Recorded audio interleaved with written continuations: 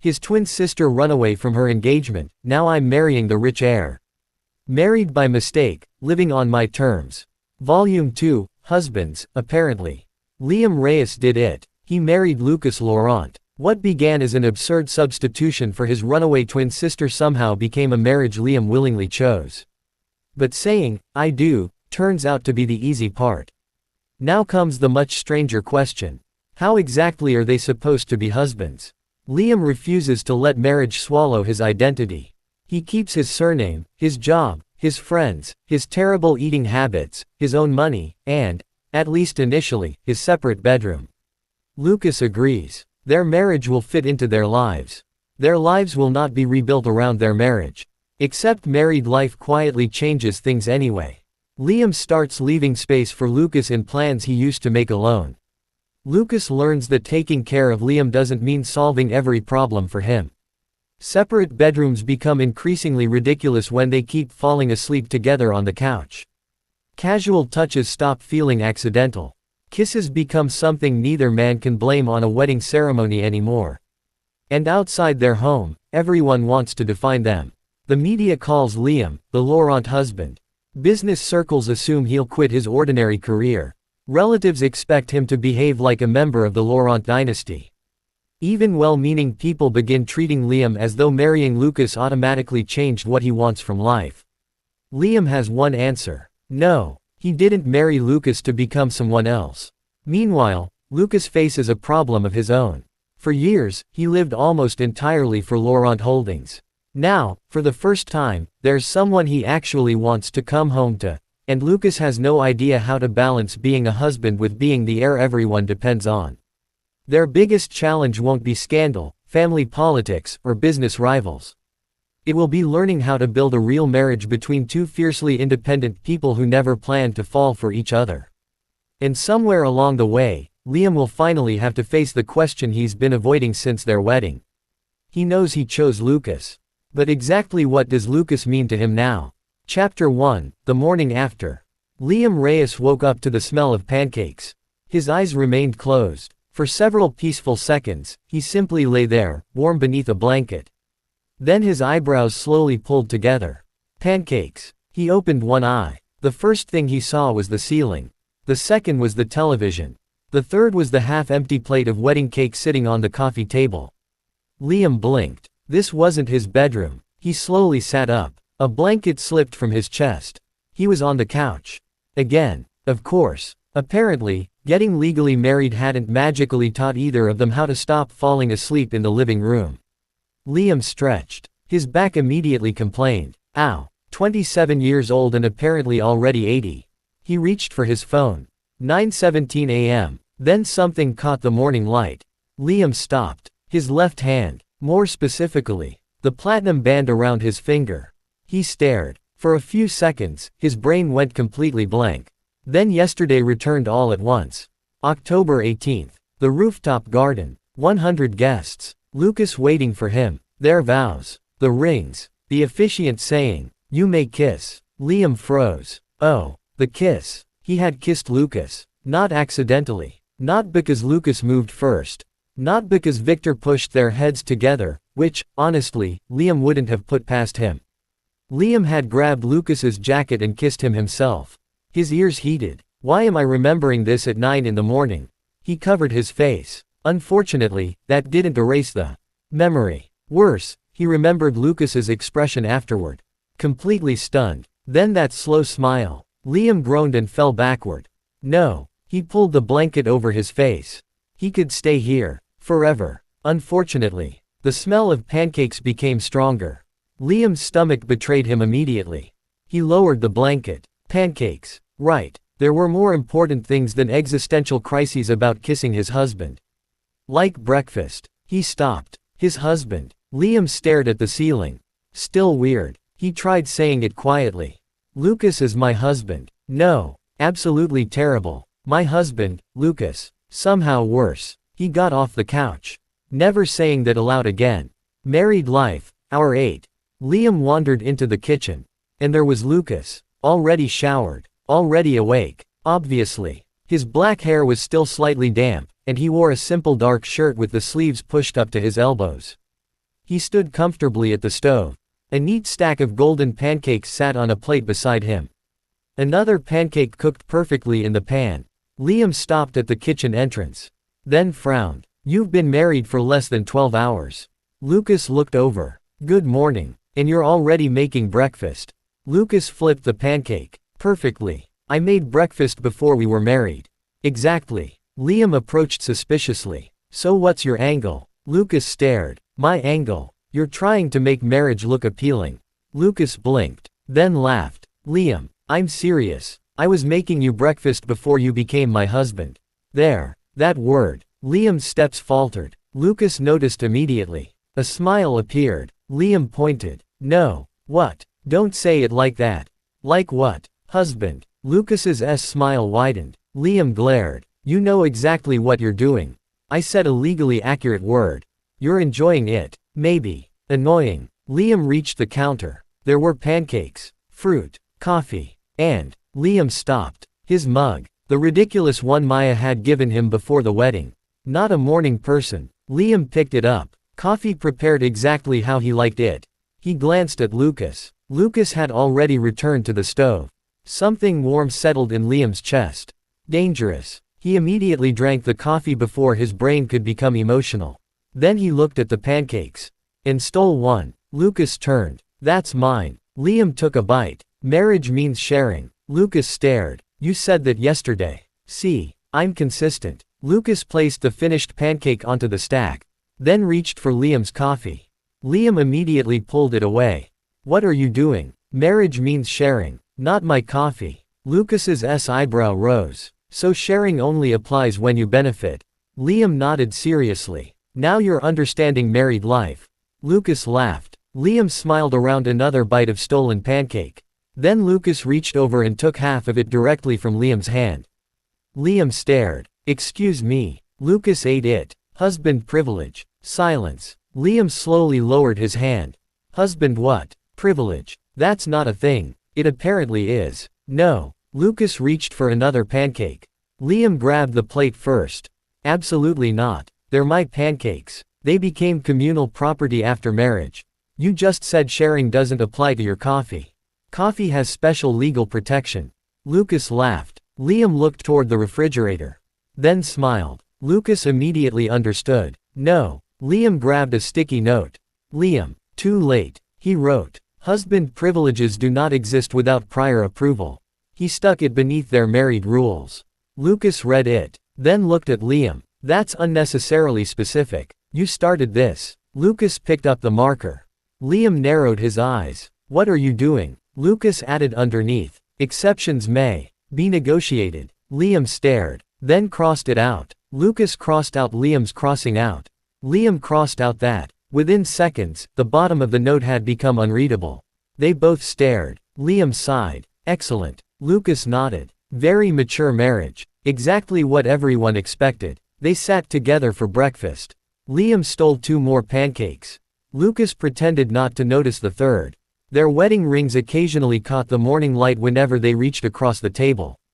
Every time Liam noticed his, something strange happened in his stomach. Not panic. Not regret. Just awareness. Yesterday had actually happened. There was no more engagement. No more countdown. No more. We're getting married. They were married. Liam looked across the island. Lucas was reading something on his phone while drinking coffee. Same Lucas. Same kitchen. Same apartment. Nothing looked different. And yet, everything technically was. Lucas glanced up. Why are you staring? Liam immediately looked away. I wasn't. You were. Your imagination. Lucas smiled. Still okay. Liam groaned. We're starting this already. Rule 11. Of course. Liam looked toward the refrigerator. 11. Ask Liam every day if he's still okay. Underneath, Liam's additions remained. 12. Tell Lucas to stop asking stupid questions. 13. Answer anyway. Liam sighed dramatically. Still okay. Lucas nodded. Good. Liam took another pancake. Stop looking so pleased. I made good pancakes. That's not why. Lucas didn't answer. His face did. Annoying. The first morning as husbands. Their phones started exploding shortly after 10. Family, friends, coworkers, photographs, videos. Congratulations. Liam had barely opened the family group chat before regretting it. Victor had sent approximately 40 photographs. Most were from the wedding. Some were blurry. Several were clearly taken while Victor was crying. And at least 9 were photographs of Liam and Lucas kissing. Liam stared. Why does your grandfather have 9 angles of this?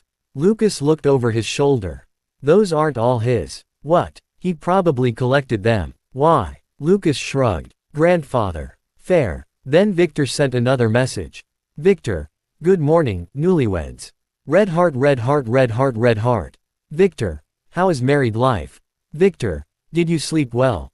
Liam narrowed his eyes. Then, Victor. When will I get great-grandchildren? Liam nearly dropped the phone. Lucas. Lucas immediately looked concerned. What? Control your grandfather. I've been trying for 30 years. Liam typed. Liam. We've been married for less than 24 hours. Victor responded immediately. Victor. Exactly. Time is precious. Liam stared. Then typed. Liam. Divorce filed. The phone rang immediately. Victor. Liam rejected it. It rang again. Rejected. Again. Liam muted him. Lucas was laughing. This isn't funny. It is a little. Your family is insane. You married into it. Liam froze. Lucas froze. Then Lucas carefully corrected. You married me. Liam stared at him. That was annoyingly better. Yes. Lucas's expression softened. Liam immediately looked at his phone. Don't make it emotional before lunch. Then another message arrived. Daniel. Daniel. Good morning, married man ring. Liam rolled his eyes. Liam. Don't start. Daniel changed the group chat nickname. Liam. Married man. Liam stared. Then Daniel changed Liam's individual nickname. Mr. Laurent. Liam's smile disappeared. He typed immediately. Liam. Reyes. The typing bubble stopped. Then, Daniel. Oh, right. Sorry. Daniel. Mr. Reyes. Married man. Liam laughed despite himself. Liam. Better. Lucas watched. Daniel. Yeah. What did he do? Called me Mr. Laurent. Lucas became quiet. Liam placed the phone down. I know he was joking. But I don't want that becoming normal. It won't. Liam looked at him. Lucas's answer came without hesitation. You didn't change your surname. No, you didn't become a Laurent just because you married me. Liam's shoulders relaxed. Exactly. Lucas drank his coffee. Besides, Liam Laurent sounds wrong. Liam stared. Excuse me. Too formal. And Lucas Reyes. Lucas paused. Liam smiled. Interesting. Lucas frowned. Don't. Oh, don't start. Lucas Reyes. Liam. Mr. Lucas Reyes. Lucas reached for the nearest cushion. Liam ran. Monday. The weekend disappeared much too quickly. Monday morning arrived with the cruel reminder that marriage did not eliminate employment. Liam stood in front of his bedroom mirror fixing his collar. Work clothes. Watch. Wedding ring. Same Liam. He picked up his bag. Walked downstairs. Lucas was already in the kitchen. Of course. Lucas held out a lunch container. Liam stopped. You made lunch. Lucas looked confused. I usually do. Right. Liam accepted it. For a second, he stared at the container. Marriage hadn't started this. Lucas had been making lunch for him long before the wedding. That was the strange thing. So many parts of their married life had begun while they were still pretending this was only an arrangement. Lucas noticed him staring. What? Nothing. Liam put it into his bag. Then Lucas handed him something else. His ID. Liam stared. Where was that? On the coffee table. Oh. Then Lucas held out Liam's charger. Liam stared harder. Where was that? Beside the couch. Liam took it. Why do you know everything I forget?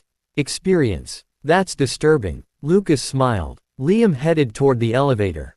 See you tonight. Have a good day. The elevator opened. Liam stepped inside. Then, Liam. He turned. Lucas stood near the kitchen. For a second, neither said anything. Then Lucas smiled. Nothing. Liam frowned. Weirdo. The doors closed. Congratulations, mister. The office elevator opened. Liam stepped out. Silence. He stopped. That was immediately suspicious. His office was never silent. Especially when Daniel was present. Liam slowly walked forward. Daniel. Nothing. Maya. Still nothing. He reached his desk. Then, pop. Confetti exploded over his head. Congratulations. People jumped out from behind partitions. Liam nearly dropped his lunch. Balloons, streamers, cake, flowers, and one enormous banner. "Congratulations, Mr. Laurent." Liam stared. Daniel stood beneath it wearing a party hat. "Welcome back, newlywed." Liam slowly looked at the banner. Then at Daniel. Daniel followed his gaze. His smile disappeared. Oh. Maya looked too. Oh no. Liam calmly placed his bag on the desk. "Daniel." "Yes. Take it down. Immediately." Daniel moved with impressive speed. "Yes, sir." The banner disappeared. Everyone became awkwardly quiet. Liam sighed. "Guys." They looked at him. "I'm not angry." Daniel peeked from behind the rolled banner.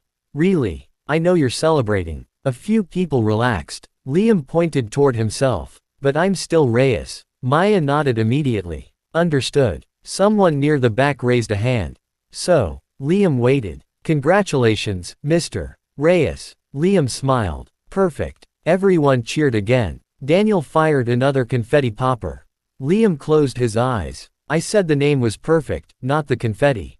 Too late. His desk was buried under gifts. Most were food. His coworkers knew him well. Maya gave him a new mug. Liam read it. Still not a morning person, even married. He stared. "This is beautiful." Maya laughed. "I knew you'd like it." Daniel handed him a badly wrapped package. Liam became suspicious. "What is this?" "Open it. If something jumps out." "It won't." Liam opened it. A picture frame. Inside was a photograph from the wedding. Liam and Lucas during their first dance. Not posing. Not looking at the camera. Lucas was smiling. Liam was laughing at something. Their hands were joined. Liam became quiet. Daniel suddenly looked nervous. "I thought." He shrugged. "It was a good picture." Liam looked at it again. "It is." Daniel smiled. Liam placed it beside his monitor. Then realized Daniel was watching him. "What?" "Nothing. Your face." Daniel grinned. "Married man. Go work." By 10:30, everything returned to normal. Emails. Deadlines. Meetings. Daniel being annoying. His new responsibilities as senior project coordinator hadn't disappeared just because he'd gotten married. Good. Liam liked that. He was reviewing a project schedule when someone from another department approached.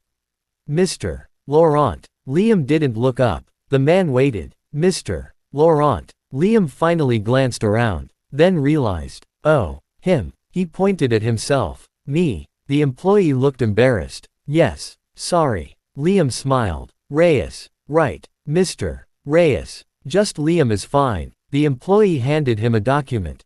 "Congratulations, by the way." "Thanks." After he left, Liam looked at his hand. Wedding ring. Still Reyes. Still doing the same job he'd earned before anyone knew he'd marry Lucas. Exactly how he wanted it. Meanwhile, at Laurent Holdings, Lucas's return was significantly less colorful. No confetti. No balloons. No Daniel. For which Lucas was deeply grateful. He stepped onto the executive floor. "Good morning, Mr. Laurent." "Congratulations, sir. Welcome back." Lucas nodded politely. "Thank you." Claire approached with her tablet. "Your 9 o'clock meeting was moved." Lucas stopped. "Why?" "The board assumed you'd arrive late." "Why?" Claire's expression remained professional, but her eyes were amused. "Newlywed." Lucas stared. Claire continued. "They apparently believe marriage has changed your priorities."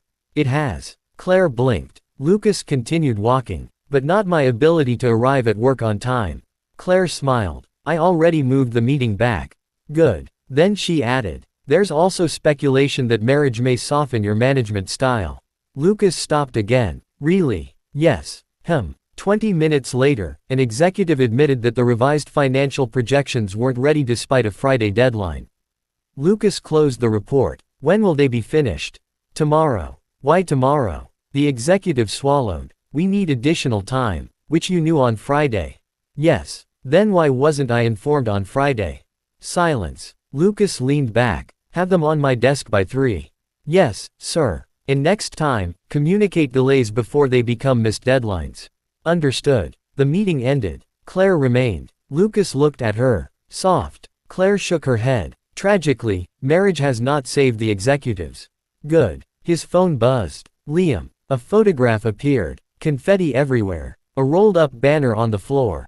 "Liam, Apparently I became Mr.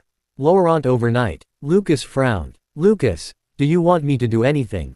A response came. Liam, number. I handled it. Lucas smiled. Of course he did. Lucas, good. Another photograph arrived. The mug. Still not a morning person, even married. Lucas laughed. Claire looked up. Everything okay? Yes. Then another message. A photograph of the framed wedding picture sitting beside Liam's monitor. Liam, Daniel gave me this. Lucas stared at it longer than necessary. Lucas, I like it. Liam, don't get emotional at work. Lucas smiled. Lucas, too late. No response for 10 seconds. Then, Liam, annoying. Lucas put his phone down. For years, his workdays had existed almost completely separate from everything else. He arrived, worked, went home late, slept, returned. Now, there was someone sending him pictures in the middle of the day. Someone who would probably complain if Lucas skipped lunch. Someone who expected him home. Lucas looked at the clock. Only 11:12. He frowned. That was inconvenient. He wanted to go home already. No wedding left to plan. Liam arrived at the penthouse at 6:16 p.m. The elevator opened. He stepped inside. Lucas. Silence. Liam stopped. Why had he called out immediately? He removed his shoes. Put down his bag. The penthouse felt unusually quiet. For months, evenings had always been busy. Wedding planner calls, suit fittings, guest lists, dance practice, family meetings, Victor appearing without permission. Something was always happening. Now, nothing. Liam walked toward the refrigerator. The countdown calendar was still there. October 18th. A huge check mark. Done. The wedding was finished. No more countdown. No next appointment. No ceremony waiting at the end of everything. Liam stared at it. That should have been relaxing. Instead, something felt strange. He opened the refrigerator. Nothing interesting. Closed it. Walked to the couch. Turned on his game. Played. 7 minutes later, he checked his phone. Nothing. He returned to the game. 5 minutes. Checked again. Liam frowned. What am I doing? He wasn't waiting. Obviously. He was simply aware. Very aware. His phone buzzed. Liam picked it up immediately. Lucas, leaving now. Liam's mood improved. He froze. Then slowly placed the phone down. No, absolutely not. He had a life. He had hobbies. He was not going to become the kind of husband who stared at the door waiting for. The elevator opened at 7:02. Liam looked over immediately. Lucas stepped inside. I'm home. Liam's game character died. He stared at the screen. Then Lucas. You're late. Silence. Liam immediately regretted speaking. Lucas looked at the clock. It's 7. I know. This is early for me. I know. Lucas's mouth twitched. Liam pointed. Don't. I didn't say anything. Your face. Lucas removed his jacket. Were you waiting? No. Lucas glanced at the television. Game over. Then at Liam. Of course. Go change. Lucas laughed. Just us. They ordered dinner. Neither felt like cooking. They sat across from each other at the kitchen island. Liam told Lucas about Daniel's banner. Lucas told Liam about the executives who apparently thought marriage had transformed him into a gentle, forgiving CEO. Liam laughed. Maybe tomorrow. No. Give them hope. Absolutely not. They ate. Talked about work. Complained. Liam stole food from Lucas's plate. Lucas retaliated. Everything felt normal. Then Liam noticed something. They hadn't talked about the wedding once. No flowers. No guest list. No photographer. No venue. Nothing. He leaned back. Hey. Lucas looked up. What? What do married people talk about? Lucas blinked. What? When there's no wedding left to plan. Lucas considered. Work. Terrible. Food. Better. Your video games. Excellent. My work. Back to terrible. Lucas laughed. Liam smiled. Then slowly became serious. It's weird. What is? For months, everything was leading to the wedding. Lucas nodded. And now, Liam gestured around. This is it. Lucas looked around too. Their kitchen. Their home. Dinner containers between them. Sticky notes covering the refrigerator.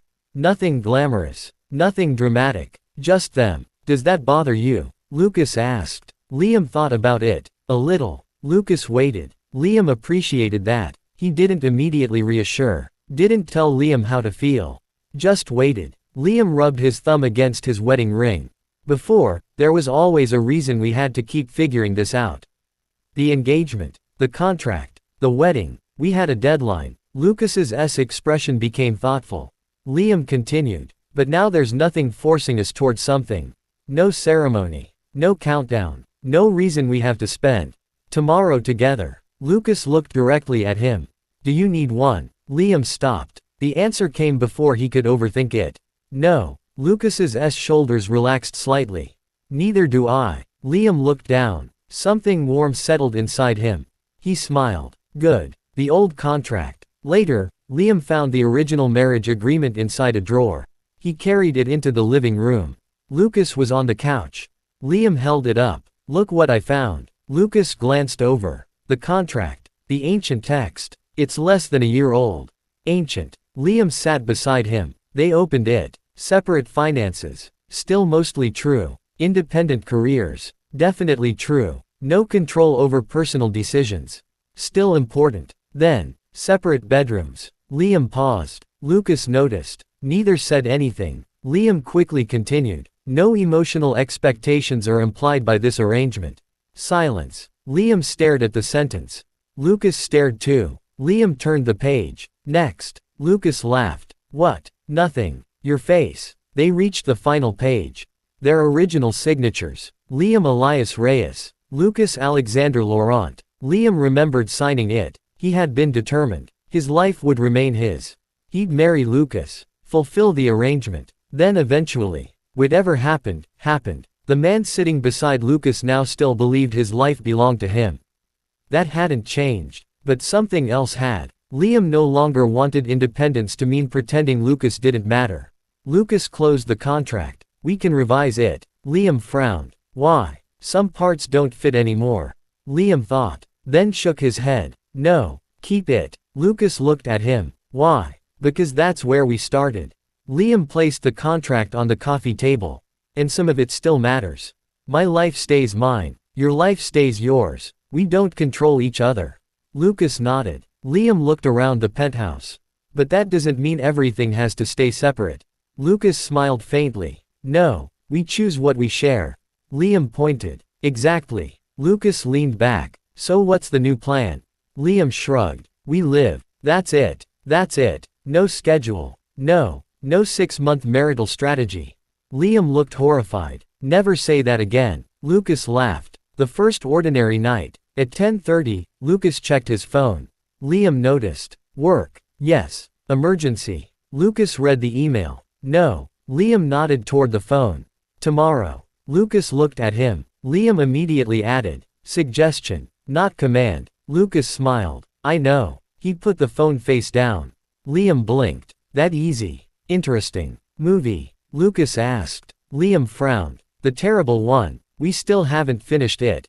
There's probably a reason. They watched it anyway. Liam sat beside Lucas. Not across the couch. Beside him. He didn't think about it. At least, that's what he told himself. 20 minutes later, their shoulders touched. 30 minutes later, Liam leaned slightly against him.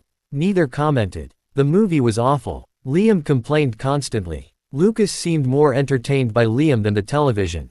Eventually Liam noticed. Watch the movie. I am. No, you're not. It's bad. I know. Then why are we watching it? Because we started it. Lucas smiled. That's a terrible reason to continue something. Liam looked at him. For a second, the sentence felt bigger than the movie. Lucas seemed to realize it too. Silence. Then Liam smiled. Good thing that's not why we're still married. Lucas's expression softened. Why are we? Liam's heart jumped. Dangerous question. He looked back at the television. Because divorce paperwork sounds annoying. Lucas laughed. Of course. Liam smiled. He didn't give the real answer. Not yet. But he knew it. Because he wanted to be. Good night, husband. At midnight, they finally turned off the television. Liam stretched. Sleep. Lucas nodded. They walked upstairs together. Then stopped. The hallway. Liam's room. Lucas's room. Separate bedrooms. Still. Technically. Liam looked at his door. Then Lucas. Lucas smiled. Good night. Night. Lucas turned. Liam took 2 steps toward his own room. Then, Lucas. Lucas looked back. Liam had no idea why he'd called him. His brain panicked. He looked at Lucas's wedding ring. Then his own. And said, "Good night, husband." Silence. Liam immediately wanted to throw himself through the nearest window. Lucas stared. Then smiled. Not teasing. Not laughing. Something much worse. Soft. "Good night, husband." Liam's face became hot. "Don't say it back. You said it first. It sounded weird when you said it. It sounded weird when you said it." "Exactly." Liam opened his bedroom door. Then paused. "Lucas." "Yes. Still okay." Lucas froze. For once, Liam had asked first. Lucas smiled. "Still okay." Liam nodded. "Good." He entered his room, closed the door, then leaned against it. His heart was behaving stupidly. Again. Tomorrow. Liam climbed into bed. His bedroom hadn't changed. His clothes were still scattered over the chair. His charger was where he'd left it. His work bag waited downstairs. Tomorrow he'd go back to the office. Still Liam Reyes. Still senior project coordinator. Still Daniel's unfortunate friend. Still Leanne's twin. Still himself. Marriage hadn't erased anything, but now there was something additional. Someone across the hallway. Someone who would make breakfast tomorrow. Someone who would probably prepare Liam's lunch because Liam would forget. Someone Liam expected to see after work. Someone whose presence had become part of the ordinary shape of his life. His phone buzzed. Liam picked it up. "Lucas." They were 10 feet apart.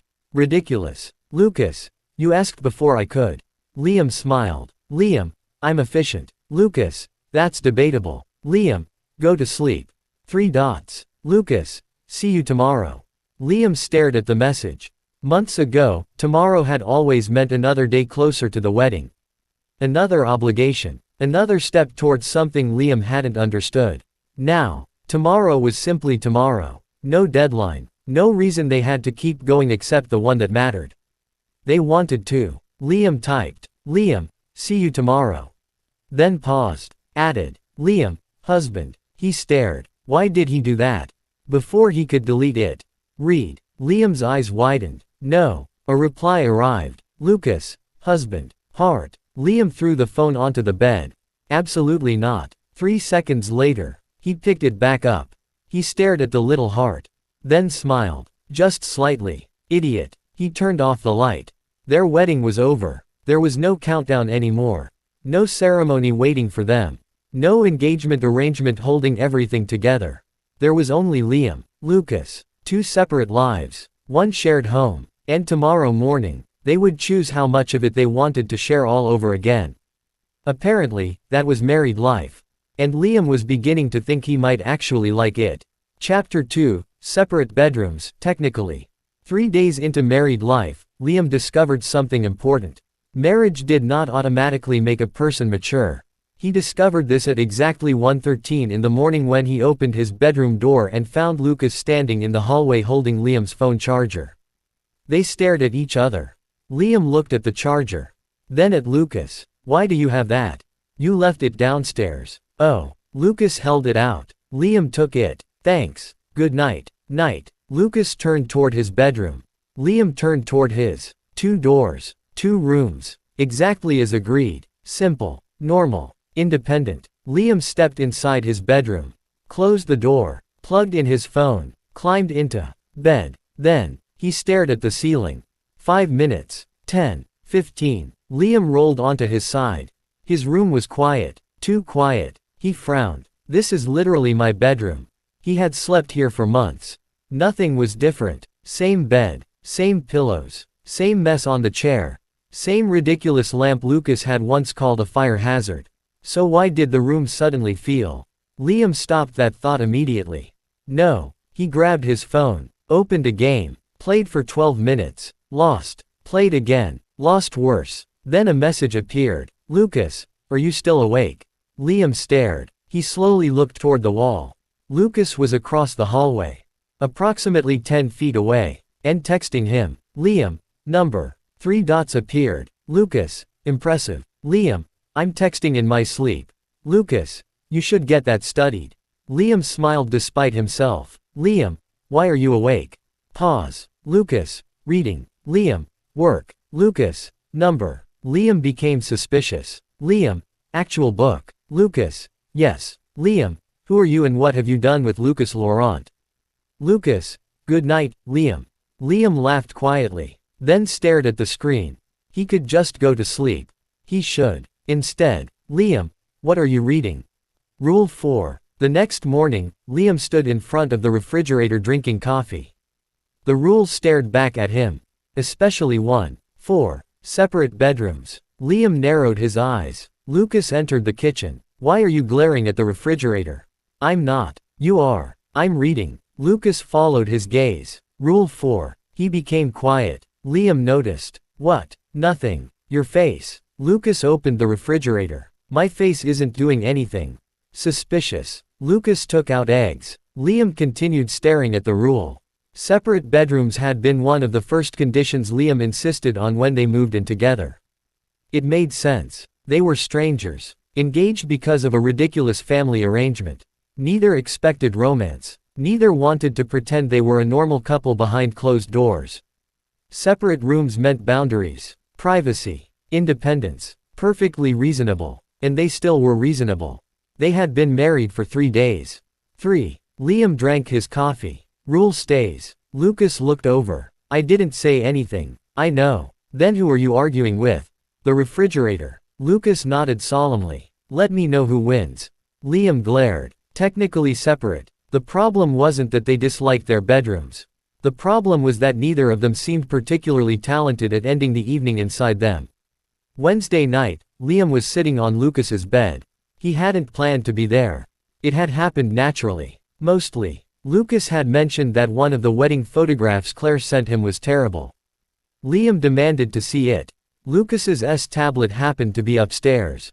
So Liam followed him. That was all. Completely reasonable. Now, 45 minutes later, Liam sat cross-legged near the foot of Lucas's bed while they went through hundreds of photographs. Delete that. Lucas looked at the screen. Why? My face. What's wrong with it? I look constipated. Lucas laughed. You do not. Lucas. You look nervous. I was nervous. Exactly. Delete it. No. Why? I like it. Liam stared. Your standards are terrible. Lucas swiped. Another picture. Liam stopped. It was taken just before their vows. Lucas was looking at him. Liam wasn't looking back. Instead, Liam appeared to be taking a deep breath while staring somewhere toward the floor. Lucas's expression. Liam became quiet. You were really nervous. Lucas looked at the photograph. Yes. You didn't look nervous. I've had years of practice pretending I'm calm. Liam glanced at him. How bad? Lucas considered. At that exact moment. Yeah, 60%. Liam laughed. You told me 34. I lied. You liar. You looked nervous enough for both of us. Liam shoved his shoulder. Lucas laughed. They continued scrolling. Another photograph. The kiss. Liam immediately tried to swipe. Lucas caught his wrist. No. Move. I like this one. Of course you do. Liam reached with his other hand. Lucas moved the tablet away. Lucas. Liam. Delete it. No. Why do you need 20 pictures of one kiss?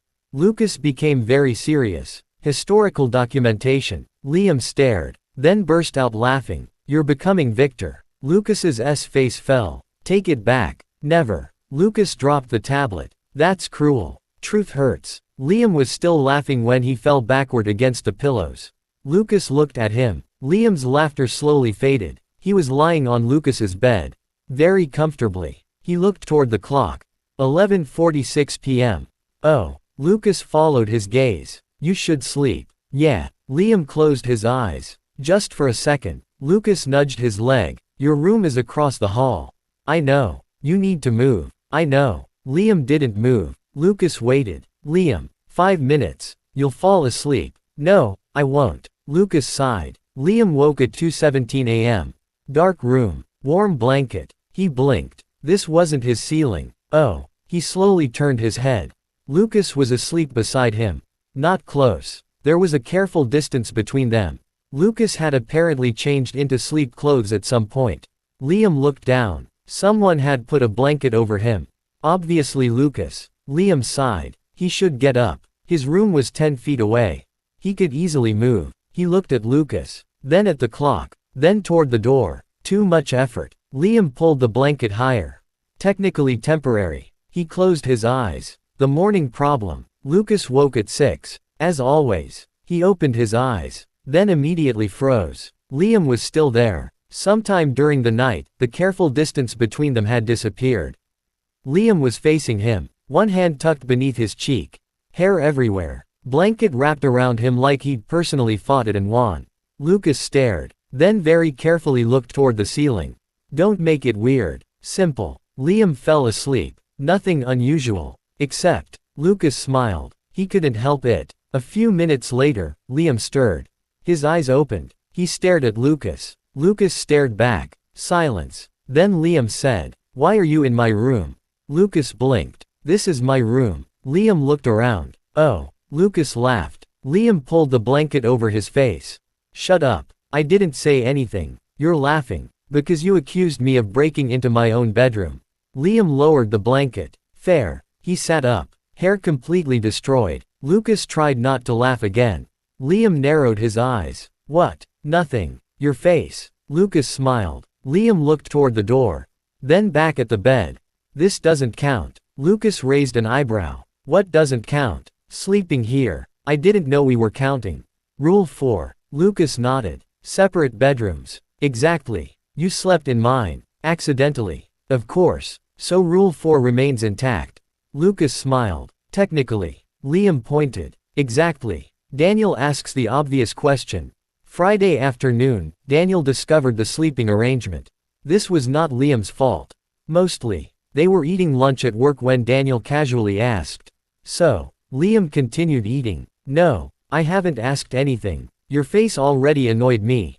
Daniel ignored him. "How's married life?" "Fine." "Romantic?" "No." "Exciting?" "No." "Different?" Liam thought. "Not really." Daniel frowned. "You two still have separate bedrooms." Liam stopped. Slowly looked up. "Why are you asking about my bedroom?"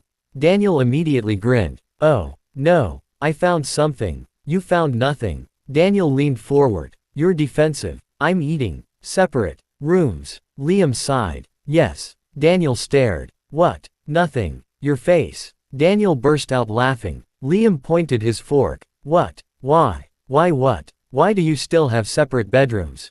Liam looked at him like he'd asked why humans needed oxygen. "Because we do." "Excellent explanation. It's part of our rules." "You're married. Marriage doesn't mean we have to share every square meter of space."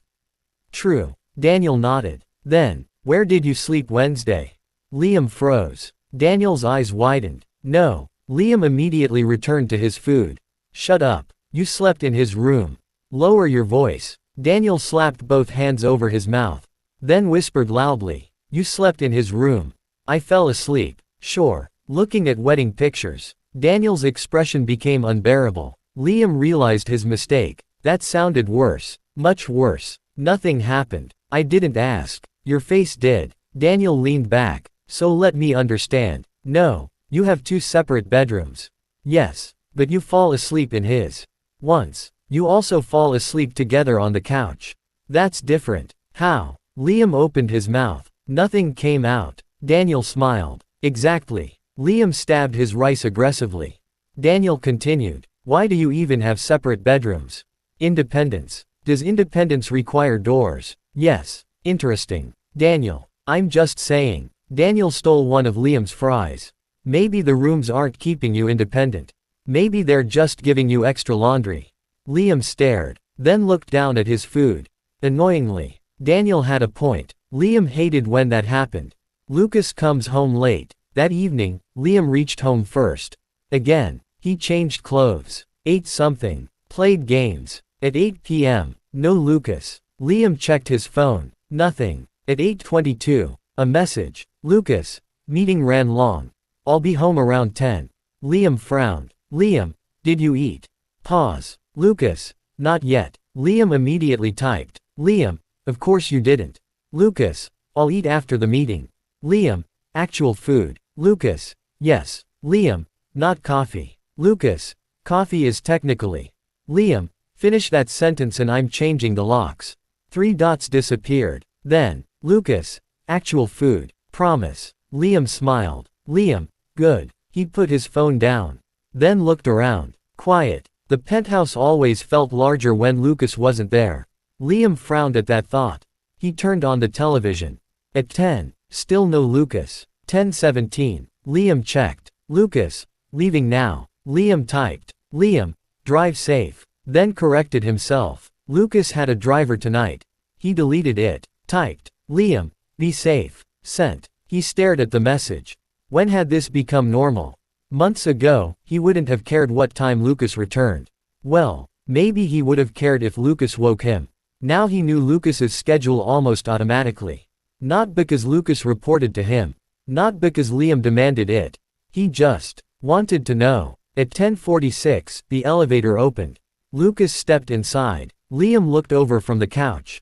You're late. Lucas loosened his tie. I warned you. I know. Did you wait? No. Lucas looked at the television. A game menu had been sitting untouched for nearly 20 minutes.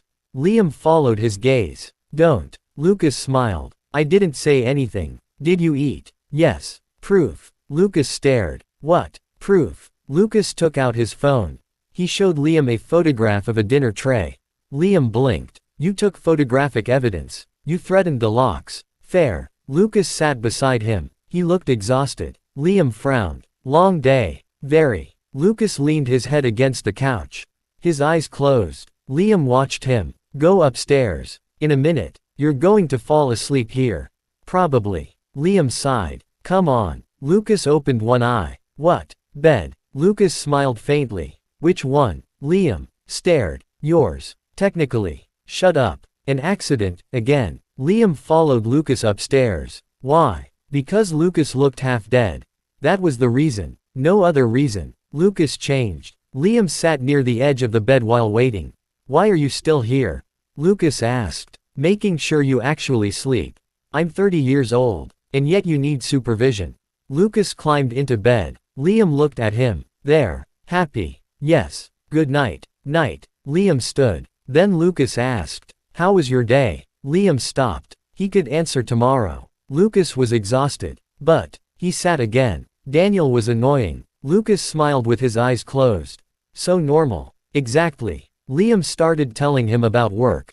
One story became another. Lucas occasionally answered. Eventually his responses became slower. Then, nothing. Liam looked over. Lucas was asleep. Liam smiled faintly. Idiot. He should leave. Instead, Liam remained sitting. He checked his phone. Scrolled. 5 minutes. 10. Then his back began hurting. He shifted. Lay down for a second. Just a second. Saturday morning. Liam opened his eyes. Sunlight. He stared. Not his ceiling. Again. Damn it. Lucas was already awake. He was lying beside him, looking amused. Liam frowned. Don't. I haven't said anything. Your face. You keep accidentally sleeping in my room.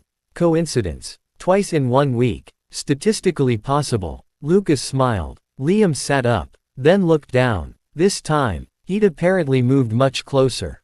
Their shoulders had been touching. Liam stared. Strangely, he didn't panic. He simply got out of bed. Coffee. Lucas sat up. Pancakes. Liam looked back. Obviously. The couch problem. Saturday evening, they decided to watch a series. Not a movie. Liam insisted this was safer because neither of them needed to finish the entire thing in one night. This logic failed immediately. Episode 1. Episode 2. Episode 3. Midnight. Lucas looked at the clock. We should sleep. After this one. You said that last episode. This one ends differently. You don't know that. Exactly. We have to find out. Episode 4. 1:03 a.m. Liam was leaning against Lucas. Lucas had one arm along the back of the couch. Neither noticed when Liam's head moved onto Lucas's shoulder. At some point, Lucas's head rested lightly against Liam's. The episode ended. Neither moved. The next episode automatically started. Neither saw it. At 3:40 a.m., Liam woke. Again. He blinked. Couch. Lucas. Blanket. He sighed. This is getting ridiculous. Lucas stirred. Nothing. Liam looked toward the stairs.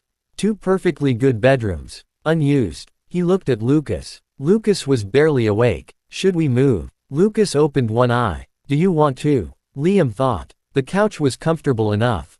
Lucas was warm. Moving required effort. No. Lucas closed his eye again. Good. Liam settled back. A few seconds later, Lucas's hand rested loosely near Liam's. Their fingers touched. Liam noticed. He didn't move. Independence. Sunday morning, Liam stood in front of the refrigerator again. Coffee in hand. Rule 4. Separate bedrooms. He stared. Lucas entered. Round 2. Liam glanced over. What? You versus the refrigerator. Liam looked back. Still winning. Congratulations. Lucas began making breakfast. Liam continued staring. Finally he asked, do you think it's stupid? Lucas paused. What? The separate rooms. Lucas considered. No. Liam turned. Really? They made sense when we created the rule. Exactly. And they still make sense if you want them.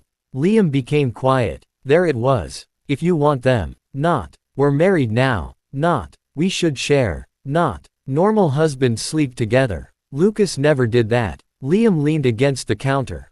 What if? He stopped. Lucas waited. What if what? Liam looked at the rule. What if I don't know anymore?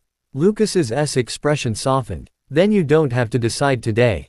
Of course. Liam smiled faintly. You're annoyingly reasonable. I've been told. By who? You. Frequently. Lucas returned to breakfast. Liam looked at the rule again. He didn't remove it. Not yet. But for the first time. It didn't feel like protection. It felt like an old fence around a place that wasn't dangerous anymore. Missing someone 10 feet away. That night, Liam went to bed early. Actually went to his own room. He showered, changed, closed the door, got into bed, responsible, independent, Rule 4 compliant. He turned off the light, closed his eyes, silence, 5 minutes, 10, he rolled over. The bed felt enormous. He frowned, ridiculous. He had slept alone his entire life. Well, mostly. There was nothing wrong with his bed. Nothing wrong with his room. Nothing wrong with being alone. So why? Liam looked toward the door. No. He closed his eyes. Another 5 minutes. Then his phone buzzed. Lucas, good night. Liam stared at the message. He typed. Liam, night. Put the phone down. Silence. He picked it back up. Liam, what are you doing? Lucas, reading. Liam, same book. Lucas, finished that one. Liam, already. Lucas, you fell asleep halfway through asking about it. Liam frowned, then remembered. The first night, he had texted Lucas until nearly 2. Liam, new book good. Lucas, so far. Liam stared, then typed. Liam, come here. His finger stopped above send. No, too weird. Delete. He erased it. Instead, Liam, send me the title. Lucas did. Liam searched it. Read the description. Then they started discussing it.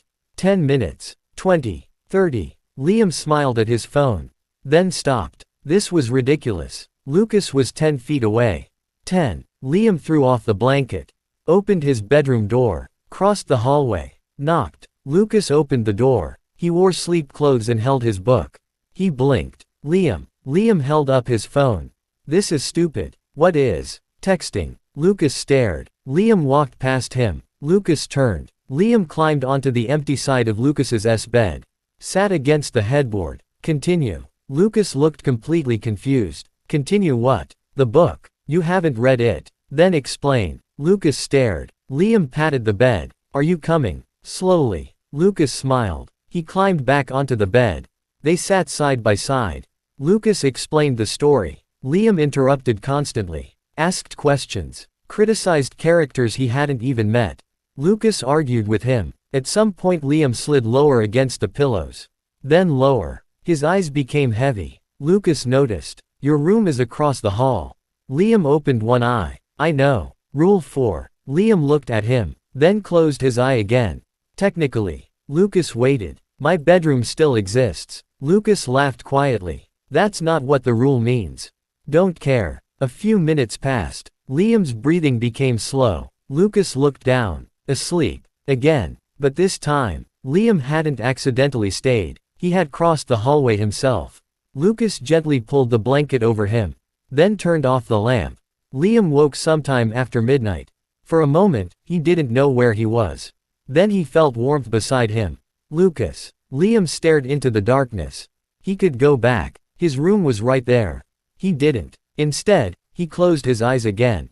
Tomorrow. Rule 4 would still be on the refrigerator. His room would still exist. Lucas's room would still exist. They still had separate bedrooms. Technically. But Liam was beginning to understand that independence wasn't measured by how many doors stood between two people. And perhaps, just perhaps, having somewhere of his own didn't mean he always had to sleep there. Especially when the person across the hallway was starting to feel less like an obligation, and more like the place Liam naturally wandered toward at the end of the day.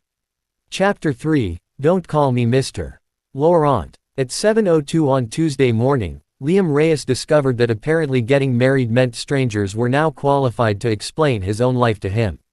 He was sitting at the kitchen island. Barely awake, coffee in one hand, phone in the other. Lucas stood at the stove preparing breakfast. Everything was peaceful, until Liam stopped scrolling. His coffee slowly lowered. His eyes narrowed. Lucas noticed immediately. What? No answer. Liam. Still nothing. Lucas turned off the stove.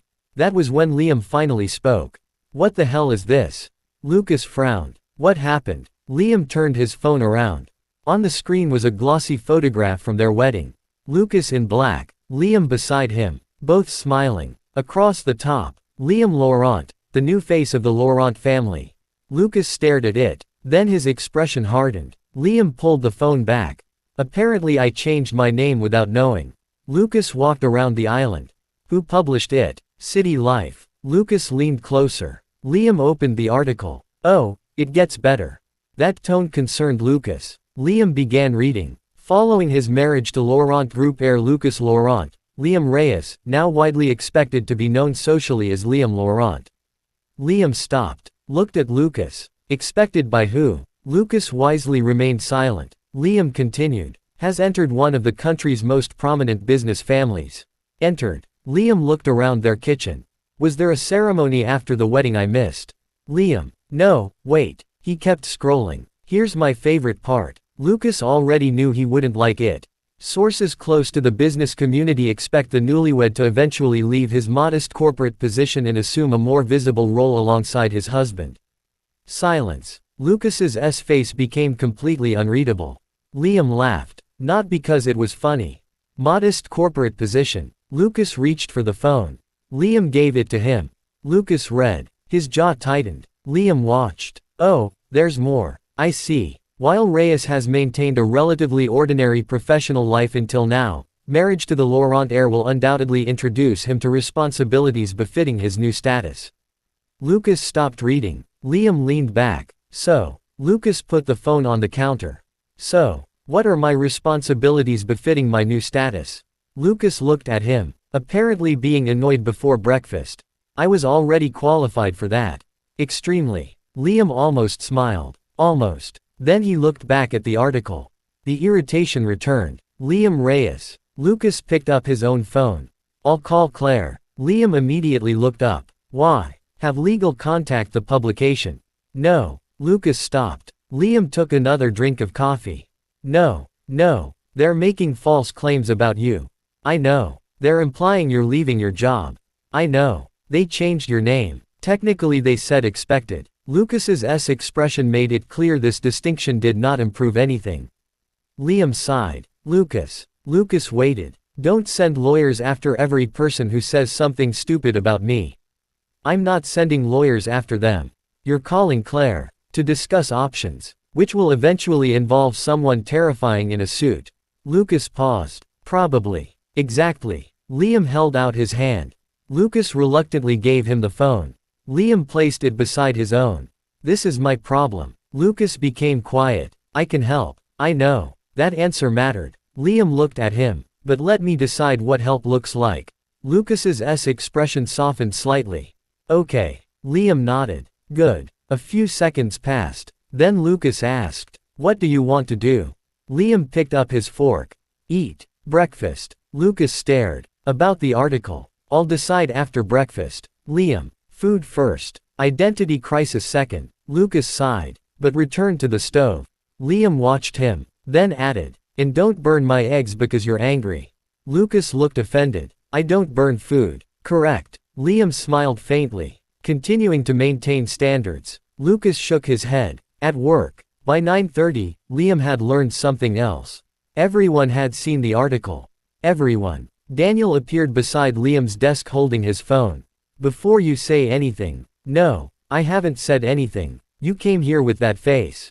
Daniel sat. Okay. He turned his phone around. The article. Liam continued typing. Already saw it. Daniel studied him. Are you angry? No. Daniel waited. Liam stopped typing. Yes. Thought so. Maya approached carrying coffee. I saw it too. Liam groaned. Wonderful. She placed the coffee beside him. Peace offering. You're forgiven for something you didn't do. Excellent. Daniel scrolled. Then frowned. Modest corporate position. He looked offended on Liam's behalf. You spent 4 months fixing the Harrison project after management nearly destroyed it. Thank you. You survived 18 consecutive meetings. Exactly. You once made a senior manager apologize to an Excel spreadsheet.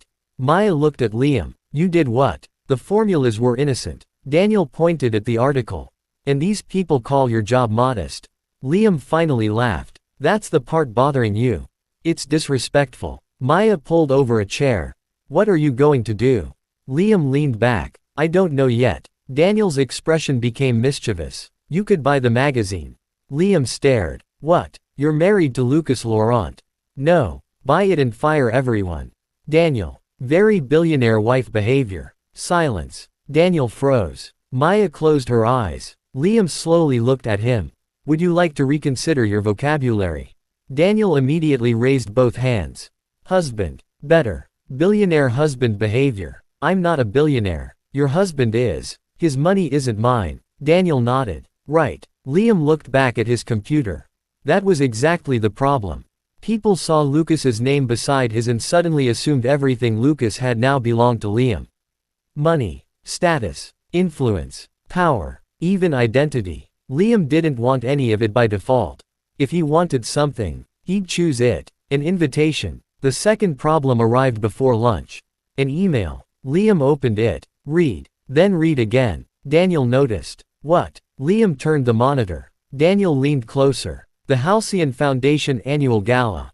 Formal invitation. 2 seats. Mr. Lucas Laurent. And Mr. Liam Laurent. Liam stared. Daniel stared. Maya leaned over. Oh. Liam rubbed his forehead. They're really committed. Daniel pointed. Maybe there's another Liam Laurent. Married to another Lucas Laurent. Statistically unlikely. Liam scrolled through the invitation. He had never worked with the Halcyon Foundation. Never donated. Never attended one of their events. Never met the organizers. Yet his biography was already attached. Liam Laurent, spouse of Laurent Group CEO Lucas Laurent. Nothing about his career. Nothing about his projects. Nothing about who he was. Just, spouse. Daniel watched him. You going? No. That quick. Why would I? Free food. Liam paused. Daniel smiled. Tempted. No. Rich people food. Usually tiny. True. Liam closed the invitation. I'm not interested. Maya nodded. Fair. Daniel shrugged. Then don't go. Simple. Exactly. Liam returned to work. Lucas's office. At 12:43, Lucas received a message. Liam. Got invited to Halcyon Gala. Lucas knew the event. He had attended several times. Lucas. I received the invitation too. Liam. Are you going? Lucas thought. Lucas. I wasn't planning to. 3 dots. Liam. Good. Lucas smiled. Then. Liam. They called me Liam Laurent again. Lucas's smile disappeared. Lucas. I'll have Claire correct it. A pause. Liam. That part you can do. Lucas immediately forwarded the invitation to Claire. Lucas. Correct Liam's name with the organizers. Reyes. Claire responded within seconds. Claire. Already doing it. Lucas stared. Then smiled. Of course. At 1, Sebastian Laurent entered without knocking. Lucas looked up. Do people no longer knock? Sebastian sat. Family privilege. Not recognized. Sebastian ignored him. Congratulations. You already congratulated me at the wedding. I'm congratulating you for surviving the first week. It's Tuesday. Exactly. Lucas returned to his documents. Sebastian placed his phone on the desk. City Life article. Lucas's expression cooled. I've seen it. Sebastian studied him. And Liam will decide what he wants to do. Sebastian raised an eyebrow. You're not threatening anyone. No. Sending legal. No. Buying the publication. Lucas stared. Why does everyone suggest that? Sebastian laughed. Because you could. That doesn't mean I should. Sebastian picked up the phone. Marriage really has changed you. Lucas's gaze sharpened. Sebastian grinned. Relax. Slightly. Then his expression became more serious. They'll keep doing this. Lucas knew. The media. Board members. Society people. Sebastian leaned back. To them, Liam isn't going to be Liam. He'll be your husband. Lucas's expression hardened. Sebastian continued. You've spent your whole life being Victor Laurent's grandson. You know how that works. Lucas looked down at his wedding ring. Yes, he did. Too well. Just Lucas Laurent's husband. That afternoon, Liam attended a client meeting. His presentation went well. Very well. The client approved the revised proposal. His manager congratulated him. Everything felt normal again. Until the meeting ended. One of the client's senior representatives approached. Mr. Reyes. Liam smiled. At least the name was right. Yes, I didn't realize you were that Liam Reyes. Liam already disliked where this was going. That, Lucas Laurent's husband. There it was. The man smiled. My wife showed me the wedding photographs. Oh, beautiful ceremony. Thank you. You know, with your connections now, I imagine you won't stay here much longer. Liam's smile faded. Why not? The man laughed. Come on. Liam waited. The man realized Liam wasn't laughing. Well, he gestured vaguely. You're married into the Laurent family. And, surely you don't need to work anymore. Liam looked toward the conference room. His laptop. His notes. 3 weeks of preparation. And that means I should quit. No, I'm just saying you have options now. Liam smiled. I had options before. The man became awkward. Of course. I like my job. Right. And I'm good at it. Absolutely. Liam nodded. Then I suppose there's no problem. He walked away. His irritation followed him all the way back to his desk. I don't need saving. Lucas was already home when Liam arrived. That alone improved Liam's mood by approximately 12%. He entered the kitchen. Lucas was cooking dinner. Actual dinner. Not takeout. Liam dropped his bag. You're home early. Lucas looked over. So are you. I asked first. I finished what I needed. Liam narrowed his eyes. Voluntarily. Yes. Are you sick? Lucas sighed. Hello to you too. Liam walked over. Hi. He looked into the pan. What's that? Chicken. Smells good. I know. Arrogant. Accurate. Liam sat at the island. Lucas looked at him. Bad day. Liam frowned. Why? Your face. Liam stared. You really have stolen that. I'm married to you. Apparently I acquire things. Don't remind me. Lucas waited. Liam eventually sighed. People keep asking when I'm quitting.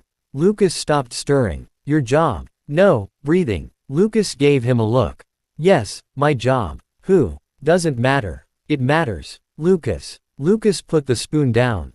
Liam recognized that expression. CEO mode. Danger. No. Lucas frowned. I didn't say anything. You're mentally making a list. I am not. You're deciding who needs to disappear. I'm not a criminal. Debatable. Lucas stared. Liam smiled. Then became serious. I don't need you to fix it. Lucas's expression changed. I know. Do you? Yes. Liam studied him. Lucas pulled out the chair across from him and sat. I don't like people disrespecting you. I know. I don't like them treating your career like something disposable.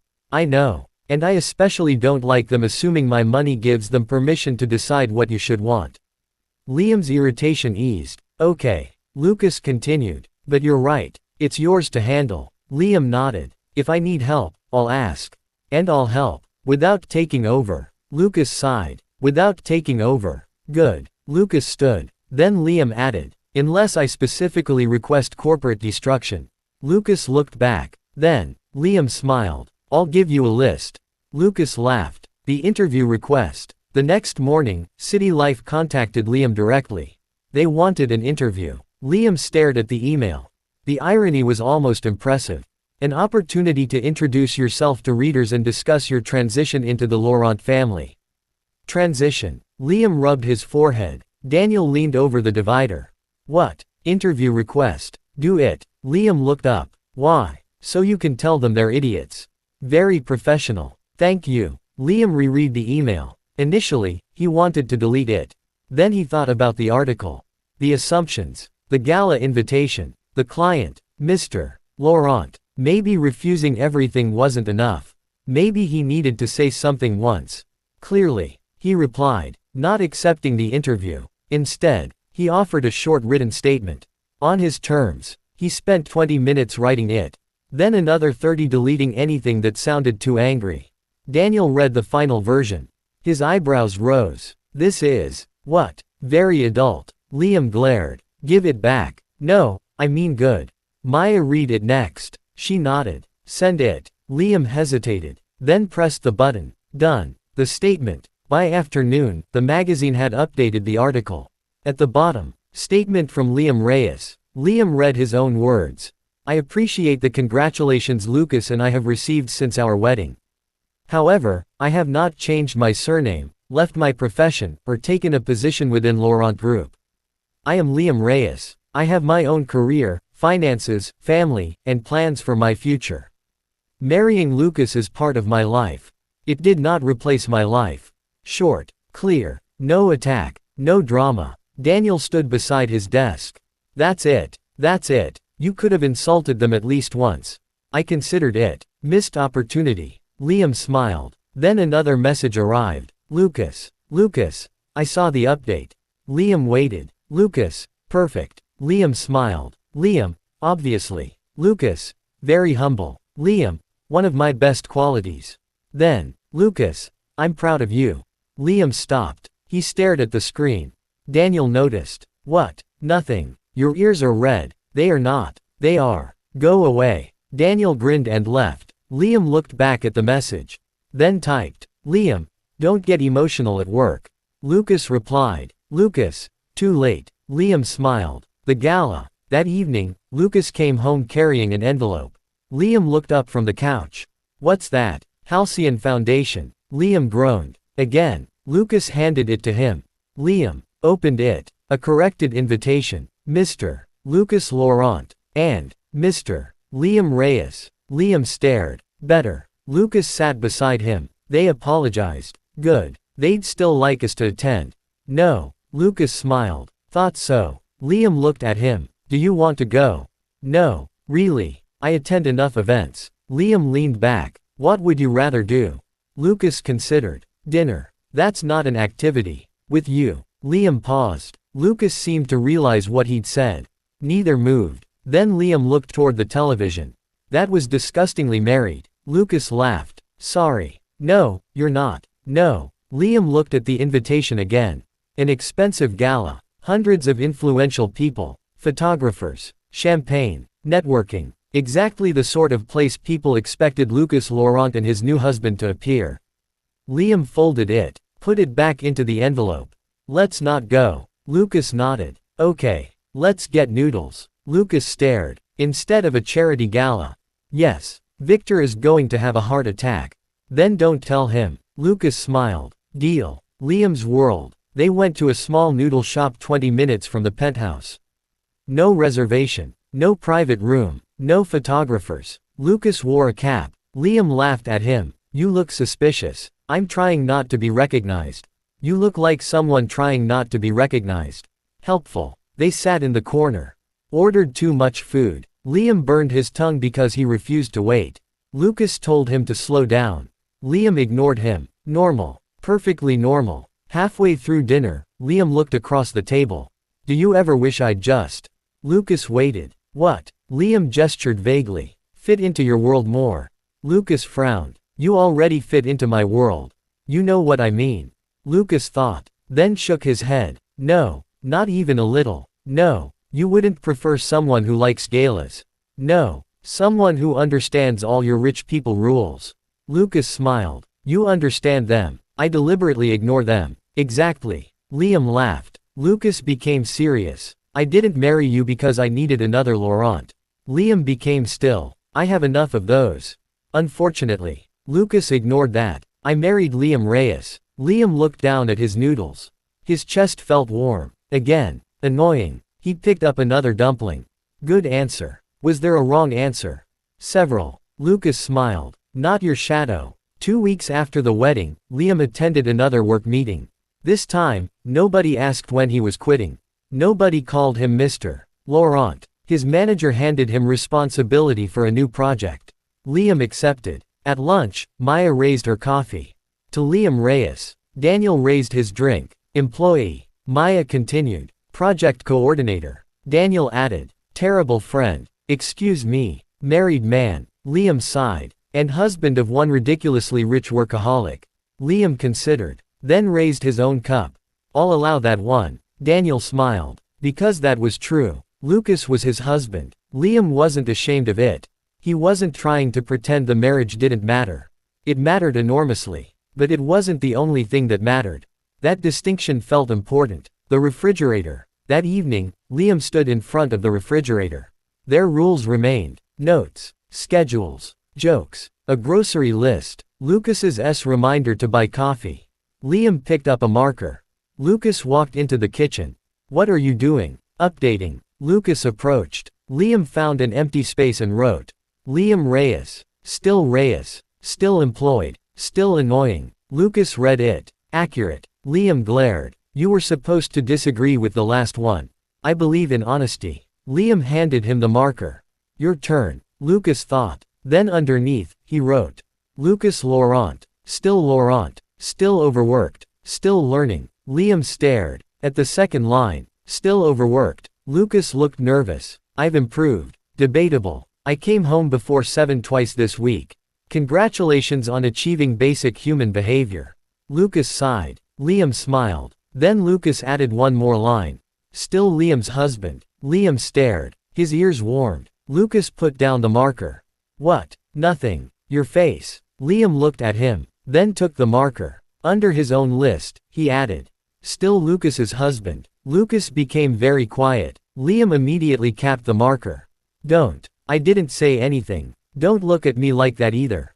Like what? That. Lucas smiled. Liam pointed toward the refrigerator. This doesn't mean you get husband privileges. Of course. Good. Those remain negotiable. Lucas. Lucas laughed and walked away. Liam watched him, then looked back at the refrigerator. Liam Reyes. His name. His career. His choices. His life. Still his. And beside all of that.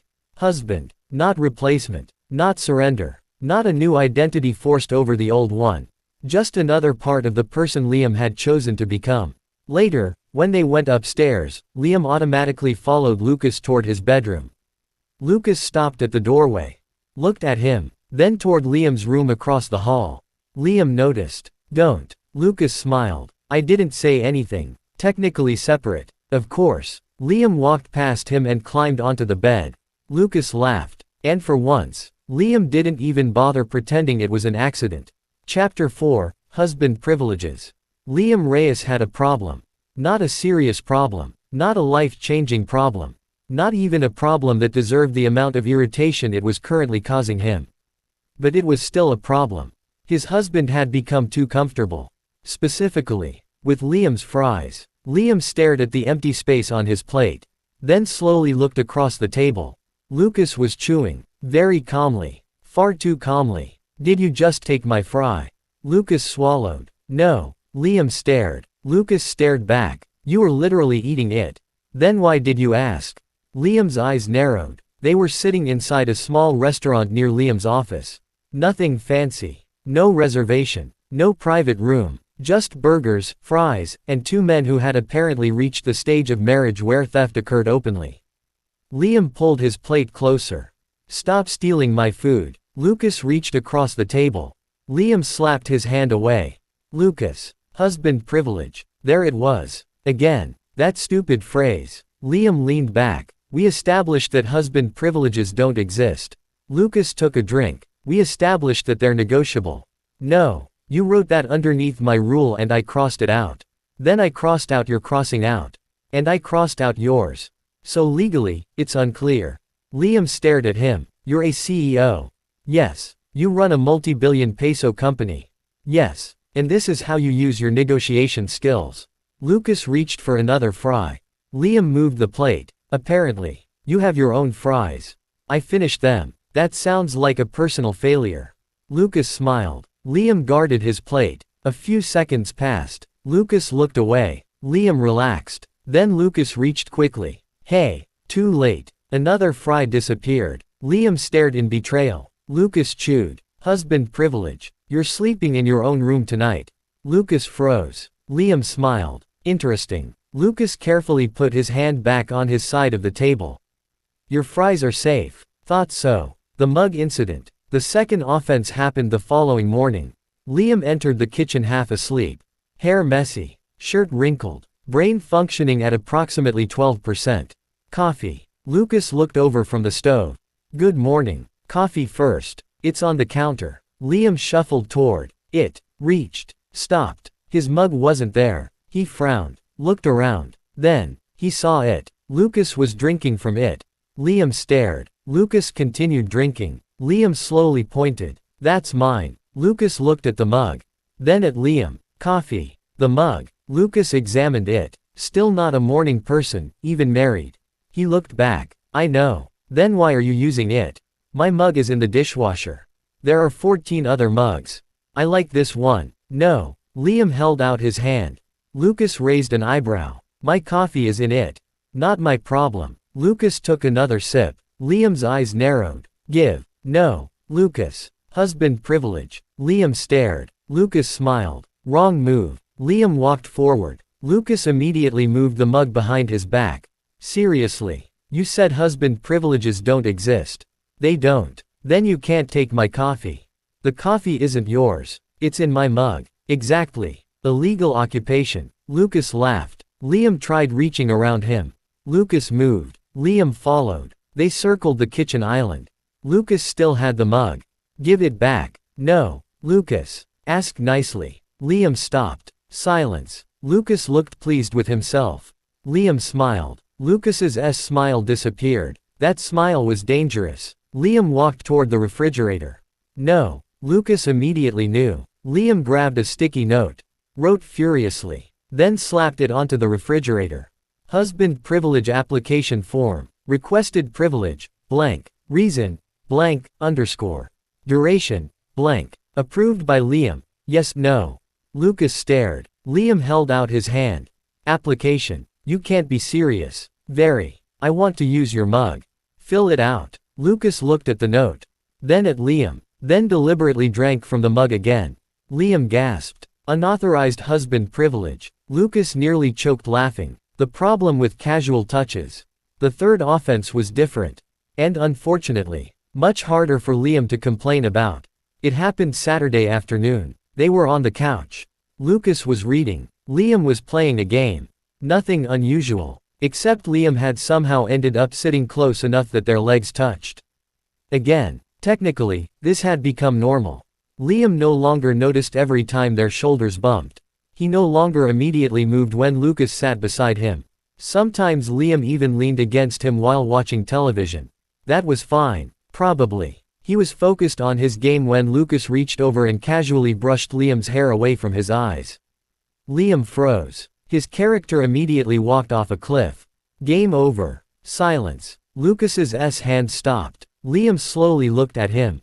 Lucas looked back. What? Liam stared. You. Lucas waited. What? You touched my hair. Lucas glanced at Liam's forehead. It was in your eyes. I know. Okay. Liam looked back at the television. His heart was suddenly doing something unnecessary. He restarted the game. Lucas returned to his book. 30 seconds passed. Liam couldn't concentrate. Why? Lucas had touched him plenty of times. Hands, shoulders, arms. They had danced. They had kissed at their wedding. They'd fallen asleep beside each other several times. So why had one tiny movement? Liam frowned. Stop. Lucas looked up. What? Nothing. You said stop. Not you. Lucas slowly looked around. Who else is here? My brain. Lucas nodded. Reasonable. Liam glared. 10 minutes later, Lucas reached over again. This time to remove a tiny piece of lint from Liam's shirt. Liam looked down at Lucas's fingers. Then up. Lucas paused. Lint. I can see that. Lucas removed it. You're welcome. Liam looked at his shirt. Then his game. Then Lucas. You're doing that a lot. Doing what? Touching me. Lucas immediately became still. The change was subtle. But Liam. Noticed. Lucas lowered his hand. Sorry. And suddenly Liam felt worse. Because Lucas didn't argue, didn't joke, didn't use husband privilege. He simply stopped. Liam frowned. I didn't say I hated it. Lucas looked at him. Liam immediately regretted how that sounded. I mean, he gestured. You don't have to act like I accused you of something. I don't want to make you uncomfortable. I know. Liam looked down. That was the problem. Lucas had always been careful. Even now, even after Liam had chosen to marry him, Lucas still treated every boundary as real until Liam changed it himself. Liam cleared his throat. I'm just. He searched for the right words. Not used to it. Lucas nodded. Okay. That's all. Okay. Silence. Liam resumed playing. Lucas resumed reading. But Lucas didn't touch him again. 5 minutes passed. Liam noticed. 10 minutes. Still nothing. 15. Liam became irritated. Which was ridiculous. He was the one who had mentioned it. 20 minutes. Finally, Liam paused his game. Lucas looked over. What? Liam stared. Nothing. Lucas returned to his book. Liam's irritation increased. He shifted closer. Lucas didn't react. Liam shifted again. Their shoulders touched. Lucas looked down. Then at Liam. Liam stared at the television. Don't make it weird. I didn't say anything. Good. Lucas smiled faintly. A few minutes later, Liam leaned his head against Lucas's shoulder. Lucas froze. Liam immediately said, Don't. I haven't moved. Exactly. Lucas slowly relaxed. Liam continued playing. His heart eventually calmed. This was fine. Daniel's professional opinion. Monday lunchtime. Daniel listened to Liam's complaint with the expression of a man who had just been handed free entertainment. Liam finished explaining. Daniel stared. Then, so what's the problem? Liam frowned. I literally just explained it. No, you described your husband touching your hair. Yes, and you liked it. Liam nearly dropped his fork. I did not say that. You didn't have to. Daniel. Daniel ate another spoonful of rice. Did you tell him to stop? Sort of. And he stopped. Yes. And then you got annoyed because he stopped. Liam became silent. Daniel smiled. Liam pointed his fork. You're oversimplifying. I'm really not. There's context. What's the context? Liam opened his mouth. Closed it. Daniel waited. Liam looked away. Marriage is complicated. Daniel burst out laughing. 2 weeks. What? You've been married 2 weeks and you're already saying marriage is complicated. Shut up. Daniel leaned forward. So, no. Do you want him touching you or not? Liam stared at his food. That should have been easy. Months ago. Absolutely not. Lucas had been a stranger. A man Liam was being forced to marry because his sister ran away. Even the idea had seemed absurd. But now, Liam remembered Lucas brushing his hair aside. His hand against Liam's wrist.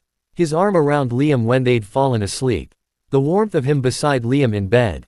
The wedding kiss. Liam's ears became warm. Daniel noticed immediately. Oh, don't. Oh, Daniel. You do. Do what? Like it. Liam threw a napkin at him.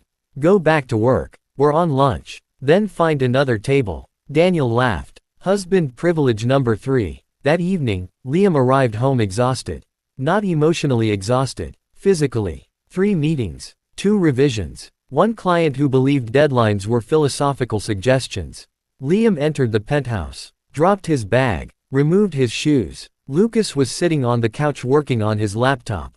He looked up. Bad day. Liam walked toward him. Move. Lucas blinked. What? Move. Lucas shifted slightly. Liam sat beside him. Then, without warning, dropped sideways. His head landed directly on Lucas's lap. Lucas froze. Completely. Liam closed his eyes. Don't. Lucas stared down at him. I didn't say anything. Your entire body said something. Lucas carefully moved the laptop aside. Comfortable. No. You're lying. Yes. Lucas smiled. Liam opened one eye. What? Nothing. Liam closed it again. A few seconds passed. Then he felt Lucas's fingers gently move through his hair. Liam's eyes opened. Lucas immediately stopped. Their eyes met. Liam stared at him. Lucas's hand hovered. Sorry. Liam thought about Saturday. About Lucas immediately pulling away. About Daniel's annoying question. Do you want him touching you or not? Liam slowly closed his eyes again. Continue. Lucas didn't move. Liam opened one eye. Did you not hear me? I heard you. Then, Lucas smiled. His fingers returned to Liam's hair. Slow, gentle. Liam relaxed. His eyes closed. This is husband privilege, Lucas said quietly. Liam immediately opened his eyes. Don't ruin it. Lucas laughed. Sorry. Liam closed his eyes again. After a few seconds. Temporary approval. Understood. Non-transferable. Of course. Can be revoked. Naturally. Lucas continued playing with his hair. Liam's voice became quieter. Maybe renewable. Lucas looked down. Liam's eyes were already closed. He smiled. Noted. The forehead kiss. The real problem happened Wednesday morning. And unlike the fries, Liam had absolutely no prepared response. Lucas had an early meeting. Liam was still sitting at the kitchen island eating breakfast when Lucas appeared in a suit. Tie, watch, briefcase, annoyingly put together. Liam looked at the clock. You're leaving already. 7:30 meeting. That's disgusting. I agree. Lucas grabbed his phone, then walked past Liam. Your lunch is in the refrigerator. Thanks. Don't forget your charger. I won't. You forgot it yesterday. That was yesterday, Liam. Lucas smiled. Very different person. Exactly. Lucas headed toward the elevator.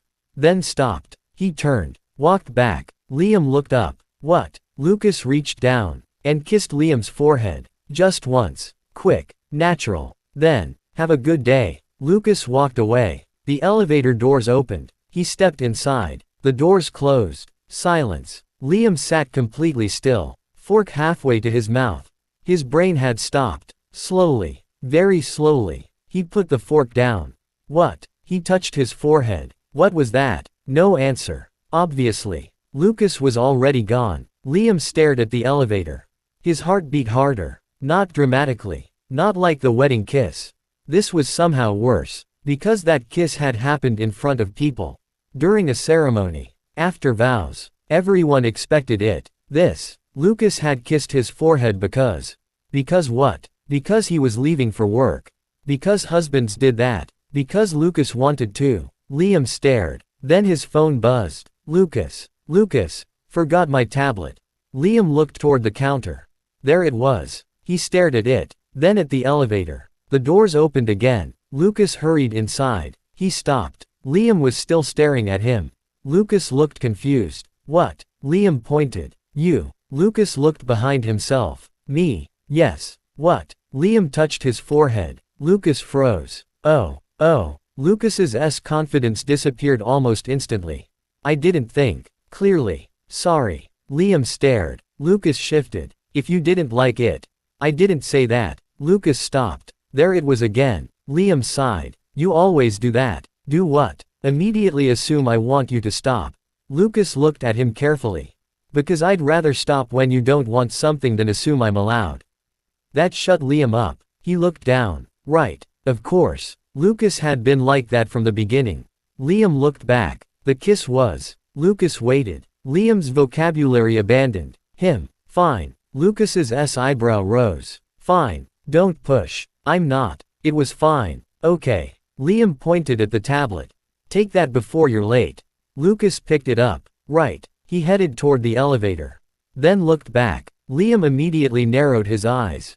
Don't you dare. Lucas smiled. I wasn't going to. Good. The doors closed. Liam stared. Then touched his forehead again. Fine. His face was warm. Completely fine. The refrigerator tribunal. That evening, Liam found a new sticky note. He stopped. Read it. Husband privilege application. Requested privilege. Forehead kisses. Reason. I wanted to. Duration. Undetermined. Approved by Liam. Yes, no. Liam stared. Lucas was cooking dinner. Liam slowly turned. Seriously. Lucas looked over. What? Liam held up the note. Lucas's expression remained perfectly calm. You made the form. I was joking. I respect administrative procedure. Liam stared. Then looked at the form again. Forehead kisses. His ears warmed. He grabbed a pen. Lucas watched from the kitchen. Liam hovered over. Yes, no. Then checked. Yes. Lucas smiled. Liam immediately added beneath it. Limited approval. Do not get cocky. Lucas laughed. Understood. Liam stuck it back on the refrigerator. Then Lucas pointed. You forgot to sign. There's no signature line. Lucas handed him the pen. Liam stared. You're enjoying this too much. Administrative procedure. Liam signed. L. Reyes. Lucas looked pleased. Approved. Temporarily. Of course. Not fake. Later that night, they watched television. Liam sat beside Lucas. Their shoulders touched. Normal. Lucas's arm rested along the back of the couch. Also normal. At some point, Liam leaned into him. Normal now too. That was the strange thing. These little moments had stopped feeling extraordinary. Lucas touching his hair. Liam leaning against him. Hands brushing. Sharing blankets. Falling asleep beside each other. None of it felt like acting anymore. There was no audience. Nobody to convince. No grandfather watching. No business agreement requiring affection. No wedding photographer. Just them. Liam looked down. Lucas's hand rested beside his. Close. Not touching. Liam thought about it, then deliberately moved his hand. Their fingers touched. Lucas looked down. Liam stared at the television. Lucas didn't move. Neither did Liam. After a moment, their fingers settled together. Not quite holding hands, but close enough. Liam's heart beat faster. Again, he frowned. Lucas glanced at him. What? Nothing. Your face. My face is normal. Of course. They continued watching. A few minutes later, Lucas's thumb brushed lightly against Liam's hand. Liam noticed. He didn't pull away. The second forehead kiss. At 11:30, Liam stood. Sleep. Lucas turned off the television. They went upstairs. The separate bedroom rule still existed. Technically. But Liam didn't even look toward his room. He followed Lucas. Lucas noticed. Wisely said nothing. Liam climbed into bed. Lucas went to his side. They settled beneath the blankets. There was still space between them. Not as much as before. But some. Liam looked at the ceiling. Lucas turned off the lamp. Darkness. Good night, Lucas said. Night. Silence. Then Liam remembered. The morning. The sticky note. He turned. Lucas was facing away. Liam frowned. That was unexpectedly disappointing. Why? He didn't know. Or maybe he did. Liam reached over. Tapped Lucas's shoulder. Lucas turned. What? Liam hesitated. This was stupid. Very stupid. He could just go to sleep. Instead, you forgot something. Lucas frowned. What? Liam touched his own forehead. Silence. Lucas stared. Liam immediately regretted everything. Forget it. He started turning away. Lucas gently caught his wrist. Not tightly. Just enough to stop him. Liam looked back. Lucas smiled. Then leaned closer. A soft kiss against Liam's forehead. This time, Liam knew it was coming. That made it different. He closed his eyes. The kiss lasted barely a second. Lucas moved back. Good night. Liam stared at him. His heart felt strangely full. Night. Lucas released his wrist. Liam turned onto his back. A smile threatened. He fought it. Failed. Then Lucas said quietly. Husband privilege. Liam's smile disappeared. He kicked Lucas beneath the blanket. Ow. Revoked. Lucas laughed. Good night, Liam. Shut up. The problem wasn't Lucas. Liam remained awake after Lucas's breathing became slow. He looked toward him. 2 weeks ago, Liam would have overanalyzed every touch. Every look. Every moment that felt too intimate. Because he had entered this arrangement insisting he wasn't attracted to men. He hadn't expected any of this. Hadn't planned for it. And he still didn't completely understand what it meant. But maybe, he didn't have to understand everything tonight. One thing was becoming increasingly obvious. Lucas wasn't crossing Liam's boundaries. Lucas kept stopping at them. Waiting. Giving Liam space to move them himself. And lately, Liam kept moving them. Closer. Again and again. The fries were annoying. The mug theft was criminal. The phrase husband privilege deserved to be banned permanently. But Lucas's hand in his hair. His arm around Liam. A kiss on the forehead before work. Liam touched the spot absentmindedly. He didn't dislike those things. Quite the opposite. That realization should have frightened him more than it did. Instead, Liam smiled. Very slightly. Beside him, Lucas shifted in his sleep. His hand moved across the mattress. Stopped between them. Liam looked at it. Then at Lucas. Slowly. Liam placed his own hand beside it. Their fingers touched. He left them there. Maybe husband privileges weren't entirely terrible. Some of them, under strict supervision, And absolutely subject to Liam's approval. Obviously. The next morning, Lucas entered the kitchen first. He stopped in front of the refrigerator. A new sticky note had appeared beneath the application form. Approved husband privileges. 1. Occasional fries, maximum 3. 2. Mug usage, ask first. 3. Hair touching, acceptable. 4. Forehead kisses, limited approval. At the bottom, all privileges subject to immediate revocation if Lucas becomes annoying. Lucas stared, then smiled. Behind him, don't get emotional. Lucas turned. Liam stood in the doorway, arms crossed. I'm not. Your face. Lucas looked back at the list. Maximum 3 fries. Per meal. Generous. I know. Lucas pointed at number 4. Limited. Very. Lucas approached. Liam immediately pointed. Don't test the limits. Lucas stopped directly in front of him. Understood. Then Liam surprised both of them. He reached up, grabbed the front of Lucas's S shirt, pulled him slightly closer, and pressed a quick kiss to Lucas's S cheek. Lucas froze. Completely. Liam released him, walked toward the coffee machine. What's wrong? Lucas stared. Liam poured his coffee. Your face. Lucas touched his cheek. What was that? Liam shrugged. Husband privilege. Lucas's eyes widened. Liam took a drink, then smiled into his mug. Maybe this marriage thing wasn't so complicated after all. Or perhaps, it was becoming complicated in a completely different way. Chapter 5, Liam's first business dinner. Liam Reyes had attended formal dinners before. He had attended weddings, company celebrations, family gatherings where everyone pretended not to be fighting until dessert. He had even survived several dinners with Victor Laurent, which Liam believed should qualify as professional training for high-pressure environments. But apparently, a Laurent business dinner was an entirely different species. Liam stood in front of the bedroom mirror, adjusting the cuffs of his dark shirt. Behind him, Lucas was tying his necktie. Liam watched him through the reflection. Remind me why I'm going. Lucas glanced up. You were invited. That's not a reason. You said yes. Temporary insanity. Lucas smiled. Liam turned. Seriously. Lucas finished his tie. You don't have to go. Liam frowned. We already established that. I know. Then stop giving me escape routes. Lucas's expression softened. I'm making sure you know they're there. Liam stared at him for a moment. Then looked away. Annoyingly considerate. I said I'd go. Okay. So I'm going. Lucas nodded. Okay. Liam picked up his jacket. Then paused. What exactly happens at these dinners? People eat. Lucas. People talk. Lucas. People pretend they're not negotiating while negotiating.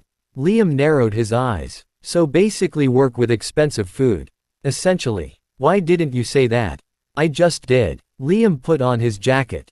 Fine. Then he pointed at Lucas. But if someone starts discussing stock prices while I'm chewing, I'm leaving. Understood. And I'm not networking. Okay. And don't introduce me to 50 people. I won't. And if Victor suddenly appears. He wasn't invited. Liam relaxed. Great. Lucas picked up his phone. Then added. He may still appear. Liam closed his eyes. Of course. Not a Laurent event. The dinner was being held in a private dining room of one of the city's most exclusive hotels. Liam knew it was expensive before they even entered. Everything was too quiet, too polished, too shiny. Even the flowers looked wealthy. Liam leaned toward Lucas as they walked. Do rich people hate normal lighting? Lucas glanced around. What? Everything is dim. It's atmosphere. It's dark. Lucas smiled. You're nervous. Liam immediately straightened. No. You've complained about the lighting 3 times. Because I enjoy seeing my food. Lucas stopped before the private dining room doors. Liam looked at him. Lucas quietly said, you don't have to impress anyone. Liam's expression changed. I know. I'm serious. So am I. Lucas reached up and adjusted Liam's collar slightly. The gesture was so casual now that Liam barely reacted. Barely. You aren't here as a representative of Laurent Holdings, Lucas said. I know. And you aren't there to prove you belong.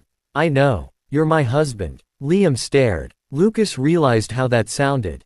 Liam's mouth twitched. That was disgustingly married. Lucas laughed. Sorry. No, you're not. No. Liam exhaled. Then nodded toward the doors. Let's get this over with. The doors opened. There were 12 people inside. several senior executives from Laurent Holdings, 2 representatives from an investment group, a legal advisor, Sébastien Laurent, and Liam stopped. Victor Laurent sat at the head of the table. He waved enthusiastically. Liam slowly looked at Lucas. Lucas looked genuinely surprised. I didn't know. Victor called across the room. I invited myself. Liam sighed. Obviously. Sébastien lifted his glass. I tried to stop him.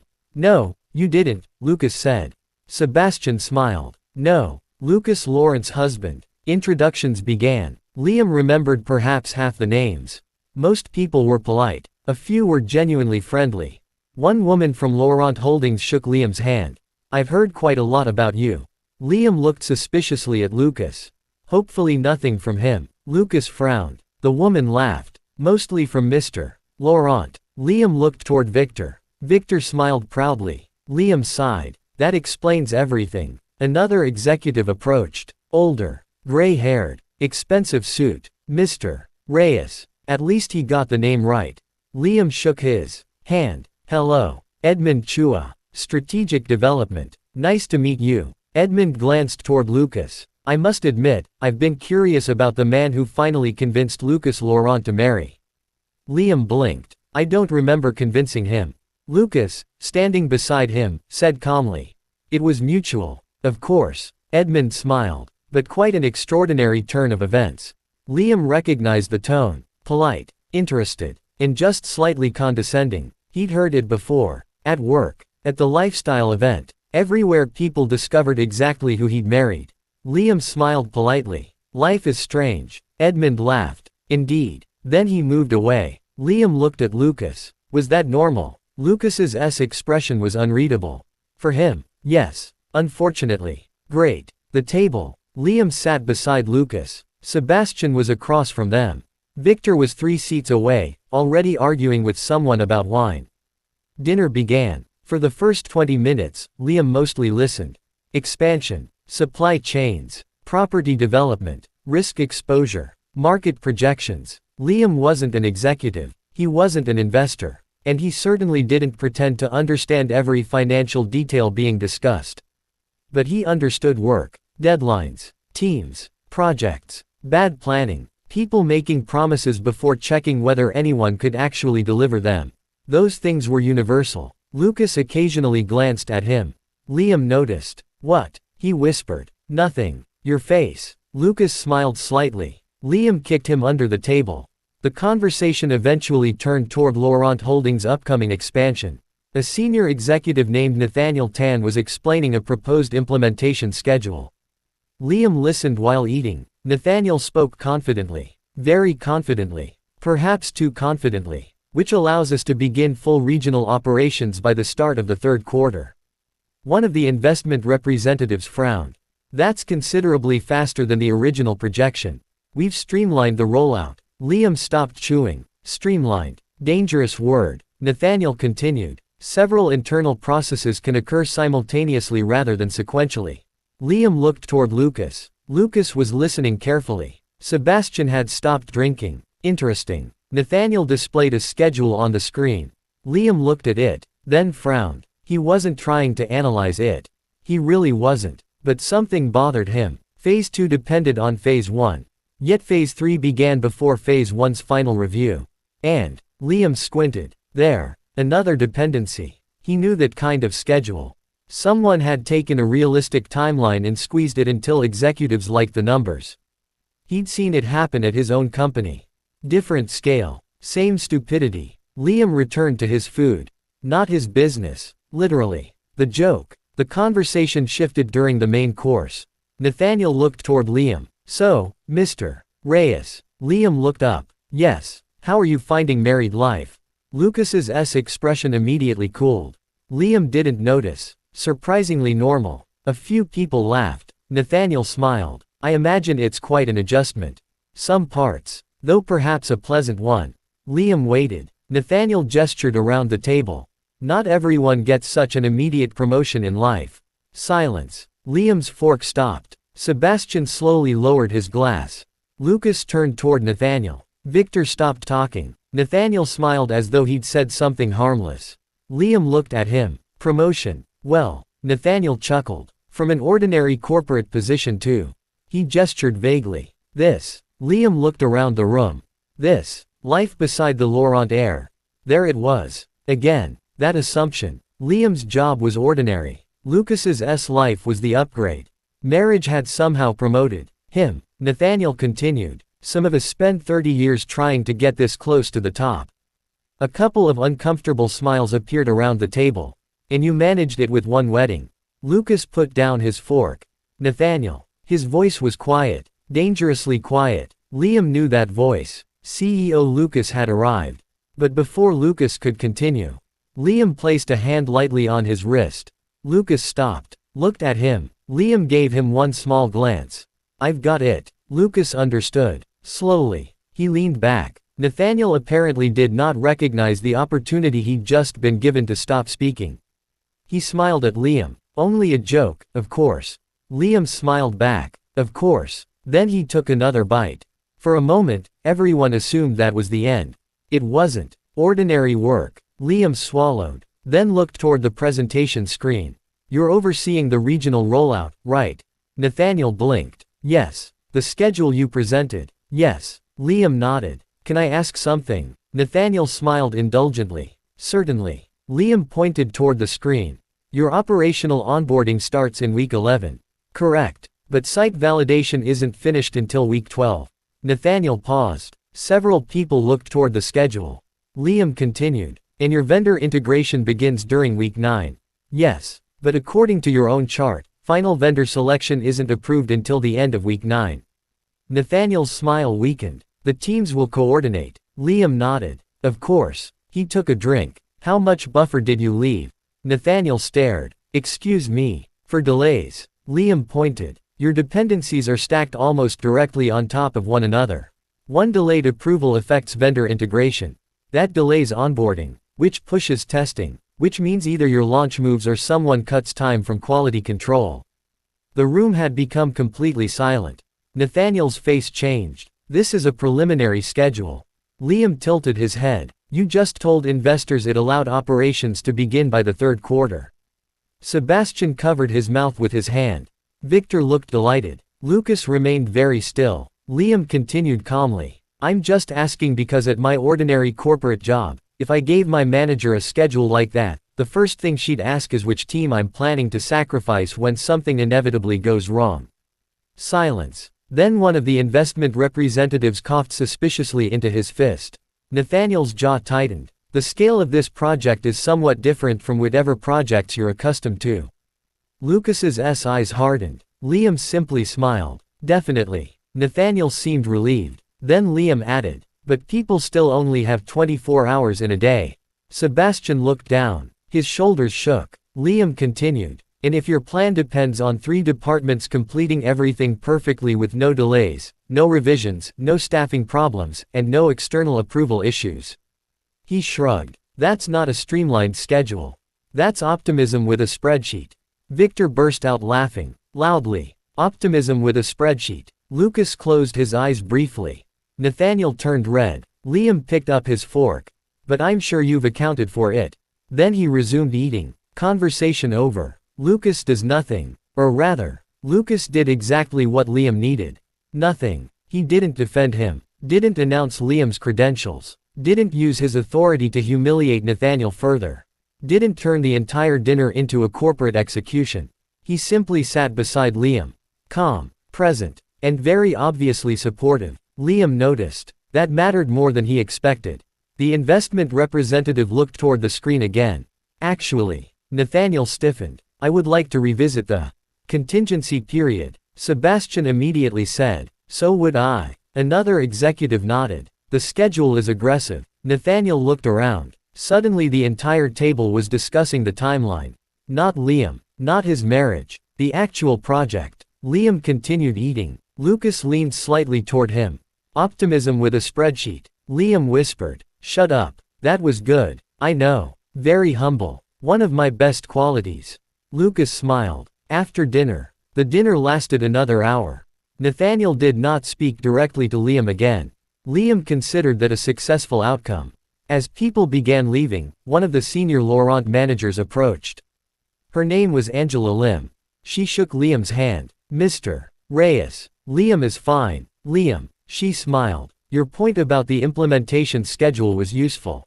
Liam shrugged. It looked familiar. From your work. Different industry. Same headaches. Angela laughed. Exactly. Then she glanced toward Lucas. Don't let him recruit you.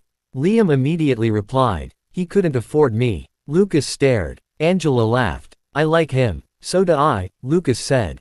Liam froze. Angela's smile widened. Lucas appeared completely calm. Liam turned toward him. You could have kept that to yourself. You married me. Unfortunately. Angela left laughing. In the car. The moment the car door closed. Liam exhaled dramatically. I survived. Lucas sat beside him. You did. No one killed me. Correct. I didn't stab an executive with a fork. Lucas looked thoughtful. I appreciate your restraint. Liam loosened his collar. Was Nathaniel always like that? Yes. Why do you employ him? He's competent. Debatable. His schedule does need revision. Liam looked over. You're not changing it because I said something. No. Good. Lucas paused. I'm changing it because you were right. Liam stared. That's worse. Lucas laughed. The car began moving. For a moment, neither spoke.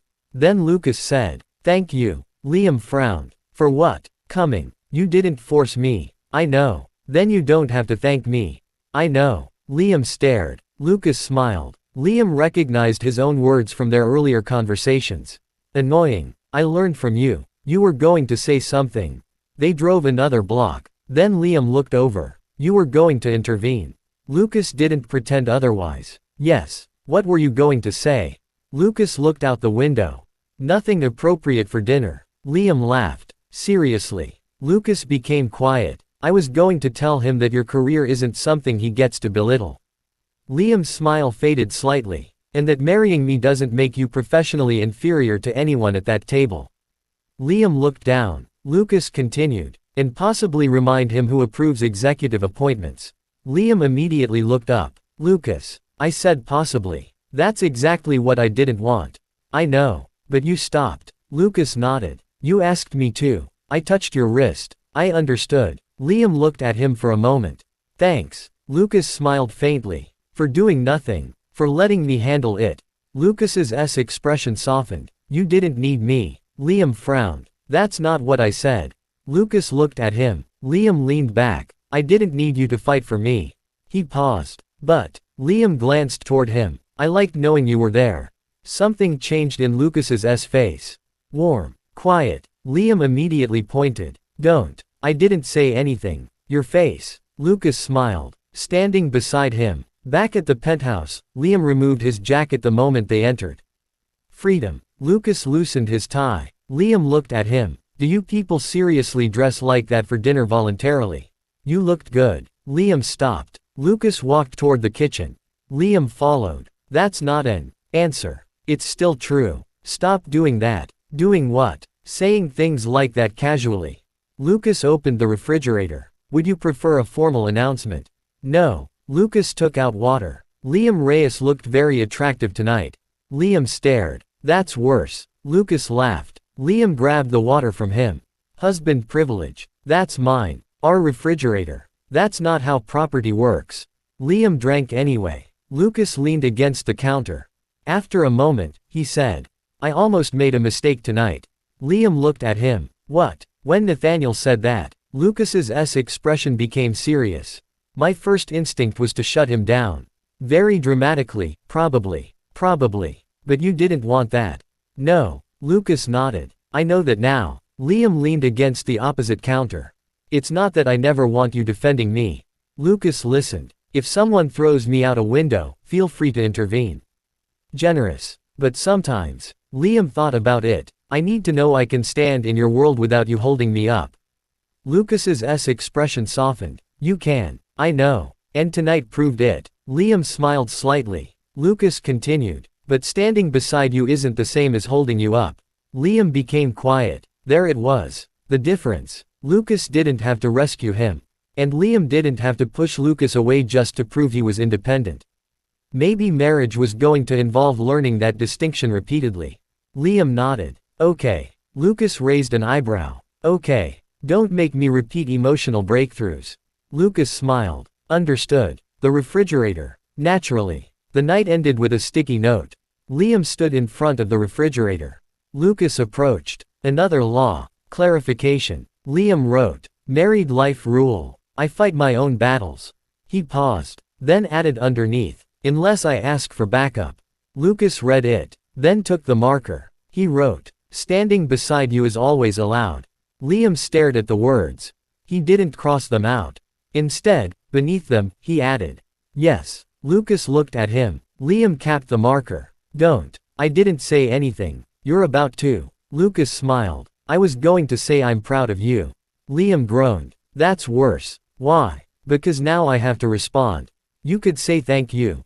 Liam considered. Then, thank you. Lucas blinked. Liam smiled. See. Growth. Lucas laughed. Not a promotion. Later, they got ready for bed.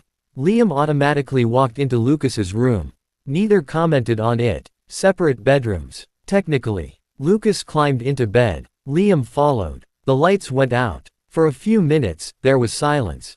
Then Liam spoke. Lucas. Do you ever worry people think I married you for money? Lucas answered immediately. No. Liam turned toward him. That fast. I know why you married me. Liam's chest tightened. Why? Lucas looked at him in the darkness. Because you chose to. Simple. Liam stared. Lucas continued. You had opportunities to leave. You didn't. You had conditions. I accepted them. And when the arrangement stopped being something either of us had to continue. His voice softened. You stayed. Liam swallowed. So no. I don't care what Nathaniel thinks. Liam looked toward the ceiling. Good. Then Lucas added. Also, you complained about my coffee costing too much. Liam turned. Because it does. You wouldn't make a very convincing gold digger. Your coffee is financially offensive. Lucas laughed. Liam smiled in the darkness. After a moment, Lucas's hand moved across the mattress. It stopped between them, not touching. Waiting. Liam noticed. Another silent question. He moved his hand. Their fingers intertwined. Temporary approval, Liam murmured. Of course. Liam closed his eyes. Tonight, he'd entered Lucas's S-world expecting to feel like an outsider. Instead, he'd discovered something else. He didn't need to become a Laurent executive. Didn't need to speak like them. Dress like them every day. Or prove he deserved Lucas. He only needed to remain himself. Liam Reyes. Project manager. Stubborn husband. Occasional destroyer of unrealistic spreadsheets. And Lucas. Lucas didn't need to stand in front of him. He could stand beside him. For now, that felt exactly right. Chapter 6, The Husband at Home. At 11:47 p.m., Liam Reyes sat alone at the kitchen island. Again, there were 2 plates on the counter. One was empty. The other had gone cold nearly 2 hours ago. Liam stared at it, then at his phone. No new messages. He opened his conversation with Lucas. 7:04 p.m. Liam, what time are you coming home? Lucas, hopefully before 9. Liam, dinner. Lucas, yes. Liam, I'll wait. Then, 8:36 p.m. Lucas, meeting ran long. Sorry. Liam, how long? No response. At 9:15, Liam had reheated the food. At 9:40, he had stopped waiting and eaten alone. At 10:30, he had put Lucas's portion in the refrigerator. At 11 o'clock, he had taken it back out because surely Lucas would be home soon. Now it was nearly midnight. Liam looked toward the elevator. Nothing. His phone finally buzzed. He grabbed it immediately. Lucas, leaving now. Liam stared, then typed. Liam, did you eat? 3 dots appeared, disappeared, appeared again. Lucas, not yet. Liam closed his eyes. Of course, the expansion. The problem had started 2 weeks earlier. Laurent Holdings was preparing for a major regional expansion. Liam didn't understand every detail. He didn't need to. What he understood perfectly was that the expansion had somehow convinced Lucas that sleep, food, and the concept of going home were optional. At first, Liam hadn't cared. Or rather, he'd told himself he didn't. They were married. They were not attached at the hip. Lucas had his work. Liam had his. That was exactly what Liam wanted. Independent lives. Separate careers. No suffocating expectations. So when Lucas came home at 10 one evening. Fine. When 10 became 11, Still fine. When Lucas canceled dinner because of an emergency meeting. Annoying, but understandable. Then it happened again. And again. And again. Liam started waking up to find Lucas already gone. He started going to bed before Lucas returned. Some nights, Liam only knew Lucas had been home because there was freshly prepared breakfast in the refrigerator the next morning. That was somehow worse. Because apparently Lucas could remember to make Liam breakfast at 5:30 in the morning. But couldn't remember to eat dinner himself. The elevator finally opened at 12:18. Lucas stepped out. His tie was loose. His hair was messy. His shoulders sagged slightly. He looked exhausted. Liam's irritation immediately collided with concern. Lucas stopped when he saw him. "You're awake." Liam stared. "Obviously. You have work tomorrow." "So do you." Lucas removed his jacket. "Why didn't you sleep?" Liam looked toward the plate. Lucas followed his gaze. His expression softened. "You waited." "Not anymore." "Liam, sit." Lucas blinked. "What?" "Sit down." Lucas slowly sat at the island. Liam pushed the plate toward him. "Eat." Lucas looked at the food. "I'm not really hungry." Liam stared. Lucas picked up the fork. "Suddenly starving." "Good." Lucas took a bite. Liam watched. After a few seconds, Lucas looked up. "Are you going to supervise the entire meal?" "Apparently someone has to." Lucas sighed, but continued eating. Independent lives. The next morning, Liam woke at 7. The other side of the bed was empty. He frowned, then remembered. Lucas had fallen asleep beside him around 1:30. Which meant, Liam grabbed his phone. 6:02 a.m. A message. "Lucas. Early meeting. Breakfast is downstairs. Don't forget your presentation folder."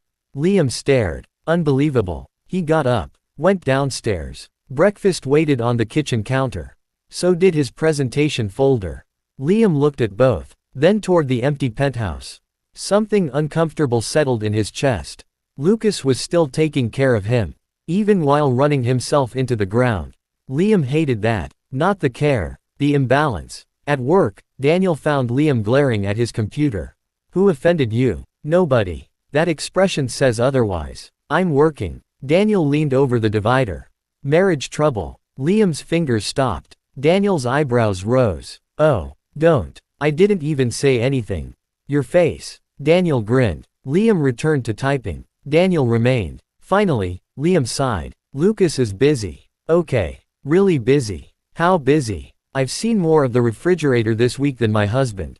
Daniel blinked, then smiled. Liam immediately pointed. "Don't." "I wasn't." "You absolutely were." Daniel covered his mouth. Liam continued. "And he's barely sleeping." "Ah, he's skipping meals." "That's bad. And every time I tell him to slow down, he says the expansion is temporary." Daniel nodded. "How temporary?" "Apparently until we're both dead." Daniel winced. "Have you told him you're worried?" Liam frowned. "I remind him to eat." "That's not what I asked. I ask when he's coming home." "Also not what I asked." Liam stared. Daniel stared back. Liam looked away. "No." "Why?" "Because saying, 'I'm worried about you,' felt different from saying, 'Eat something.' One was practical. The other was, Liam didn't know. Too vulnerable. Too married. Too much like admitting Lucas's absence had started affecting him." Liam crossed his arms. "He knows." Daniel nodded slowly. "Ah. What?" "Nothing." "Say it." Daniel shrugged. "People usually aren't mind readers after marriage." Liam threw a pen at him.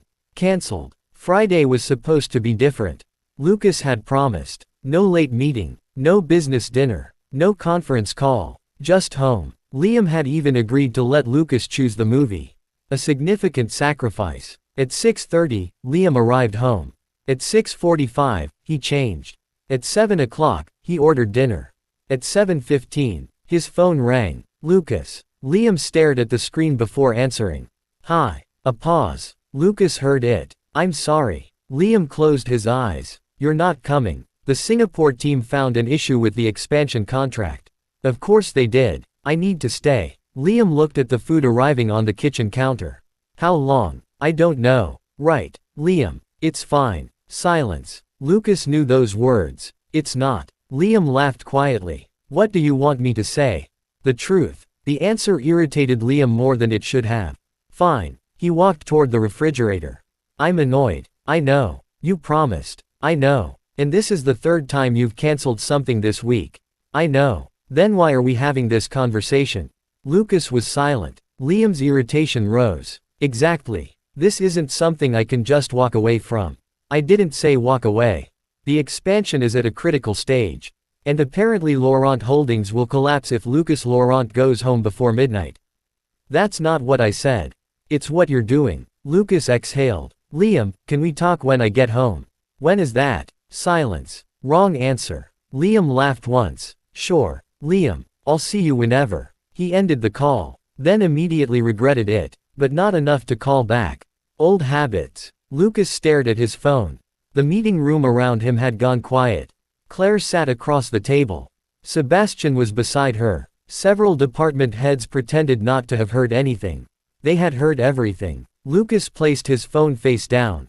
Continue. Nobody moved. Lucas looked around. The contract. Claire closed the folder. No. Lucas frowned. Excuse me. You need 10 minutes. I don't. You do. Claire. Sebastian leaned back. She's right. Lucas's expression hardened. This is not the time. Sebastian studied him. Actually, I think that's the problem. What? There's never a time. Lucas stared. Sebastian continued. Before the wedding, you lived here. I did not. You had a spare suit in your office. That's practical. You had 3. Lucas didn't answer. Claire added. And a toothbrush. Lucas looked betrayed. Why does everyone know what's in my office? Because we've all watched you nearly kill yourself for this company for years. Silence. Lucas looked back at the contract. The expansion requires. Sebastian cut him off. The expansion requires a CEO. Not a corpse. Lucas's jaw tightened. Very funny. I'm not joking. That silenced the room. Sebastian looked toward Lucas's phone. You have someone waiting at home now. Lucas's expression changed. Don't bring Liam into this. I'm not. You are. No. Sebastian leaned forward. I'm bringing you into it. Lucas stared. You finally have something outside this building that you actually want. Maybe you should stop acting like wanting it makes you irresponsible. Lucas said nothing, because somewhere underneath the irritation, the words landed. Saturday morning. Lucas came home at 2:11 a.m. Liam was asleep. Lucas stood beside the bed for a moment. He considered climbing in. Instead, he showered, then went to the guest room. He didn't want to wake Liam. When Liam woke the next morning, he found Lucas in the kitchen. Coffee in one hand, laptop open. Liam stopped on the stairs. Seriously. Lucas looked up. Morning. You're working. I have to review. It's Saturday. I know. Liam walked down. Lucas looked exhausted. Again, there were shadows under his eyes. Liam's irritation immediately returned. Did you sleep? Yes. How much? Enough. How much? Lucas didn't answer. Liam stared. Lucas. 4 hours. Liam closed his eyes. Fantastic. I'll sleep tonight. You said that yesterday. The contract issue changed things. Something always changes things. Lucas looked up. What does that mean? It means there's always a reason. Liam walked toward the kitchen.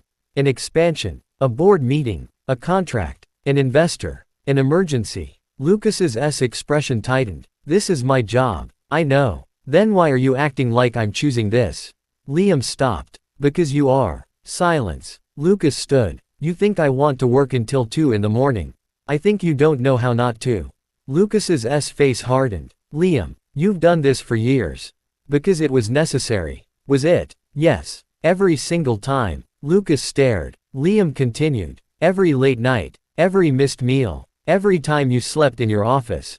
You were there for all of them. No. Liam's voice sharpened. But I've heard enough. Lucas closed the laptop. What exactly are you asking me to do? Stop. Stop what? This. Liam gestured at him. Destroying yourself every time work gets difficult.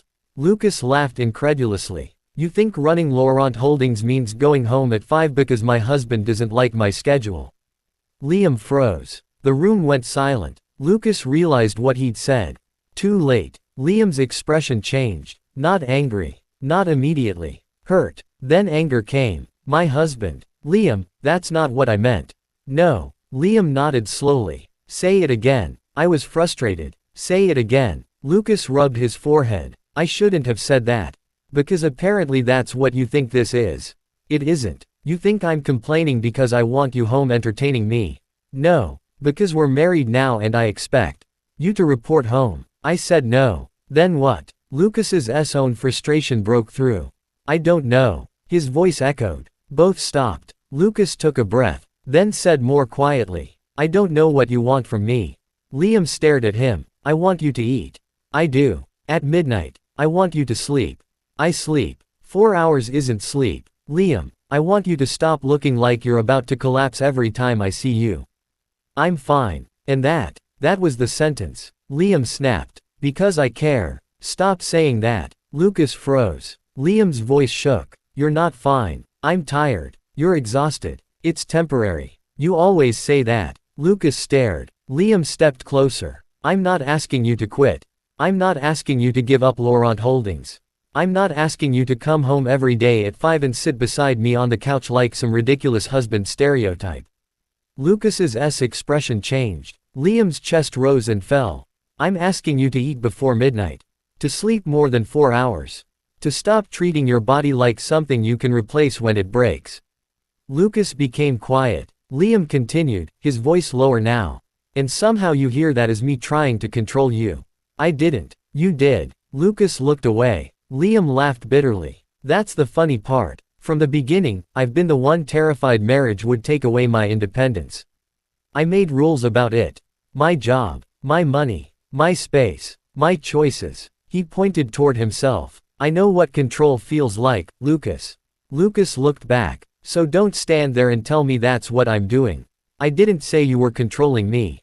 You basically did. Lucas's jaw tightened. Because every time I'm late, you're messaging me. Because you don't eat. Every time I have a meeting. Because you don't sleep. Every time I open my laptop at home.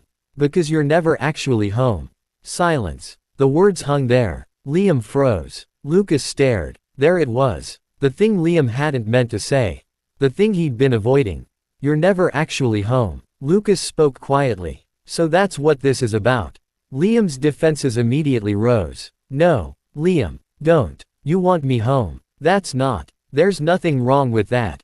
Stop deciding what I mean. Lucas's frustration returned. Then tell me. Liam stared. Tell me what you want. I don't know. Now Liam was shouting. I don't know how much I'm allowed to want. Lucas went completely still. Liam did too. Neither had expected that. How much am I allowed to want? Liam looked away first. His voice was quieter. We agreed we wouldn't rebuild our lives around this marriage. I know. We agreed we'd stay independent. I know. So what am I supposed to say? Lucas listened. Come home. Don't take that meeting. Have dinner with me instead. Liam laughed without humor. That sounds exactly like the kind of marriage I said I didn't want. Lucas's anger faded. Liam. So I've been telling myself it doesn't matter. If you're late, fine. If you cancel, fine. If I eat alone, fine. His throat tightened. But apparently, he looked around their kitchen. Their refrigerator. Their ridiculous notes. Their shared home. It's not fine. Lucas stared at him. For a second, something warm almost appeared in his expression. That only made Liam angrier. Don't. What? Don't look happy. I'm not. You are. Liam, you just told me you miss me. I told you you're killing yourself. Both can be true. Liam's eyes narrowed. Unbelievable. Lucas sighed. This is exactly what I mean. What? You keep hiding what you're actually feeling behind instructions. Eat. Sleep. Come home. Then when I ask why, you act like caring about me somehow violates your principles. Liam stared. Maybe. Because every time I care, you ignore me. Lucas flinched. That one landed. Hard. No solution. Silence filled the kitchen. Lucas looked down at the closed laptop. Liam looked toward the windows. Neither knew what to say next. Eventually Lucas spoke. I can't change the expansion schedule overnight. Liam nodded stiffly. I know. I can't promise there won't be late nights. I know. And sometimes work really will have to come first. Liam swallowed. I know. Lucas looked at him. But you're right. Liam finally turned. I'm not taking care of myself. Some of Liam's anger softened.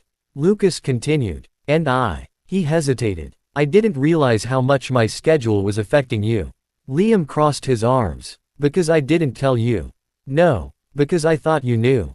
Lucas sighed. I didn't. That hurt in a completely different way. Not because Lucas had done something wrong. Because Liam realized how much he'd expected Lucas to understand without Liam ever saying it. Daniel had been right. Annoying bastard. Liam looked away. So now what? Lucas didn't answer immediately. I don't know. Liam nodded. For once, there was no refrigerator rule that could solve it. No joke. No easy compromise. Lucas couldn't simply stop being CEO. Liam couldn't simply stop caring. And neither of them knew where the line between those things belonged. Lucas reached toward him. Liam saw. For 1 second, he almost stepped closer. Instead, he stepped back. Not dramatically. Just enough. Lucas's hand stopped. His expression changed. Liam hated that expression immediately. I need space. Lucas lowered his hand. Okay. Liam nodded. Okay. The quietest Saturday. They spent the rest of Saturday in the same penthouse. Mostly apart. Lucas worked in his office. Liam played games in the living room. Neither enjoyed what they were doing. At lunchtime, Lucas came downstairs. Liam had already eaten. At dinner, Liam ordered food. He almost ordered Lucas's usual meal. Stopped. Then did it anyway. When it arrived, he left Lucas's container on the counter. No note. Lucas found it 20 minutes later. He looked toward the living room. Liam was watching television. Thanks. Liam didn't turn. Sure. Lucas ate alone at the island. The distance between them was approximately 6 meters. It felt enormous. That night, Liam went to his own bedroom. For the first time in weeks. He stood inside the doorway. Everything was exactly where he'd left it. Bed, desk, clothes, chargers, his things, his room, his independent space. Exactly what he'd fought so hard to preserve. Liam stared at the bed. Then across the hallway. Lucas's door was closed. Liam's chest hurt. This is stupid. He went inside. Closed his door. Lucas lay awake in his own bed. Alone. He looked toward the empty space beside him. He had spent years sleeping alone. It had never bothered him. Now, it did. He turned toward the nightstand. His phone displayed several work notifications. Lucas stared, then turned it face down. For once, he didn't answer them. But it didn't make anything better. Sunday morning was worse. Lucas made breakfast. Liam came downstairs. 2 plates. 2 coffees. They sat. Morning, Lucas said. Morning. They ate. No stolen food. No teasing. No husband privileges. Nothing. Lucas hated it. Liam hated it. Neither knew how to fix it. Finally, Lucas asked, "Do you have plans today?" Daniel asked if I wanted to go out. "Are you?" "Maybe." Lucas nodded. "Okay." Liam looked at him. "What about you?" "I have work." "Of course." Liam's face closed. Lucas noticed. "Liam, it's fine." There were those words again. Lucas's jaw tightened. "No, apparently it isn't." Liam put down his fork. "I don't want to fight again." "Neither do I." "Then don't." Lucas stared. Liam stood. "I'm going to shower." He left. Lucas remained at the table. The refrigerator stood directly across from him. Covered in rules. "I fight my own battles. Standing beside you is always allowed. Our home." Lucas stared at the last one. Then looked toward the stairs. For the first time since their wedding. Home didn't feel like home at all. Back to work. Monday came. Lucas left early. Liam woke later. Breakfast was in the refrigerator. But there was no note. Liam stared at it. He didn't know why that hurt. At work, Daniel looked at him. "No." Liam sat down. Daniel blinked. "I didn't say anything." "Don't." Daniel wisely returned to his computer. At Laurent Holdings, Claire entered Lucas's office. She took one look at him. "Oh." Lucas didn't look up. "Good morning. You fought." "Good morning, Claire." "Bad." Lucas's hand stopped. "Good morning." Claire sighed. Then placed the day's schedule on his desk. "Your 8 o'clock is waiting." "Thank you." She headed toward the door. Then stopped. "Lucas." He looked up. Claire's expression softened. "Going back to how you lived before Liam isn't the same as protecting his independence." Lucas stared. Claire left. He looked toward his phone. No messages. For years, silence had been normal. Now it felt unbearable. The husband at home. That evening, Liam came home at 7. The penthouse was empty. He expected it. He changed. 8. Watched television. 9 o'clock. No Lucas. 10. Still nothing. At 10:38, Liam picked up his phone. Opened their messages. Typed, "Did you eat?" He stared. Then deleted it. Lucas had accused him of constantly reminding him. Fine. Lucas was an adult. He could remember his own dinner. Liam put the phone down. At Laurent Holdings, Lucas sat at his desk. A sandwich Claire had left remained untouched beside him. His phone lay nearby. He looked at it. Normally, by now, Liam, eat. Or, Liam, when are you coming home? Or, Liam, if you're dead I'm stealing your coffee. Nothing. Lucas told himself this was what Liam wanted.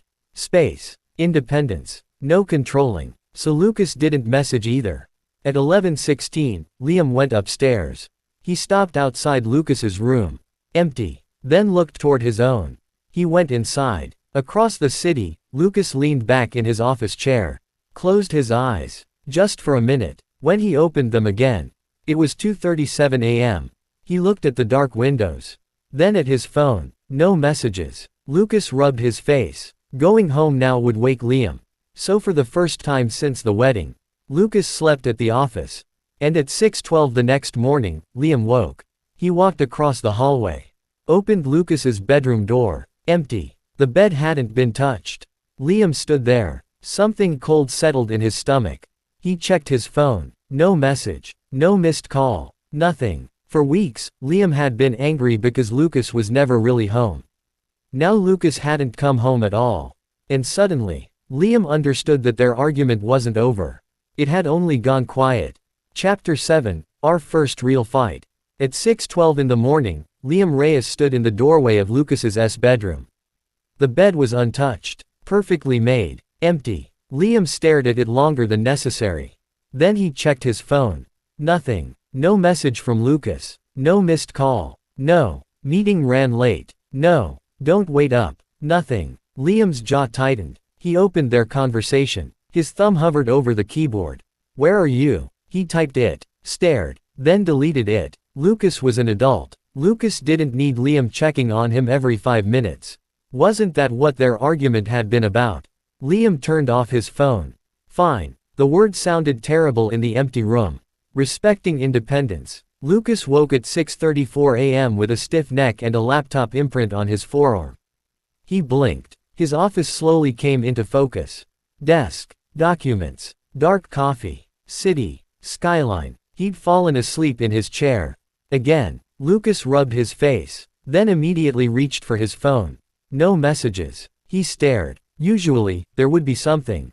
Did you eat? When are you coming home? Lucas, if you're sleeping at your desk again, I swear.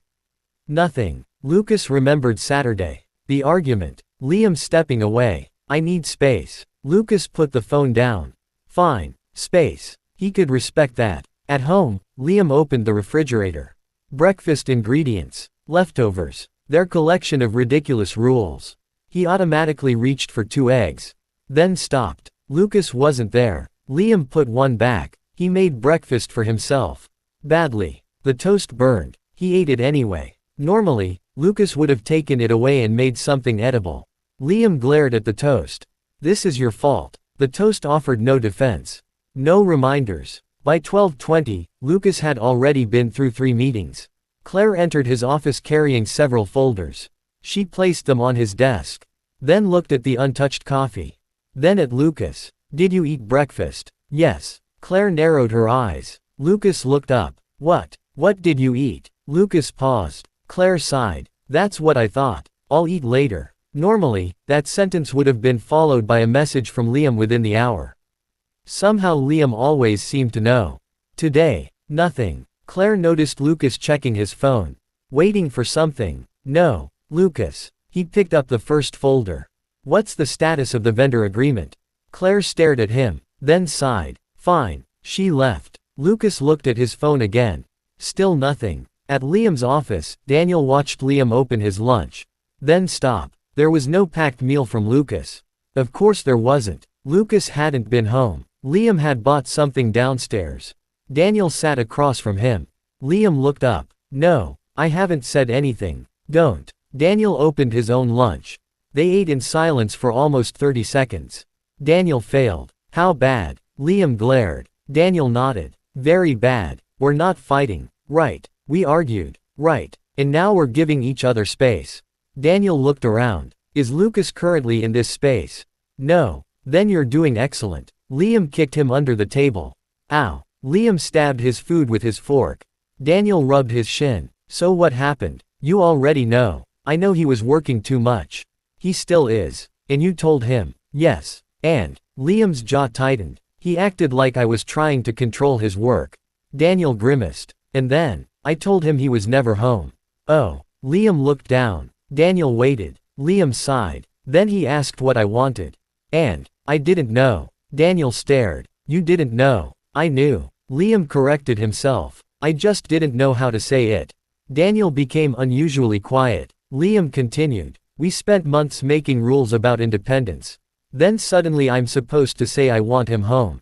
Why not? Because. Liam stopped. Daniel waited. Liam frowned. Because that's different. Different from what? Everything. Daniel stared at him. Liam sighed. I don't want to become someone who measures whether my marriage is good based on how many hours my husband spends beside me.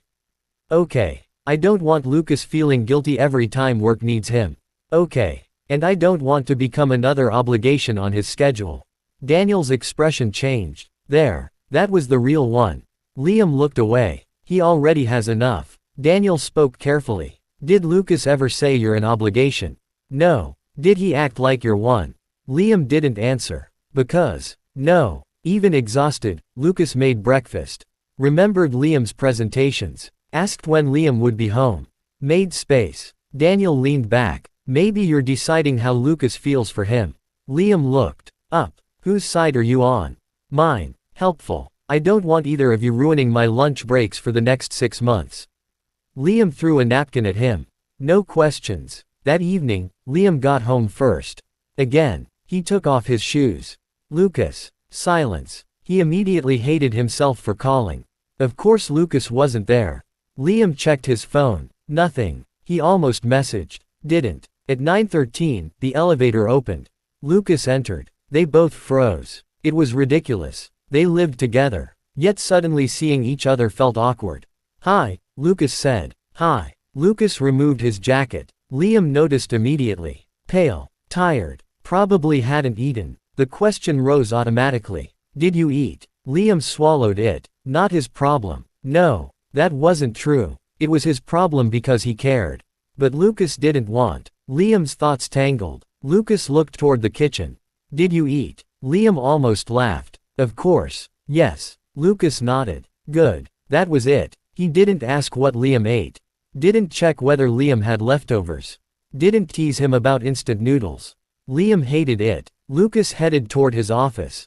Liam stared. Working. Lucas stopped. Just for an hour. Liam wanted to say, don't. Instead, okay. Lucas looked at him. Something flickered across his face. Okay. He disappeared into the office. Liam sat on the couch.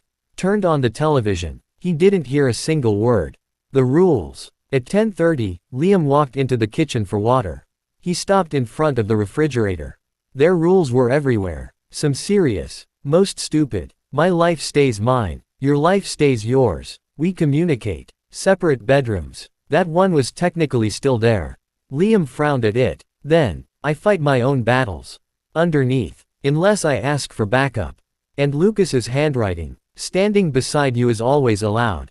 Liam stared. We communicate. He laughed bitterly. Excellent job. Lucas entered behind him. Liam turned. Neither spoke. Lucas opened the refrigerator. Took out water. Liam watched. Did you eat? The words escaped. Lucas stopped. Liam immediately looked annoyed with himself. Lucas turned. No. Liam closed his eyes. Of course. I wasn't hungry. You haven't eaten since. He stopped. He didn't actually know. Because he'd stopped asking. Lucas's expression hardened slightly. I'll eat. When? Now. Because I asked. Lucas sighed. Liam. What? I said I'll eat. Fine. That word again. Lucas opened the refrigerator. Liam walked away. Neither mentioned the rules. The second night, Lucas slept in his own bedroom. Liam slept in his. Neither slept well. At 2:18 a.m., Liam stared at the ceiling. He rolled over. The bed felt too big. Which was stupid. He had slept there alone for months. Before Lucas. Before the wedding. Before accidentally developing a preference for falling asleep beside a man who stole blankets and ran too warm. Liam punched his pillow. Stupid. Across the hall, Lucas was awake too. His phone sat on the nightstand. Several emails waited. He didn't answer them. He stared toward the wall separating their rooms. He wondered if Liam was asleep. He almost got up. Didn't. Space. He was respecting Liam's space. Why did respect feel so much like punishment? Lucas stops asking. Tuesday morning. Lucas left first. No breakfast. He had an early meeting. Liam came downstairs. The kitchen was empty. He opened the refrigerator. Nothing prepared. He stood there, then immediately became angry at himself. Lucas wasn't obligated to cook for him. That had never been part of their marriage. Liam could feed himself. He grabbed cereal, then noticed a sticky note on the counter. His chest lifted, until he read it. Out early. L. That was all. No heart. No. Don't skip breakfast. No. Your charger is beside your bag. Just information. Liam crumpled the note, then immediately smoothed it back out. He left it on the counter. That evening, Lucas arrived home first. He heard the elevator at 8:04. Normally, he'd look up, ask, how was work? Instead, he stayed on the couch with his laptop. Liam entered. Hey. Liam waited. Lucas didn't ask anything. Something in Liam's chest twisted. He walked upstairs. Lucas watched him leave, then closed his eyes. This was awful. But Liam wanted independence, didn't he? Independence. Wednesday. No reminders. No questions. No shared breakfast. No waiting for dinner. No casual texts. No. Are you coming home? No. Do you need anything? No. Want coffee? No. Did you remember your umbrella? They had become exceptionally good at not interfering with each other's lives. The penthouse had never been quieter. And Liam had never hated independence more. At lunch, Maya sat beside him. She took one look at his face. Relationship problem. Liam groaned. Why does everyone know? You're usually annoying. Thank you. Now you're quiet. That's more annoying. Liam leaned back. Maya ate. Then asked, are you two still speaking? Yes. What did you say this morning? Liam thought. Morning. That was it. He frowned. Maya nodded. Exactly. We're giving each other space. Do you want space? Liam opened his mouth. Nothing came out. Maya continued eating. Liam stared at her. You're all becoming disturbingly insightful. We have to compensate for you. Nobody waiting. That night, Lucas remained at Laurent Holdings until almost midnight. Not because he had to. Not entirely. The office was easier. Quiet. Predictable. No awkward kitchen. No Liam sitting 3 meters away pretending not to look at him. Lucas finished reviewing a report. Then looked at the time. 11:53. He should go home. He picked up his phone. Nothing. Nobody asking when he'd return. Nobody waiting. Lucas stared at the dark screen. Before Liam, that had been normal. He'd leave whenever he finished. Sleep whenever he could. Eat when someone reminded him. Home had simply been where his clothes were. Then Liam happened. Liam complaining about his coffee. Liam stealing food. Liam leaving sticky notes. Liam falling asleep beside him. Liam waiting. Lucas had never realized how much he'd begun depending on that last one. Someone waiting. Not because he was CEO. Not because they needed his approval. Not because Laurent Holdings couldn't function without him. Just because. They wanted him there. Lucas closed the report. Then another email arrived. He stared, opened it, and kept working. At home, Liam sat on the couch until 12:30. He told himself he wasn't waiting. At 12:45, still no Lucas. At 1, nothing. Liam finally went upstairs. He stopped outside Lucas's bedroom. Empty. Again. He checked his phone. No message. Anger rose. Then worry. Then hurt. Liam typed, "Are you coming home?" He stared. Deleted it. If Lucas wanted to stay at work. Fine. Liam went to bed. He didn't sleep. The office. Lucas woke Thursday morning on the office sofa. Again. This time, he hadn't fallen asleep accidentally. He'd made the decision at 2 a.m. Too late. Too tired. No point going home. At least. That's what he'd told himself. Claire entered at 7. She stopped. Lucas was already dressed again. "Did you sleep here?" "Yes." Claire closed the door. "Lucas. I'm fine." "No. He looked up. No, no. She crossed her arms. I'm not doing the polite assistant thing today. Lucas sighed. Claire, you've slept here twice this week.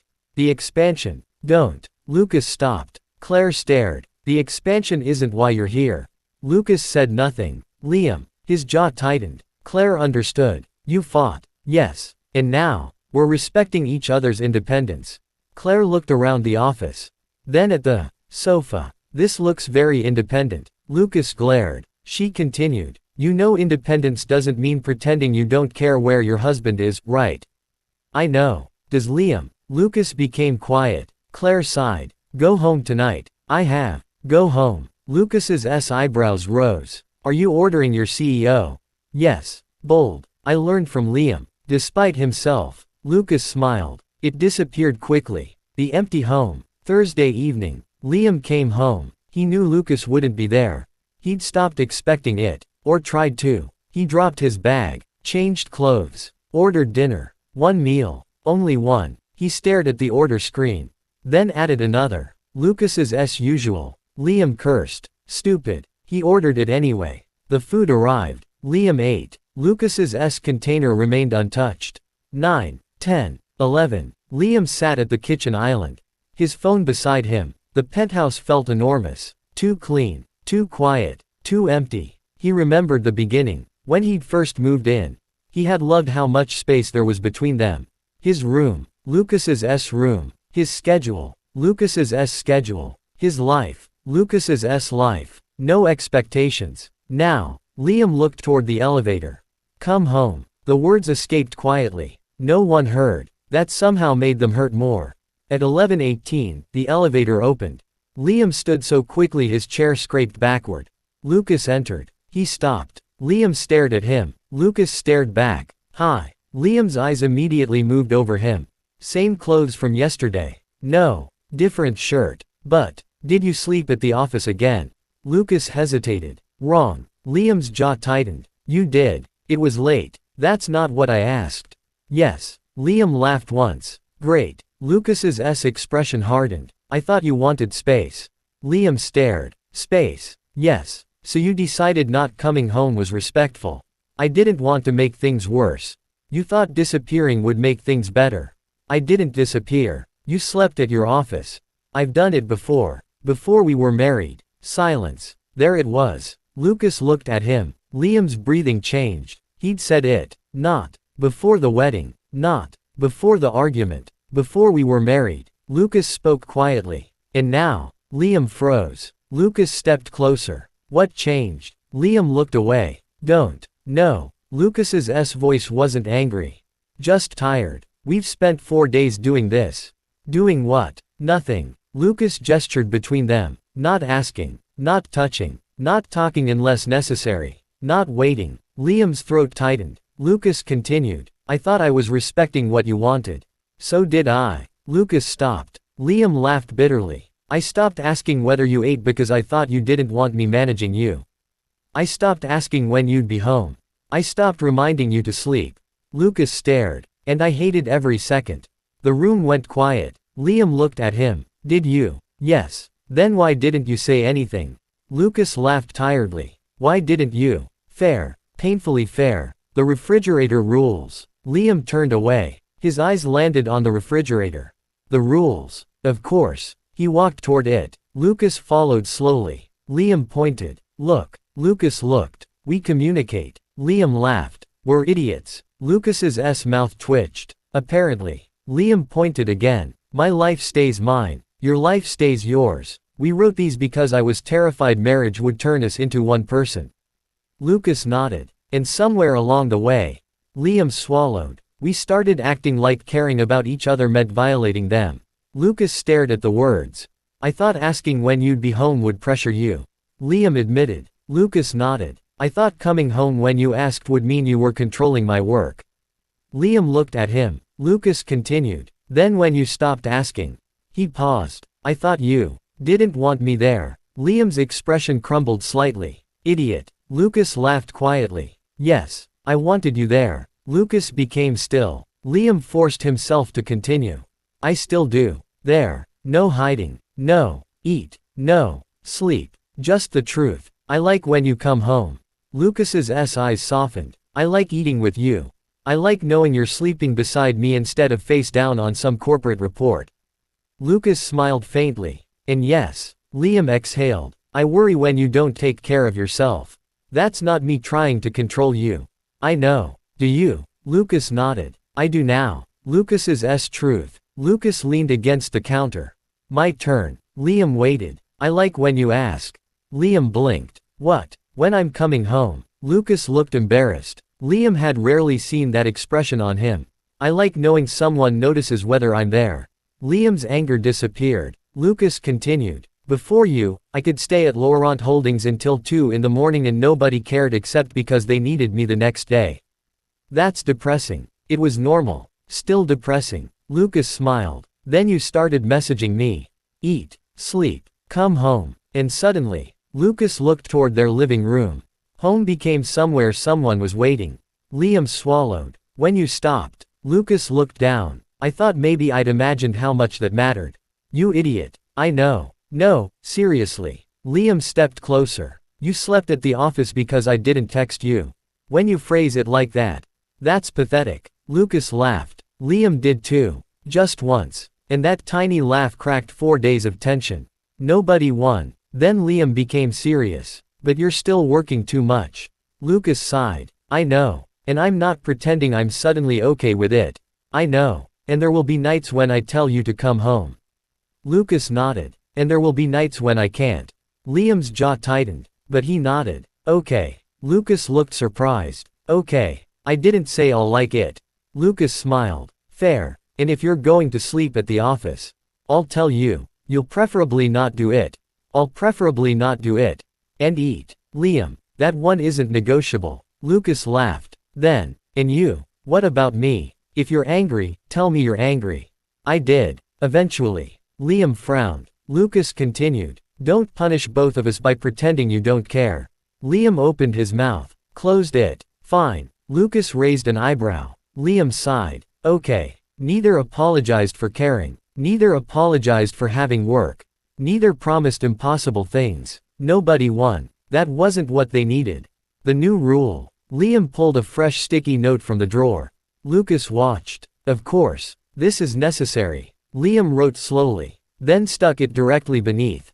My life stays mine. Your life stays yours. The new note read. Caring is not controlling. Lucas stared. Liam handed him the marker. Anything. Lucas thought. Then underneath, he wrote. Independence doesn't mean doing everything alone. Liam read it. Nodded. Then added. And sleeping at the office is stupid.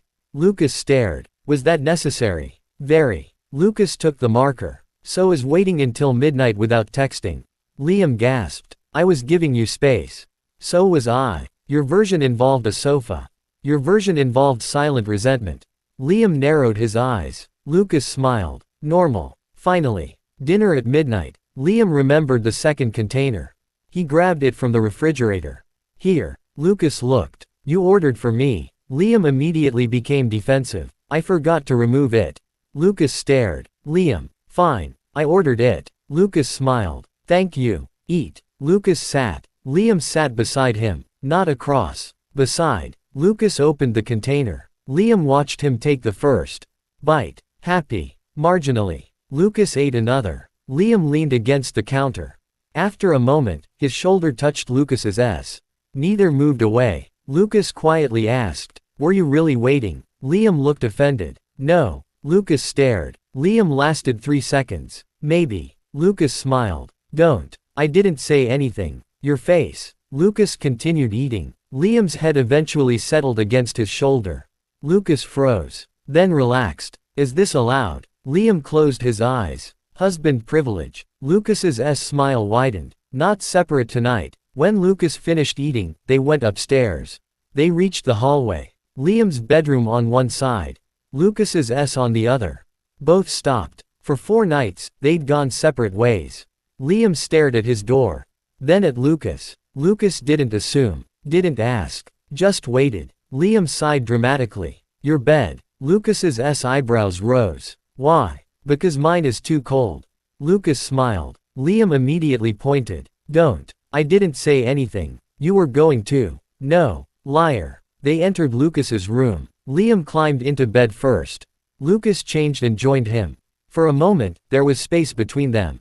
Then Liam rolled over, moved closer. Lucas's arm automatically lifted. Then stopped. A silent question. Even now. Liam grabbed Lucas's wrist and pulled the arm around himself. There. Lucas laughed softly. Very subtle. Shut up. Liam settled against his chest. For the first time all week. Home felt right again. Still independent. The next morning, Lucas woke first.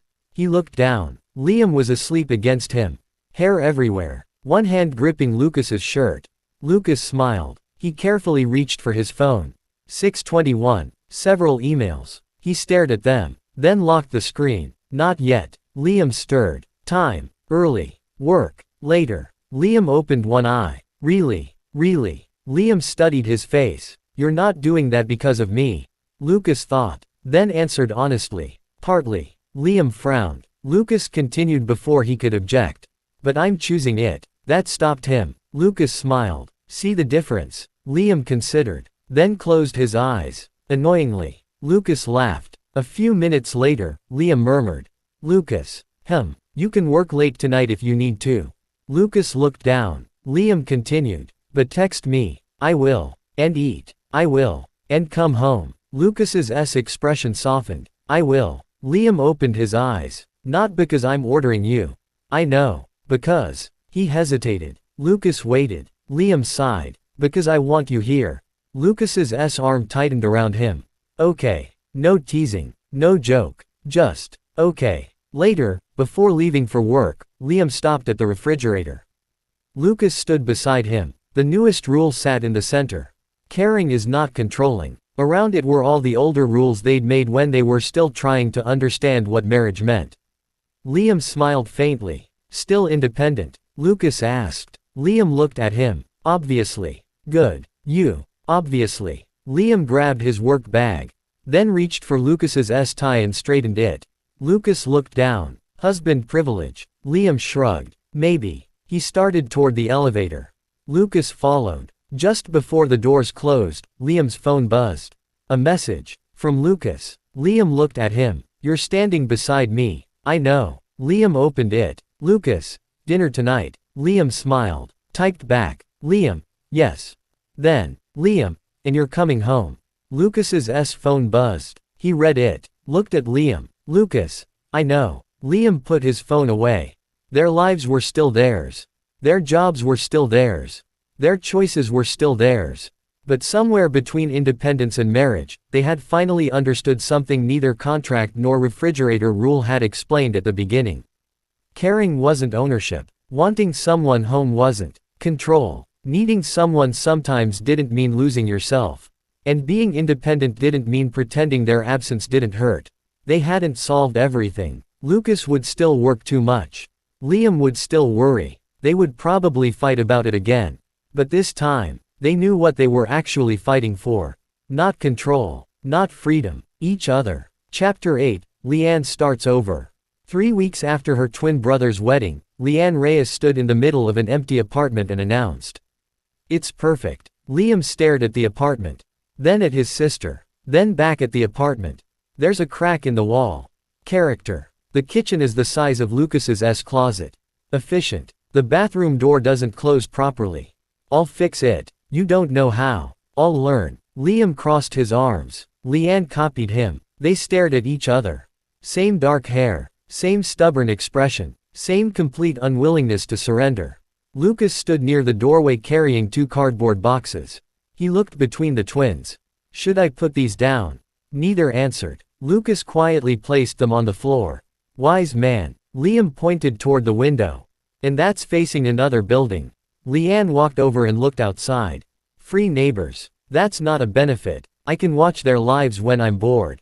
That's called spying. It's called community. Liam closed his eyes. Why did I agree to help you? Leanne grinned. Because you love me. Debatable. You missed me. Very debatable. Leanne threw her arms around him. Liam immediately stiffened. Get off. No. Leanne. You definitely missed me. Lucas smiled from behind them. Liam pointed at him without looking. Don't encourage her. I didn't say anything. Your face. Leanne pulled away, then looked around her tiny, imperfect, completely ordinary apartment. Her smile softened. It's mine. Liam stopped. That. He understood. Immediately. Not the Reyes daughter. After the wedding, everyone had expected Leanne to come home. Not Liam's home. The Reyes family home. Her old bedroom was still there. Her mother wanted her back. Roberto had already told the household staff to prepare everything. There was even talk of renovating the room. Leanne had lasted exactly 4 days. Then she'd told everyone, "I'm moving out." Roberto had stared at her across the breakfast table. "Why?" "Because I'm 27. You have a home." "I know. So why would you pay rent somewhere else?" "Because I want my own place." Roberto had frowned as if she'd announced plans to live underground. "You can have one of the family properties." "No." "A condominium, then." "No. I can buy." "No." Roberto stared. Leanne stared back. Elena quietly continued drinking her coffee. Liam, who had been invited to breakfast and immediately regretted coming, looked between them. He knew this argument. Not the exact subject, but the feeling. "I know what's best for you. Let me arrange it. Why struggle when I can solve it?" Roberto wasn't trying to hurt Leanne. That almost made it harder. Leanne put down her spoon. "Dad." Roberto's expression softened slightly. "I know you're trying to help. Then let me." "No." He frowned. Leanne continued. "I ran away because I felt like my entire life had already been planned." Silence. Liam looked at her. Leanne rarely talked about it directly. Especially with their father. "I know what I did was wrong."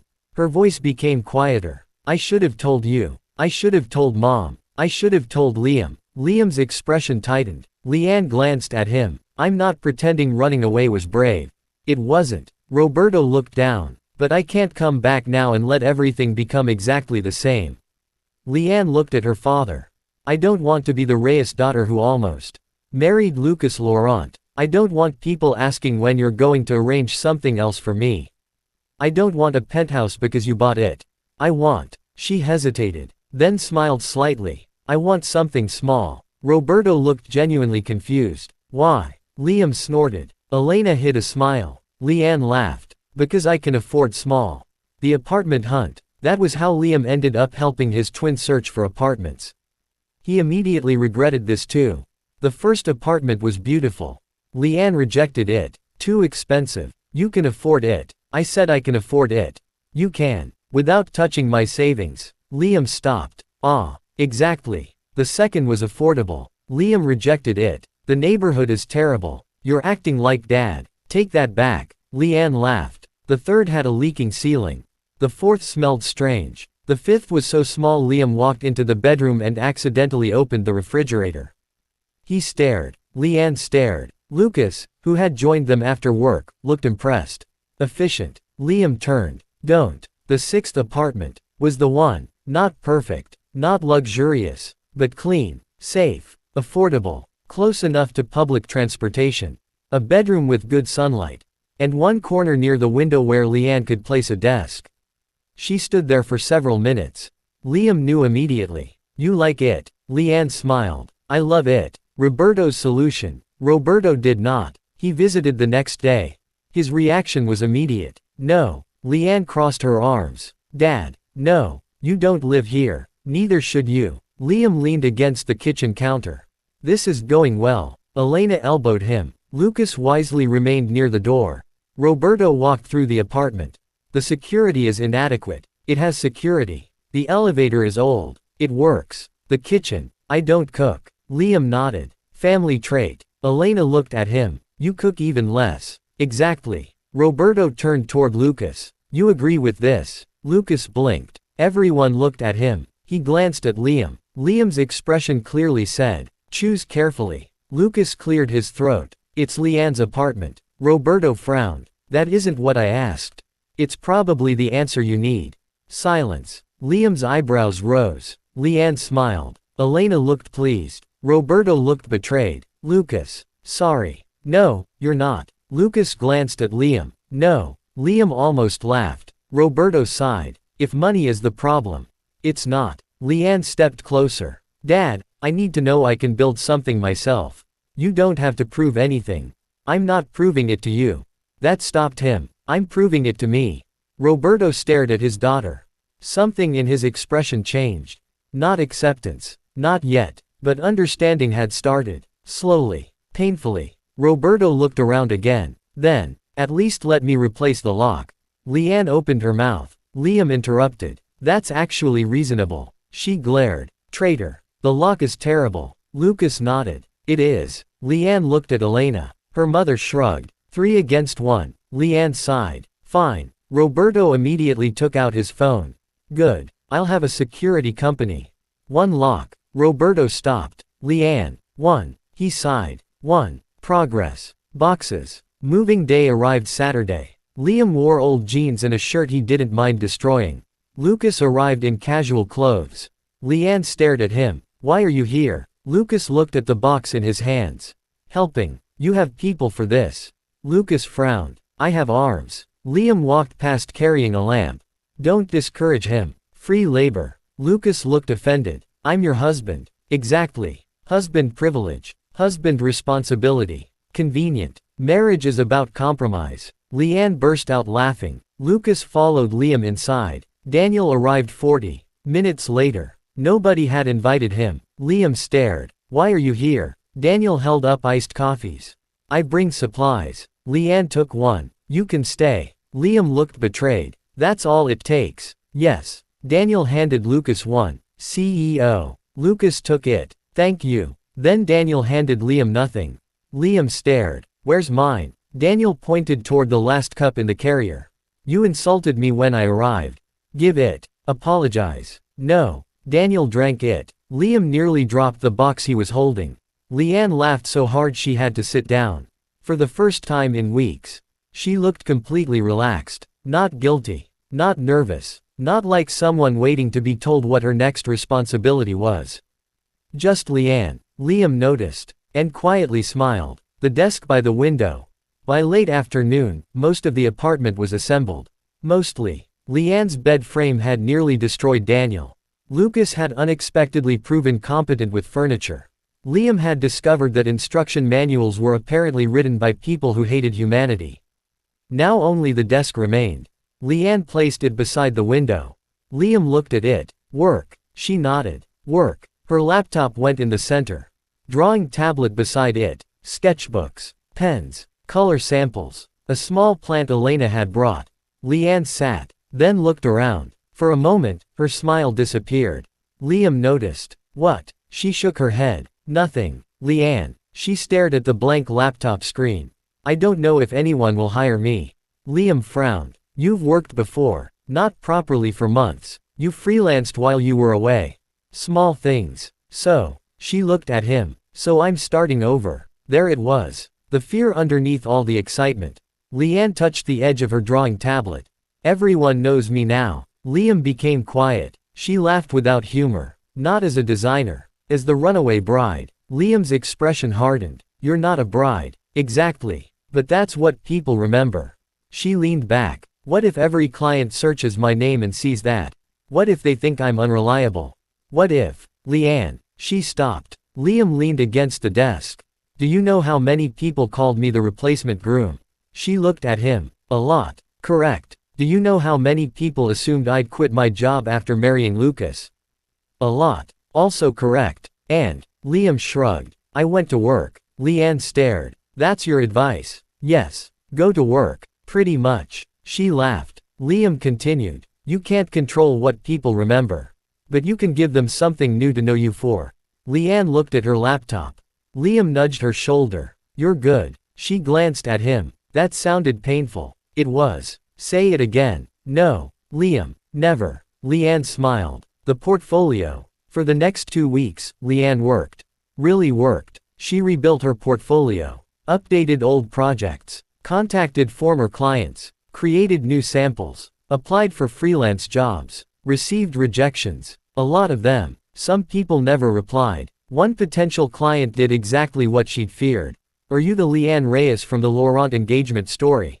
Leanne stared at the email for 10 minutes. Then closed it. She almost stopped. Instead, she opened another application. And another. And another. Eventually, someone responded. Not because of her surname. Not because of Lucas. Not because of the scandal. Because they liked her work.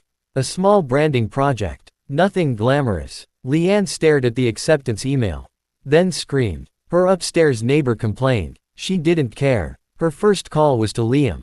He answered at work. What? I got it. Liam pulled the phone away. Got what? The project. Liam immediately smiled. The branding one. Yes. Daniel looked over the divider. Liam turned away. Congratulations. Silence. Leanne became suspicious. Was that sincere? Don't ruin it. She laughed. Then, I'm buying dinner. With your first payment. When I get paid. Then Lucas and I are ordering expensive things. Liam. Celebration. You're horrible. You love me. Unfortunately. Liam smiled. Yeah. The conversation that should have happened long ago. Lucas visited Leanne's apartment alone on a Wednesday evening. That had not been planned. He was nearby after a meeting and had brought a folder Liam had accidentally left in his car. Liam was still at work. So Lucas called Leanne. She opened the door wearing oversized sweatpants and holding a pencil between her teeth. She stared. Lucas stared. Hi. Leanne removed the pencil. Did Liam die? Lucas blinked. No. Then why are you here alone? He left this. Lucas held up the folder. Oh. She took it. Then hesitated. You want coffee? Lucas looked toward the tiny kitchen. Do you have coffee? Leanne looked offended. I am a freelance designer. Right. Coffee is legally required. Lucas smiled. Then yes. 5 minutes later, they sat across from each other at Leanne's tiny dining table.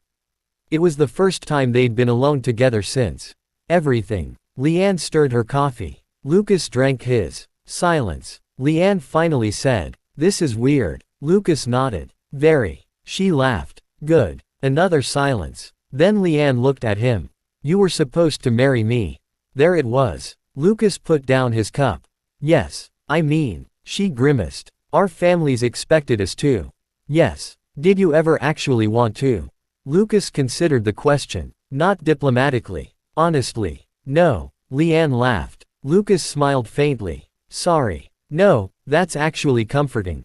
She leaned back. "Neither did I." "I know." Leanne winced. "Right. Because she'd run away." Lucas's expression softened. "You don't have to apologize to me." She looked at him. "I do." "Why?" "Because I left you standing in the middle of that disaster." Lucas thought. "Technically, you left Liam standing there." Leanne covered her face. "That's worse." Lucas laughed quietly. She lowered her hands. "I'm sorry. This time, seriously. For running. For not telling anyone. For turning you into part of my escape plan without asking." Lucas looked at her for a long moment. Then nodded. "Thank you." Leanne's eyes widened slightly. "Not. It's okay. Not. Don't worry about it. Just accepting the apology." Somehow, that felt better. Lucas continued. "I was angry. You should have been. Mostly because nobody knew where you were." Leanne looked down. "And because Liam got dragged into it." Her eyes returned to him. Lucas smiled faintly. "But," he looked around the apartment. "I'm not angry anymore." Leanne followed his gaze. "Because you got the better twin." Lucas almost choked on his coffee. Leanne laughed. "You can say it. I'm absolutely not saying that." "Coward. Your brother would kill me." "Correct." They laughed. Then quiet returned. Comfortable this time. "Do you regret it?" Leanne rested her chin on her hand. "Can I ask something?" "Sure." "Do you regret it?" Lucas knew exactly what she meant. The wedding. Liam. The strange substitution that had changed all of their lives. "No." Immediate. "Certain." Leanne smiled. "Not even a little." Lucas thought. "I regret how it happened." "Yes. I regret that Liam was put in that position." "Yes. I regret that you felt like running was your only option." Leanne's expression softened. "But marrying Liam." Lucas smiled. "No." Leanne looked down at her coffee. "Good." Lucas studied her. "What about you? What? Do you regret running?" Leanne's smile faded. "Sometimes." Lucas waited. "I regret hurting everyone. I regret what Liam had to deal with. I regret scaring Mom. Dad too." She paused. But her eyes moved toward her desk. Her portfolio was open on the screen. Sketches everywhere. A small invoice taped beside it. Her own apartment. Her own work. Her own life. "I don't regret not marrying you." Lucas smiled. "Good." Leanne laughed. "Wow. What? We finally agree about our engagement. Only took us several months." And one replacement groom. Lucas frowned. Don't call him that. Leanne's smile became knowing. Oh. Lucas realized. No. Oh. Leanne. You got defensive. He's my husband. Exactly. Lucas sighed. Twins. Absolutely identical when they wanted to be annoying. Not your fault. Leanne became quiet again. Does Liam blame me? Lucas looked at her. For what? For. She gestured vaguely. All of it. Lucas considered. He's angry about parts of it. Leanne nodded. I know. But blame you for his marriage. No. How do you know? Lucas smiled. Because he reminds me regularly that he chose it. Leanne's eyes softened. Of course he does. He likes making sure I know. That's Liam. Lucas looked at her. He loves you. Leanne's smile became sad. I know. He was furious. I know. He was worried. I know. But he never wanted you punished for running. Leanne looked down. Lucas continued. He wanted you safe. That's all. Leanne blinked quickly. You're annoyingly good at this husband thing. Lucas laughed. Don't tell him. He already knows. I don't think he does. Oh, he definitely does. Leanne smiled. He just won't admit it until volume. She stopped. Lucas frowned. Until what? Nothing. She drank her coffee. The twin dinner. Leanne's first freelance payment arrived Friday. True to her word, she invited Liam and Lucas to dinner. At her apartment, Liam arrived carrying groceries. Leanne stared. I said I'm paying. You are. Then why did you bring food? Because I don't trust you to have enough. I have food. Liam opened her refrigerator. 3 energy drinks. Half a cake. Cheese. Sauce. 1 suspicious vegetable. Liam slowly turned. Leanne pointed. Freelancer food. Lucas looked inside. Then at Liam. Liam sighed. She's worse than me. Significantly. Leanne gasped. You two are unbearable. They ordered dinner anyway. Leanne paid. Liam did not argue. Much. They sat on the floor because Leanne still only had 2 proper dining chairs. Lucas had one. Leanne had the other. Liam sat against the couch. This is discrimination. Younger twin gets the floor. We're 7 minutes apart. Still younger. 7 minutes. Respect your elders. Lucas ate quietly. Liam looked at him. Why aren't you defending me? Lucas smiled. I fight my own battles. Leanne nearly dropped her food laughing. Liam stared at his husband. You've become terrible. Husband privilege. That's not how that works. For a while, everything was easy. They ate, talked, argued. Leanne showed them her project. Lucas asked thoughtful questions. Liam pretended not to be impressed.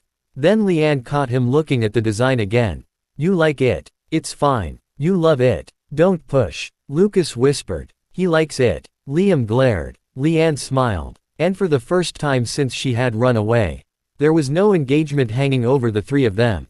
No guilt sitting at the table. No question of what might have happened. Lucas wasn't Leanne's almost fiancé. Leanne wasn't Lucas's runaway bride.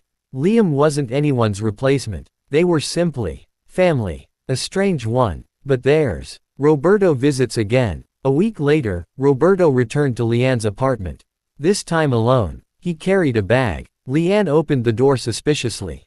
What did you buy? Nothing. Dad. Food. She looked inside. Containers. Homemade food from Elena. Leanne smiled. Mom sent this. Yes. You carried it. Yes. Why? Roberto frowned. Am I not allowed? Leanne stepped aside. Come in. He entered. Looked around. The apartment had changed. Pictures. Plants. Sketches. A small shelf. Shoes near the door. A mug on the desk. Life. Roberto noticed a printed design pinned to the wall. Yours. Leanne nodded. Client project. He looked closer. Paid. Leanne laughed. Yes, Dad. Good. He nodded. Then, are you making enough? Leanne stared. Roberto immediately corrected. I'm asking. Not offering. Not deciding. Asking. Leanne noticed. Her expression softened. Not much yet. Roberto nodded. But enough. For now. He nodded again. Okay. 1 word. Hard earned. Leanne smiled. Coffee. Roberto looked toward the kitchen. You know how to make it. She gasped. Get out. For the first time in a long time. They laughed together. Starting over. Sunday evening, Liam visited alone. He found Leanne sitting near the window working. He dropped onto the couch. She didn't look up. Where's Lucas? Work. Leanne looked up immediately. You're okay with that? Liam narrowed his eyes. What does that mean? She grinned. Nothing. Liam threw a cushion. She caught it. He's coming home for dinner. Ah, don't. I'm not saying anything. Your face. She laughed, then returned to her work. Liam watched her. You look different. Leanne frowned. My hair. No. Did I gain weight? No. Then what? Liam thought. Happier. Leanne became still. The word hung between them. Then she smiled. Yeah. Liam smiled too. Good. Leanne put down her stylus. Are you still angry with me? Liam's smile faded. He thought about it. Sometimes. She nodded. Fair. I don't think that's going to disappear instantly. I know. You scared the hell out of me. I know. You left me with an engagement. Leanne winced. Very sorry about that. Liam laughed, then became serious. But, he looked around. If you hadn't run. Leanne waited. Liam's eyes drifted toward his wedding ring. His expression softened without permission. Leanne noticed. Of course she noticed. Liam sighed. Don't. I didn't say anything. Your face. Leanne smiled. Liam continued. I'm not thanking you. I wasn't asking. Good. But I'm glad you're here. Leanne's smile disappeared. Liam looked directly at her. Not back at home. Not married to someone you didn't want. Here. He gestured around the apartment. Doing your thing. Leanne's eyes became suspiciously shiny. Liam immediately pointed. No. She stood. Liam. Absolutely not. She walked toward him. Don't. She hugged him. Liam groaned. Why does everyone keep touching me? Because you secretly like it. I don't. Liar. He hesitated. Then wrapped one arm around her. Just one. You're still annoying. So are you. Good. Good. Later, Liam stood at the door. Leanne leaned against the frame. You okay? He asked. She smiled. Yeah. Money. Fine. Food. Mostly. Work. Getting there. Lock. Your husband checked it twice. Liam sighed. Of course he did. Leanne smiled. Then said. Liam. He looked back. Thank you. He shrugged. Don't make it weird. I'm serious. So am I. For helping me start over. Liam looked at his twin. Months ago, she disappeared because she believed escape was the only way to own her future. Now she stood in a tiny apartment she paid for herself. Behind her was a desk covered in work. A refrigerator containing questionable food. Furniture she'd chosen. Bills with her name on them. A life that wasn't perfect.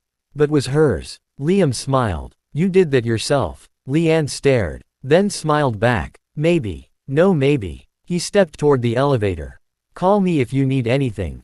Leanne crossed her arms. Isn't that controlling? Liam turned. No. He grinned. Caring isn't controlling. Leanne laughed. Your refrigerator rules are getting ridiculous. You have no idea. The elevator doors began closing. Leanne waved. Tell Lucas I said hi. I won't. You will. The doors closed. Home. When Liam returned to the penthouse, Lucas was already there. Actually there. Not in his office. Not on a call. In the kitchen. Cooking. Liam stopped. Lucas looked over. Hi. Liam smiled. Hi. How's Leanne? Good. Lucas nodded. I'm glad. Liam put down his bag. Then walked toward him. Lucas turned back to the stove. Liam stopped beside him. For a moment, he simply watched. Then rested his head briefly against Lucas's shoulder. Lucas froze. Only for a second. Then smiled. Everything okay? Yeah. Liam looked toward the refrigerator. Their rules. Their life. Their home. Then he thought of Leanne's apartment. Her rules. Her life. Her home. Different choices. Same lesson. Nobody could build your life for you.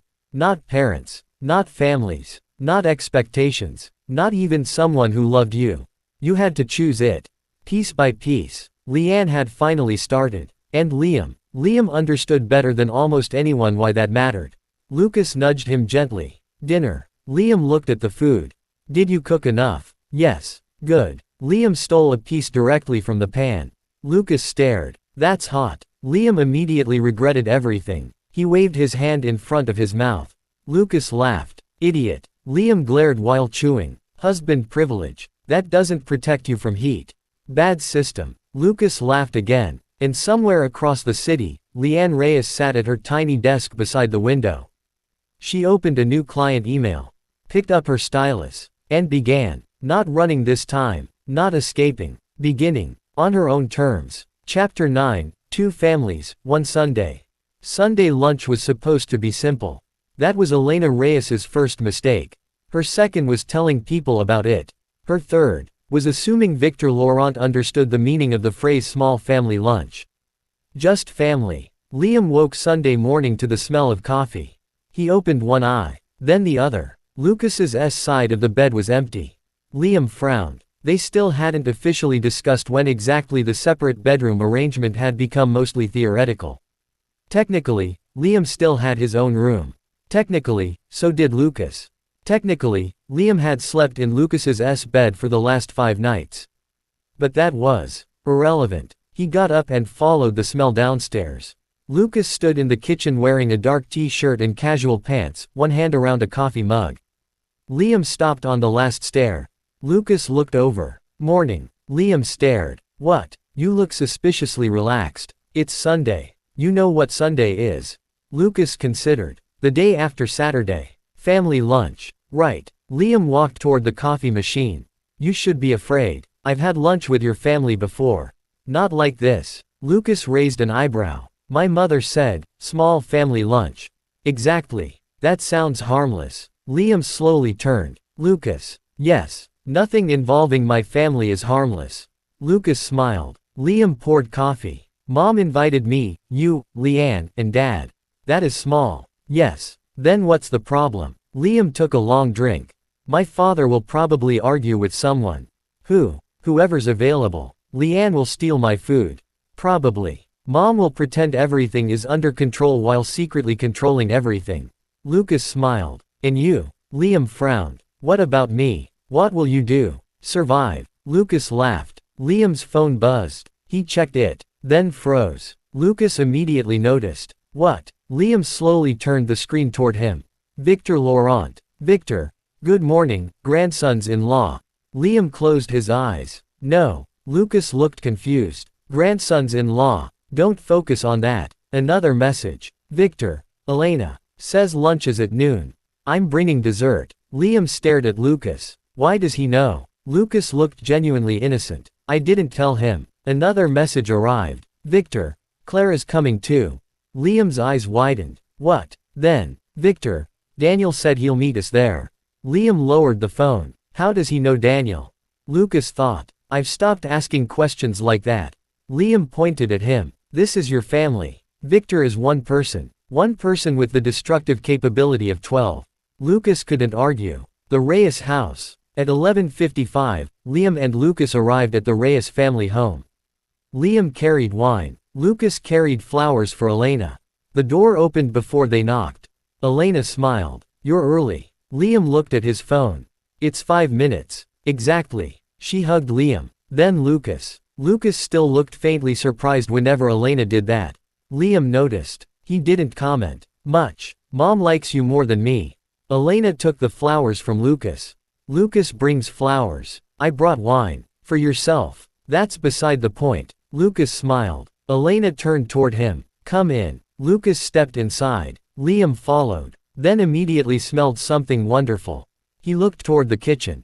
What's Dad making? Elena sighed. Too much. That meant Roberto was happy.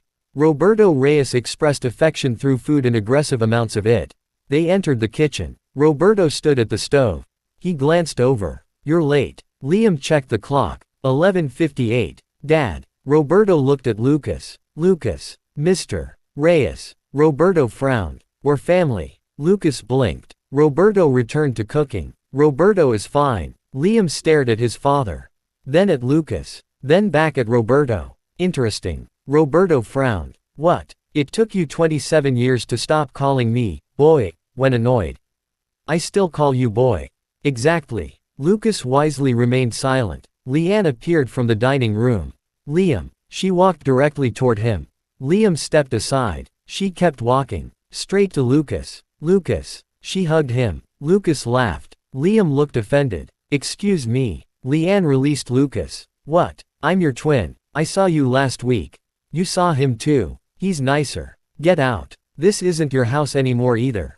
Liam gasped. Roberto pointed his cooking spoon at them. No fighting. The twins immediately said. We're not fighting. Lucas looked at Elena. Elena whispered. They've been doing that since they could speak. The doorbell rang. Everyone froze. Liam slowly looked at Lucas. He's here. Lucas sighed. I know. Roberto frowned. Who? The front door opened. Nobody had invited him to enter. Reyes family. Victor Laurent's voice echoed through the house. Liam closed his eyes. Roberto's expression darkened. No. Victor appeared carrying an enormous cake. Behind him was Claire Laurent. Claire looked apologetic. I tried. Liam nodded. I believe you. Victor walked straight toward Roberto. My favorite-in-law. Roberto stared. We are not in-laws. Victor gasped. Our children are married. Our sons. Exactly. Roberto frowned. Victor put down the cake. Where do I put this? Roberto looked at it. What is that? Dessert. I made dessert. Victor stared. You made dessert? Yes. Victor looked offended. Why? Because this is my house. Victor turned to Liam. Your father is very territorial. Liam nodded. You're standing in his kitchen. Good point. The doorbell rang again. Liam stared toward the entrance. No. Daniel appeared carrying nothing. Hello, married people. Liam pointed. Why are you here? Daniel looked offended. I was invited. By who? Daniel pointed toward Victor. Victor waved. Liam turned slowly toward Lucas. Lucas raised both hands. I had nothing to do with this. Leanne appeared beside. Daniel. You're Daniel. Daniel looked at her. You're the runaway twin. Silence. Liam covered his face. Leanne stared. Then smiled. I like him. Of course you do, Liam muttered. Daniel offered his hand. Daniel. Leanne. They shook. Then both looked toward Liam. Liam immediately became suspicious. No. Neither had said anything. No to whatever you're thinking. Daniel smiled. Leanne smiled. Lucas whispered. You're in trouble. I know. One table, too many people. Elena somehow found enough chairs. Liam suspected mothers possessed emergency furniture no one else knew about. The seating arrangement became its own negotiation. Roberto wanted Elena beside him. Victor wanted to sit beside Lucas. Leanne wanted to sit beside Daniel because they'd already discovered a mutual interest in annoying Liam. Claire wanted the seat closest to an exit. Liam understood. Eventually, Roberto sat at one end. Victor somehow claimed the other. Elena sat beside Roberto. Claire beside Victor. Leanne and Daniel sat together. Lucas sat beside Liam. Liam looked around. This feels dangerous. Lucas whispered. I thought you said it would be.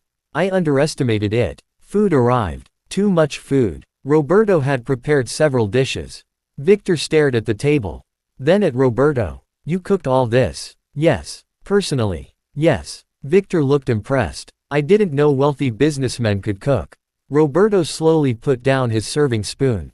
Liam whispered. And there it is. Lucas coughed into his hand. Roberto stared at Victor. I've been cooking since before you inherited your first company. Victor gasped. I built Laurent Holdings. Claire quietly said. Your father founded it. Victor turned. Whose side are you on? Histories. Daniel nearly choked. Leanne slapped the table, laughing. The cooking war. Victor took one bite of Roberto's roast. He paused. Roberto watched. Everyone watched. Victor took another bite. Roberto's eyes narrowed. Well, Victor chewed thoughtfully. It's good. Roberto relaxed slightly. Then Victor added. Needs more rosemary. The table went silent. Liam lowered his fork. Oh, no. Roberto stared. Excuse me. Rosemary. I heard you. Then why did you say excuse me? Because I wanted to give you the opportunity to reconsider. Lucas looked down at his plate. His shoulders moved. Liam nudged him. Don't laugh. I'm not. You are. Victor pointed at the roast. I've eaten at Michelin-starred restaurants. Roberto crossed his arms. I've cooked for my family for 30 years. Victor nodded. Exactly. Different qualifications. Victor, Claire warned. Roberto stood. So you think you can do better? Victor stood too. Absolutely. Elena closed her eyes. Roberto. Claire sighed. Grandfather. Too late. 5 minutes later, two wealthy patriarchs were arguing over seasoning in Elena Reyes's kitchen. Liam stood in the doorway. This is incredible. Lucas stood beside him. I've never seen Victor cook. Can he? No. Liam slowly turned. What? Lucas shook his head. I've literally never seen him cook. From inside the kitchen. Where's the rosemary? Roberto shouted. If you don't know where it is, you don't deserve it. Liam covered his mouth. Lucas started laughing. Actually laughing. Not the polite little smile Lucas used at corporate events. Not the quiet amusement he usually showed around other people. Full laughter. Liam stared at him. Lucas wiped at his eye. What? Liam shook his head. Nothing. But he kept looking. The alliance. Meanwhile, Leanne and Daniel had become best friends in approximately 23 minutes. This was Liam's worst nightmare. Daniel leaned toward Leanne. Has he always been this dramatic? Leanne nodded. When we were 9, I ate one of his cookies and he wrote a 3-page complaint too. Mom. It was labeled. Liam shouted from across the table. Daniel's eyes widened. You labeled cookies. We were 9. Leanne nodded solemnly. He also labeled his juice. You kept drinking it. Daniel turned to Lucas. You married this voluntarily. Lucas smiled. Yes. Liam pointed. Careful. Daniel leaned toward Leanne again. Did he snore as a kid? No. Liam relaxed. Leanne continued. But he talked in his sleep. Liam froze. Daniel's eyes lit up. Really? No. Liam, Leanne said sweetly. No. You once had an entire argument with yourself about dinosaurs. I was 6. Lucas was listening now. Liam saw. Don't you dare. Lucas's mouth twitched. What kind of dinosaur? Betrayal. Leanne answered immediately. Triceratops. Lucas laughed. Liam stood. I'm leaving. Elena pointed toward his chair. Sit. Liam sat. Everyone laughed. Lucas in the kitchen. After lunch, Elena began clearing plates. Lucas immediately stood. I'll help. Elena smiled. You don't have to. I know. He picked up several dishes. Liam watched. Daniel noticed. You've trained him. I haven't trained anyone. Lucas walked past. Liam grabbed his sleeve. Careful. Dad's still emotionally unstable about the rosemary. Lucas smiled. I'll risk it. He entered the kitchen. Roberto was washing pans. Victor had been banned from touching anything. Lucas began stacking plates. Roberto looked over. You can leave those. It's fine. You don't need to clean. Lucas paused, then smiled faintly. I know. Roberto stared. There was something about the answer. Not obligation. Not politeness. Lucas simply wanted to help. Roberto nodded toward the drying rack. Put them there. Lucas did. For a while, they worked quietly. Roberto washed. Lucas dried. Then Roberto asked. Work. Lucas looked over. What about it? Liam said you've been busy. Lucas's hands slowed. He told you. He complains. Lucas smiled. That sounds like him. Roberto continued washing. He's worried. I know. He's always been bad at saying that. Lucas looked toward the dining room. Liam was currently arguing with Leanne and Daniel. I know that too. Roberto's expression softened. He'll tell you what to do instead. Lucas laughed quietly. Eat. Sleep. Come home. Roberto nodded. Exactly. Lucas looked surprised. Roberto shrugged. He gets it from Elena. From the dining room, Elena shouted. I heard that. Roberto immediately returned to washing dishes. Lucas tried not to laugh. Failed. Elena entered carrying more plates. She handed them to Lucas. Thank you. Of course. She looked at him for a moment. Lucas noticed. What? Nothing. He raised an eyebrow. Elena smiled. You look comfortable. Lucas glanced around. The Reyes kitchen wasn't like his penthouse. It wasn't sleek. Or silent. There were too many things on the counters. Old magnets on the refrigerator. A handwritten grocery list. Photographs. A faded picture of Liam and Leanne as children. A wooden spoon Roberto apparently refused to replace despite the handle being burned. Noise from the dining room. Victor arguing with Claire. Daniel laughing. Leanne shouting something. Liam's voice above everyone else's. Lucas looked back at Elena. I am. She smiled. Good. And returned to the dining room. Lucas stood still for a second. Then continued drying plates. Victor notices. Victor noticed too. He was sitting in the living room afterward with tea. Liam was beside Lucas on the sofa. Not touching. Technically. Except Liam's knee rested against Lucas's. And Lucas's arm lay along the back of the couch behind him. Leanne and Daniel were playing cards on the coffee table. Claire was helping Elena bring dessert. Roberto was still recovering from the cooking war. Victor watched Lucas. Lucas didn't notice. He was listening to Liam argue. With Leanne. You cheated. I did not. You looked at Daniel's cards. That's not cheating. That's literally cheating. Daniel looked at Lucas. Do you want to play? Lucas shook his head. I'm enjoying this. Coward, Liam said. Lucas smiled. Then Liam grabbed one of Lucas's untouched cards from the side table. Fine, you're on my team. I didn't agree. Husband responsibility. That's not a thing. It is now. Victor smiled quietly. Later, Liam went to the kitchen for water.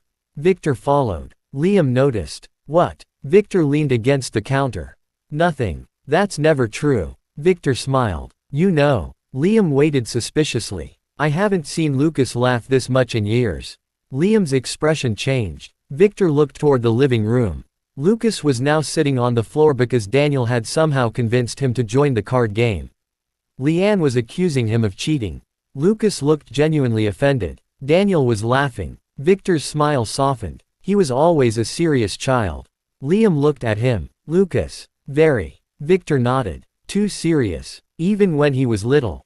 Especially then. Victor's expression became distant. Laurent children grow up around adults who talk about succession before they talk about hobbies.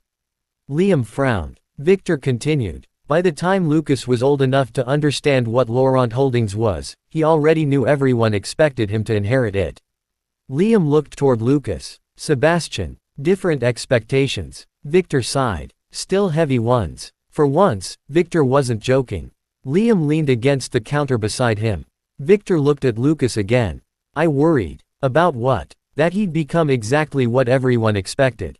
Liam frowned. Isn't that what you wanted? Victor smiled sadly. Sometimes families want things before realizing what those things cost. Liam became quiet. Victor looked at him. But now, his expression softened. He comes here. He argues about card games. He helps Roberto wash dishes. He gets bullied by your sister. Liam nodded. She does that. And he laughs. Victor smiled. I haven't seen him this relaxed in years. Liam swallowed. Victor patted his shoulder. Thank you. Liam immediately stiffened. For what? Victor shrugged. For being you, I suppose. Liam stared. That was disgustingly sentimental. Victor grinned. Would you prefer I ask about great-grandchildren? Liam's face changed instantly. No. Victor opened his mouth. Absolutely not. But technologically. Victor. Victor laughed and escaped the kitchen. Liam rubbed his face. Unbelievable. He belongs here. When Liam returned to the living room, he stopped. Nobody noticed him immediately. Lucas was still sitting on the floor. Leanne was beside him. Daniel across from them. Claire had joined the game.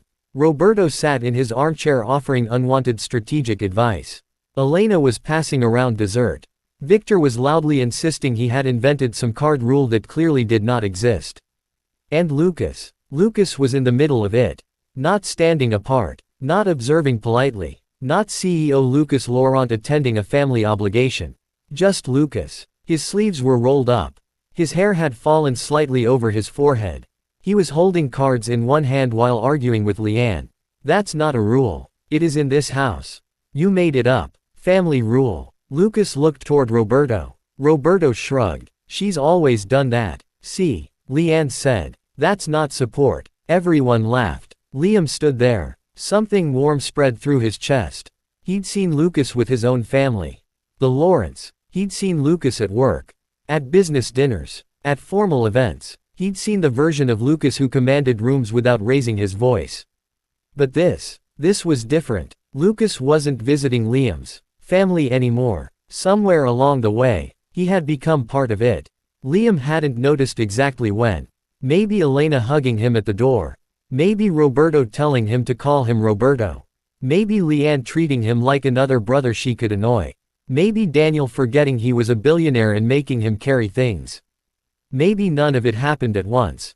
Maybe belonging rarely did. Maybe it happened quietly. Meal by meal. Joke by joke. Sunday by Sunday. Lucas looked up. Their eyes met. His expression immediately softened. There you are. 2 simple words. Liam's chest tightened. Unfortunately. Lucas smiled. Come here. Liam stared. Excuse me. Your team is losing. Liam looked at the cards.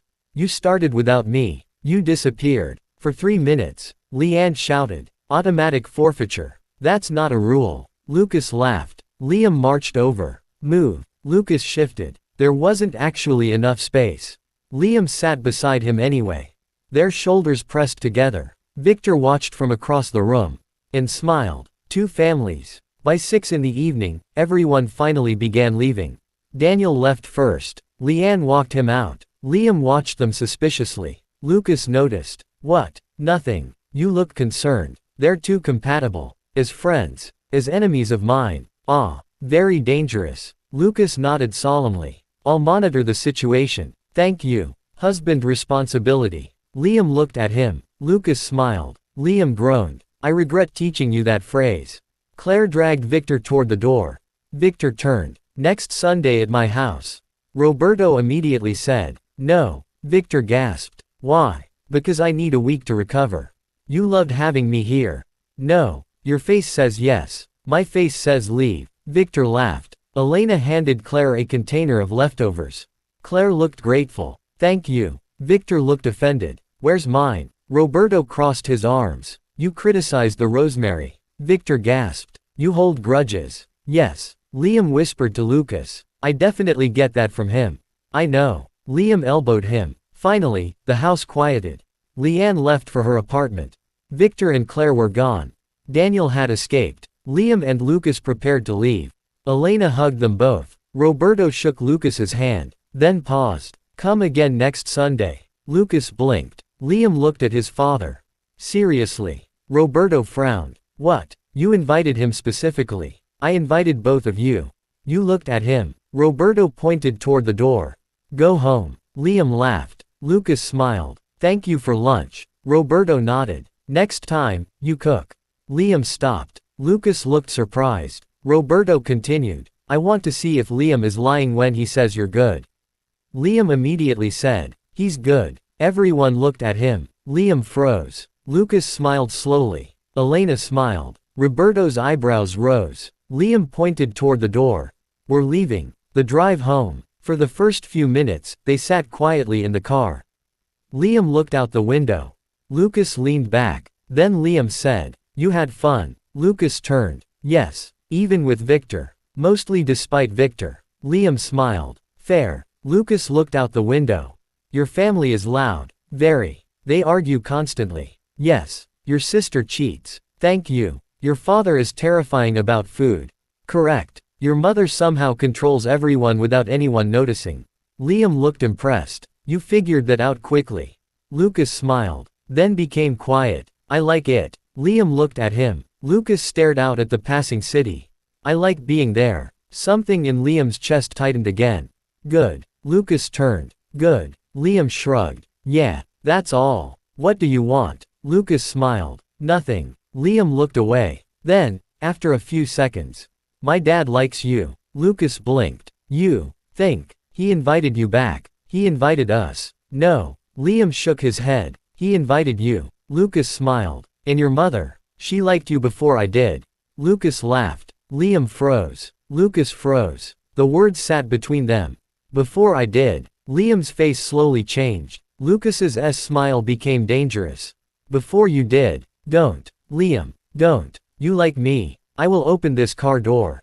We're moving. Then stop talking. Lucas laughed. Liam covered his face. Unbelievable. Home again. They returned to the penthouse. Liam immediately removed his shoes.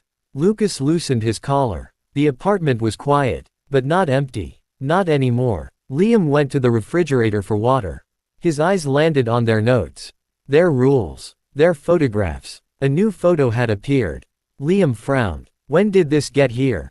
Lucas walked over. It was a picture from lunch. Everyone around the table. Roberto mid-argument. Victor pointing at something. Elena laughing. Claire looking exhausted. Daniel and Leanne making faces.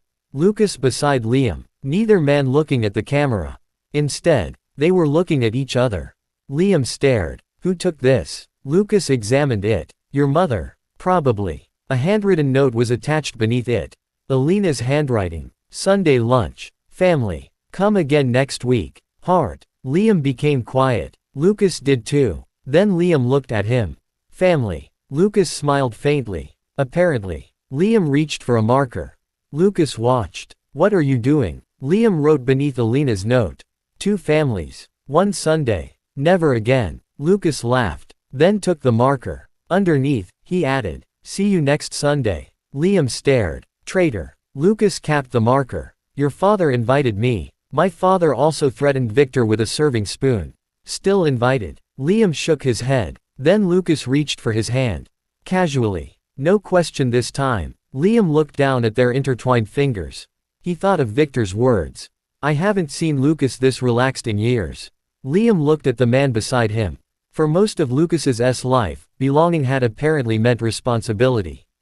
Laurent. Heir. CEO. Successor. Expectation. But today, Lucas had simply been Lucas. And Liam's family had made room for him without asking what he could provide in return. Liam squeezed his hand. Lucas looked over. What? Nothing. Your face. Liam smiled. Shut up. Lucas smiled back. Liam leaned against him. Two families had collided over Sunday lunch. There had been arguments, cheating, cooking wars, too much food, too many people, and Victor. Especially Victor. It had been exhausting, loud, ridiculous, completely imperfect. And somehow, Lucas belonged in the middle of it. Not because he'd married into the Reyes family. Not because a contract said so. Not because anyone expected it. He belonged because somewhere along the way, they had stopped thinking of him as a guest. And Liam realized something else. When he imagined the next family lunch, Lucas was already there, not invited, not added afterward, just there, exactly where Liam expected him to be. Exactly where he wanted him. Chapter 10, One Bedroom. The air conditioning in Liam's bedroom died at 10:43 p.m. on a Tuesday. This should not have mattered. It mattered, mostly because Liam Reyes was stubborn. And partly because the universe apparently enjoyed humiliating him. Something is wrong. Liam woke because he was hot. Not pleasantly warm. Not, maybe I should move the blanket. Hot. Uncomfortably. Suspiciously. Why is the air touching me like this? Hot. He opened his eyes. Darkness. He stared at the ceiling.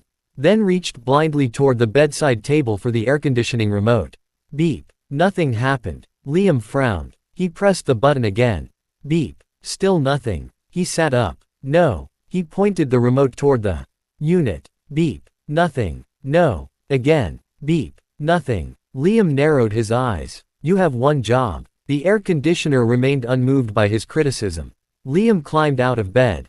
He checked the temperature. 29 degrees Celsius. His expression changed. Absolutely not. He walked downstairs carrying the remote like evidence in a murder investigation. Lucas was still awake. Naturally. He sat on the couch with his laptop open, glasses low on his nose. Liam stopped. Lucas looked up. What's wrong? Liam held up the remote. It's dead. Lucas looked at the remote. The batteries. The air conditioner. Lucas closed the laptop. What happened? It betrayed me. Lucas stared. Liam pointed upstairs. My room is becoming a sauna. Lucas stood. I'll look. Liam followed him. You know how to fix air conditioners. No. Then what are you looking at? The problem. I already identified the problem. Which is, it's broken. Lucas glanced back. Very technical. Thank you. Confirmed. Broken. 10 minutes later, Lucas stood beneath the air conditioning unit. Liam sat on the edge of his bed. Lucas pressed several buttons. Nothing. He checked the breaker. Nothing. He turned the unit off and on. Nothing. Finally, Lucas looked at Liam. It's broken. Liam stared. I told you that. Lucas smiled. I've contacted maintenance. When? Tomorrow afternoon. Liam looked horrified. Tomorrow. It's almost 11. Do rich people not have emergency air conditioning people? Lucas laughed. Apparently not. Liam fell backward onto the bed. This is terrible. Lucas crossed his arms. We have other bedrooms. Liam sat up. Ah, yes. They did. Several. The penthouse had a perfectly functional guest room. Actually. 2. Liam knew this. Lucas knew this. They both knew Liam knew this. Lucas waited. Liam stared at him. What? Nothing. Your face. I didn't say anything. You were thinking something. Lucas smiled. Guest room. Liam immediately said. Obviously. Okay. Lucas turned toward the door. Liam watched him leave, then looked around his increasingly warm bedroom. Guest room. Yes. Simple. Logical. Independent. Exactly. The guest room. Liam carried his pillow down the hallway. He opened the guest room door. The room was immaculate. Clean. Cool. Quiet. The air conditioner worked perfectly. He placed his pillow on the bed.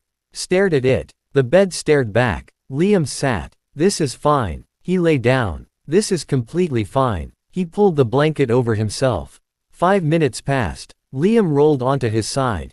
Then the other. He adjusted the pillow. Too firm. He punched it. Still wrong. He stared at the ceiling. The room smelled different. Not bad. Just unused. There was no phone charger beside the bed. No glass of water Lucas had automatically placed there. No stupidly expensive hand cream Liam had started using without permission. No watch on the nightstand. No Lucas. Liam closed his eyes. This is ridiculous. He had slept alone for most of his life. He was perfectly capable of sleeping without Lucas Laurent. 10 more minutes passed. Liam sat up. Stupid room. He grabbed his pillow. Temporary. Lucas was reading in bed when his bedroom door opened. He looked up. Liam stood in the doorway. Holding a pillow. Lucas stared. Liam stared back. Silence. Lucas slowly lowered his book. Liam's eyes narrowed. Don't. Lucas's mouth twitched. I didn't say anything. You're about to. I'm really not. Liam entered. The guest room is uncomfortable. Lucas nodded solemnly. Of course. The mattress is wrong. Right. And the pillow. You're carrying your own pillow. Liam froze. Lucas looked at the pillow. Liam looked at the pillow. Then at Lucas. That's not relevant. Lucas bit the inside of his cheek. Liam pointed. If you laugh, I'm leaving. Lucas immediately controlled his expression. Temporary. Liam placed his pillow on the other side of the bed. Obviously. Until your air conditioner is fixed. Exactly. Lucas nodded. Understood. Liam climbed into bed. Lucas returned to his book. Liam pulled the blanket up. Silence. 1 minute. 2. Lucas turned a page. Liam stared at him. Lucas turned another. Are you actually reading? Lucas looked over. Yes. Now. I was reading before you arrived. Liam frowned. I thought we'd sleep. Lucas's eyebrows rose. Liam realized what he'd said. I mean. Lucas waited. You're in bed. Yes. At night. Yes. So sleep. Lucas closed his book. Anything else? Turn off the lamp. Lucas did. Darkness. Liam settled into the pillow. Much better. He refused to think about why. Blanket war. The peace lasted approximately 15 minutes. Then Liam opened his eyes. Lucas. No answer. Lucas. A sleepy sound. Give it back. What? The blanket. Lucas stirred. I have the blanket. That's the problem. Lucas opened one eye. Liam was holding approximately 20% of the blanket. Lucas had the rest wrapped around himself. You steal blankets, Liam accused. I don't. You're doing it right now. Lucas loosened his grip. Liam yanked the blanket back. Better. Lucas rolled over. 5 minutes later, the blanket moved. Liam's eyes opened. Lucas. Nothing. The blanket moved farther. Lucas. Still nothing. Liam grabbed it. Lucas grabbed it in his sleep. Liam pulled. Lucas pulled. Liam narrowed his eyes. Oh, you want war. He yanked hard. The blanket came free. Lucas woke. What? Liam rolled himself completely inside it. Lucas stared. You took the entire blanket. Husband privilege. That's not how husband privilege works. Good night. Liam. Sleep. Lucas stared at the human blanket burrito beside him. Then sighed. He grabbed another blanket from the closet. Liam smiled in victory. At 2:17 a.m., Lucas woke because something hit his shin. He opened his eyes. Liam was sprawled diagonally across the bed. One foot rested on Lucas's leg. Lucas stared. Liam. Nothing. He gently moved Liam's foot. 30 seconds later, it returned. Lucas sighed. He moved it again. Liam made an irritated noise. Then kicked him. Lucas stared into the darkness. Unbelievable. Liam remained peacefully asleep. Morning. Liam woke first. That itself was unusual. For several seconds, he didn't move. Warm. Comfortable. Something heavy rested across his waist. He opened his eyes. Lucas. Specifically. Lucas's arm. Liam stared. Lucas was asleep beside him. His hair was messy. His face relaxed. One arm tucked beneath his pillow. The other wrapped securely around Liam's waist. Liam looked down. Then back at Lucas. Oh, right. Temporary. Air conditioner. Guest room terrible. Perfectly reasonable explanation. He should move. Obviously. Liam remained completely still. He looked toward the clock. 6:41. Lucas normally woke around 6. Apparently he'd slept later. Good. He needed it. Liam looked at Lucas again. There was something strange about seeing him like this. No suit. No phone. No CEO expression. No tension between his eyebrows. Just Lucas. Sleeping. Liam's expression softened. He could move. He should move. He didn't. Instead, he carefully pulled the blanket higher over Lucas's shoulder. Then immediately realized what he'd done. Liam stared at his own hand. Pathetic, he whispered. Lucas's arm tightened around him. Liam froze. Lucas didn't wake. Liam looked toward the ceiling. Fine. 5 more minutes. 37 minutes later, Lucas opened his eyes. Liam was still there. Awake. On his phone. Lucas blinked. Morning. Liam glanced over. Morning. Lucas looked down. His arm was around Liam. He immediately started moving it. Liam said, "You can leave." It. Lucas stopped. Silence. Liam's eyes remained firmly on his phone. I mean, you're already there. Right. No point making it weird. Of course. Lucas settled again. Liam continued scrolling through absolutely nothing. Lucas smiled. Liam noticed. Don't. I didn't say anything. Your face. Repaired. At 3:26 that afternoon, Liam received a message while at work. Lucas, maintenance finished. Liam stared. Then, Lucas, your AC is working again. Liam typed. Good. Sent. A moment later. Lucas, guest room crisis resolved too. Liam narrowed his eyes. Liam, shut up. Lucas reacted with a heart. Liam stared at the heart. Daniel looked over the divider. Why are you smiling? Liam immediately flattened his expression. I'm not. You were. No. Lucas. Work. Your work sends you hearts. Liam put his phone face down. Daniel gasped. Oh. Don't. Oh. Daniel. You slept together. Several coworkers looked over. Liam nearly climbed across the desk. Keep your voice down. Daniel's eyes widened. I meant literally sleeping. So did I. Then why are you red? I'm going to fire you. You don't have that authority. I'll acquire it. Daniel grinned. So what? What happened? My air conditioner broke. Daniel waited. Liam stared. Daniel continued waiting. That's it. You have guest rooms. Liam's expression became murderous. Daniel slowly smiled. Oh, stop. You chose Lucas's room. The guest mattress was terrible. Sure, it was. Your own pillow. Liam froze. Daniel's smile widened. Liam stood. I'm getting coffee. Your own pillow, Liam. Goodbye. Going home. That evening, Liam arrived at the penthouse before Lucas. He changed, ate a snack, watched television, then, eventually, went upstairs. He stopped in the hallway. His bedroom door. Lucas's bedroom door. Liam looked at his own room. The maintenance team had left a note. AC repaired, tested and working normally. He entered. Cool air. Perfect. His bed. His things. Everything exactly as it should be. Liam placed his hand on the mattress. Comfortable. He sat. Fine. He could sleep here. Obviously. The separate bedroom rule still existed. Technically. There was absolutely no reason to change anything. Liam lay down. Stared at the ceiling. 30 seconds. He sat back up. Annoying. Lucas arrived home at 8. Liam. Upstairs. Lucas removed his shoes. Then went up. He found Liam standing in the hallway. Holding his pillow. Again. Lucas stopped. Liam stared. Lucas stared. Silence. Liam pointed toward his bedroom. It's fixed. Lucas nodded. I know. Works perfectly.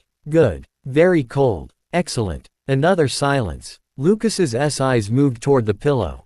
Then back to Liam. Liam's jaw tightened. Don't. Lucas's mouth twitched. I haven't said anything. I can hear you thinking. That's impressive. Liam walked past him. Straight into Lucas's bedroom. Lucas turned. Where are you going? Liam stopped. Looked over his shoulder. To sleep. In my room. Liam stared. Do you have a problem? No. Good. Lucas followed. No explanation. Liam placed the pillow on the same side as last night. Lucas leaned against the doorway. You know your room is fixed. Yes. And the guest room is available. Yes. And you're choosing. Liam pointed at him. Careful. Lucas smiled. Choosing this room. Liam's expression became defensive. Your mattress is better. They're the same brand. Yours is broken in. They were bought at the same time. Liam glared. Do you want me here or not? Lucas's teasing disappeared immediately. Yes. Liam stopped. Lucas looked at him. Simple. No joke. No clever response. Just, yes. Liam swallowed. Okay. Lucas walked toward the closet. Okay. And that was apparently that. The rule disappears. 3 nights passed. Liam continued sleeping in Lucas's room. Neither mentioned it. On the 4th morning, Liam walked downstairs while Lucas made coffee. He opened the refrigerator, looked at the rules, then stopped. There it was. An old note, slightly curled at the edges. Rule 4, separate bedrooms. Liam stared. Lucas approached with 2 mugs. He noticed what Liam was looking at. Neither spoke. Liam reached up. Peel. The sticky note came away from the refrigerator. Lucas watched. Liam examined it, then crumpled it, dropped it into the trash. Lucas handed him coffee. Liam accepted it. No ceremony. No announcement. No replacement rule. Lucas took a sip. Liam took a sip. Then Lucas casually asked, "Was that temporary?" Liam nearly inhaled his coffee. "You waited 4 days to say that." Lucas smiled. "Yes. You're terrible. Husband privilege." Liam stared. "That's mine. Our phrase." "Absolutely not." Lucas laughed. 1 bedroom. That night, Liam entered Lucas's bedroom without his pillow. Because his pillow was already there. His charger was there too. So was a book he'd been reading. A spare shirt. His moisturizer. And, somehow, one of his work ties. Liam stood in the doorway. He hadn't intentionally moved in. Not exactly. His belongings had simply migrated, 1 object at a time. Lucas entered behind him. He followed Liam's gaze. "Your things are taking over." Liam looked offended. "I have 4 things." Lucas pointed. 7. You counted. "No, you definitely counted." Lucas smiled. Liam climbed into bed. Lucas joined him. This time, there was no awkward space between them. Liam immediately settled on his side. Lucas turned off the light. Silence. Then Liam spoke. "Lucas. We're not becoming one of those couples." "What couples?" "The ones who can't function separately." Lucas considered. "I don't think we are. We still have independent lives." "Yes. My room is still mine." "Yes. Your room is yours." Lucas paused. Liam frowned. "What? You're currently in mine." Liam kicked him. "Ow. Don't be annoying." Lucas laughed. Liam continued. "I'm serious." "So am I." Lucas turned toward him in the darkness. "Sharing a bedroom doesn't erase everything else." Liam became quiet. Lucas continued. "You still have your work. Your friends. Your money. Your terrible instant noodles. Those are important. I know. And I still have mine." Liam nodded. "So." Lucas reached across the mattress. His fingers brushed Liam's. "We're sharing one more thing." Liam looked down at their hands. Then intertwined their fingers. 1 bedroom. 1 bedroom. Liam sighed. "Fine." Lucas smiled. "Temporary." Liam kicked him again. Lucas laughed. Where Liam stayed. Sometime after midnight, Liam woke. Not fully. Just enough to notice Lucas had moved closer. An arm rested around him. Again. This time, Liam didn't freeze. Didn't analyze. Didn't tell himself it was temporary. He simply shifted backward until he was comfortable against Lucas's chest. Lucas stirred. Still half asleep, he murmured. "Okay. The same question. Always. Even now." Liam's eyes softened. "Yeah." Lucas relaxed. Liam closed his eyes. His old bedroom was 10 steps away. Cool. Comfortable. Entirely his. He could return whenever he wanted. That was what made staying here different. Nobody had taken his room. Nobody had demanded he give it up. Nobody had decided married people were supposed to sleep together. Liam had chosen this. Just like everything else that mattered. The contract hadn't required it. The wedding hadn't changed it. No rule had forced it. One night, his air conditioner had broken. And when it was repaired, Liam simply hadn't gone back. The separate bedroom rule hadn't ended because marriage demanded they share a room. It ended because Liam no longer needed it to prove he was still himself. He could have his own life. And still fall asleep here. Beside Lucas. By choice. Liam's hand found Lucas's beneath the blanket. Lucas's fingers closed around his automatically. No words. No rule. No explanation. Just 1 bedroom. And two stubborn men who had finally stopped pretending they preferred sleeping alone.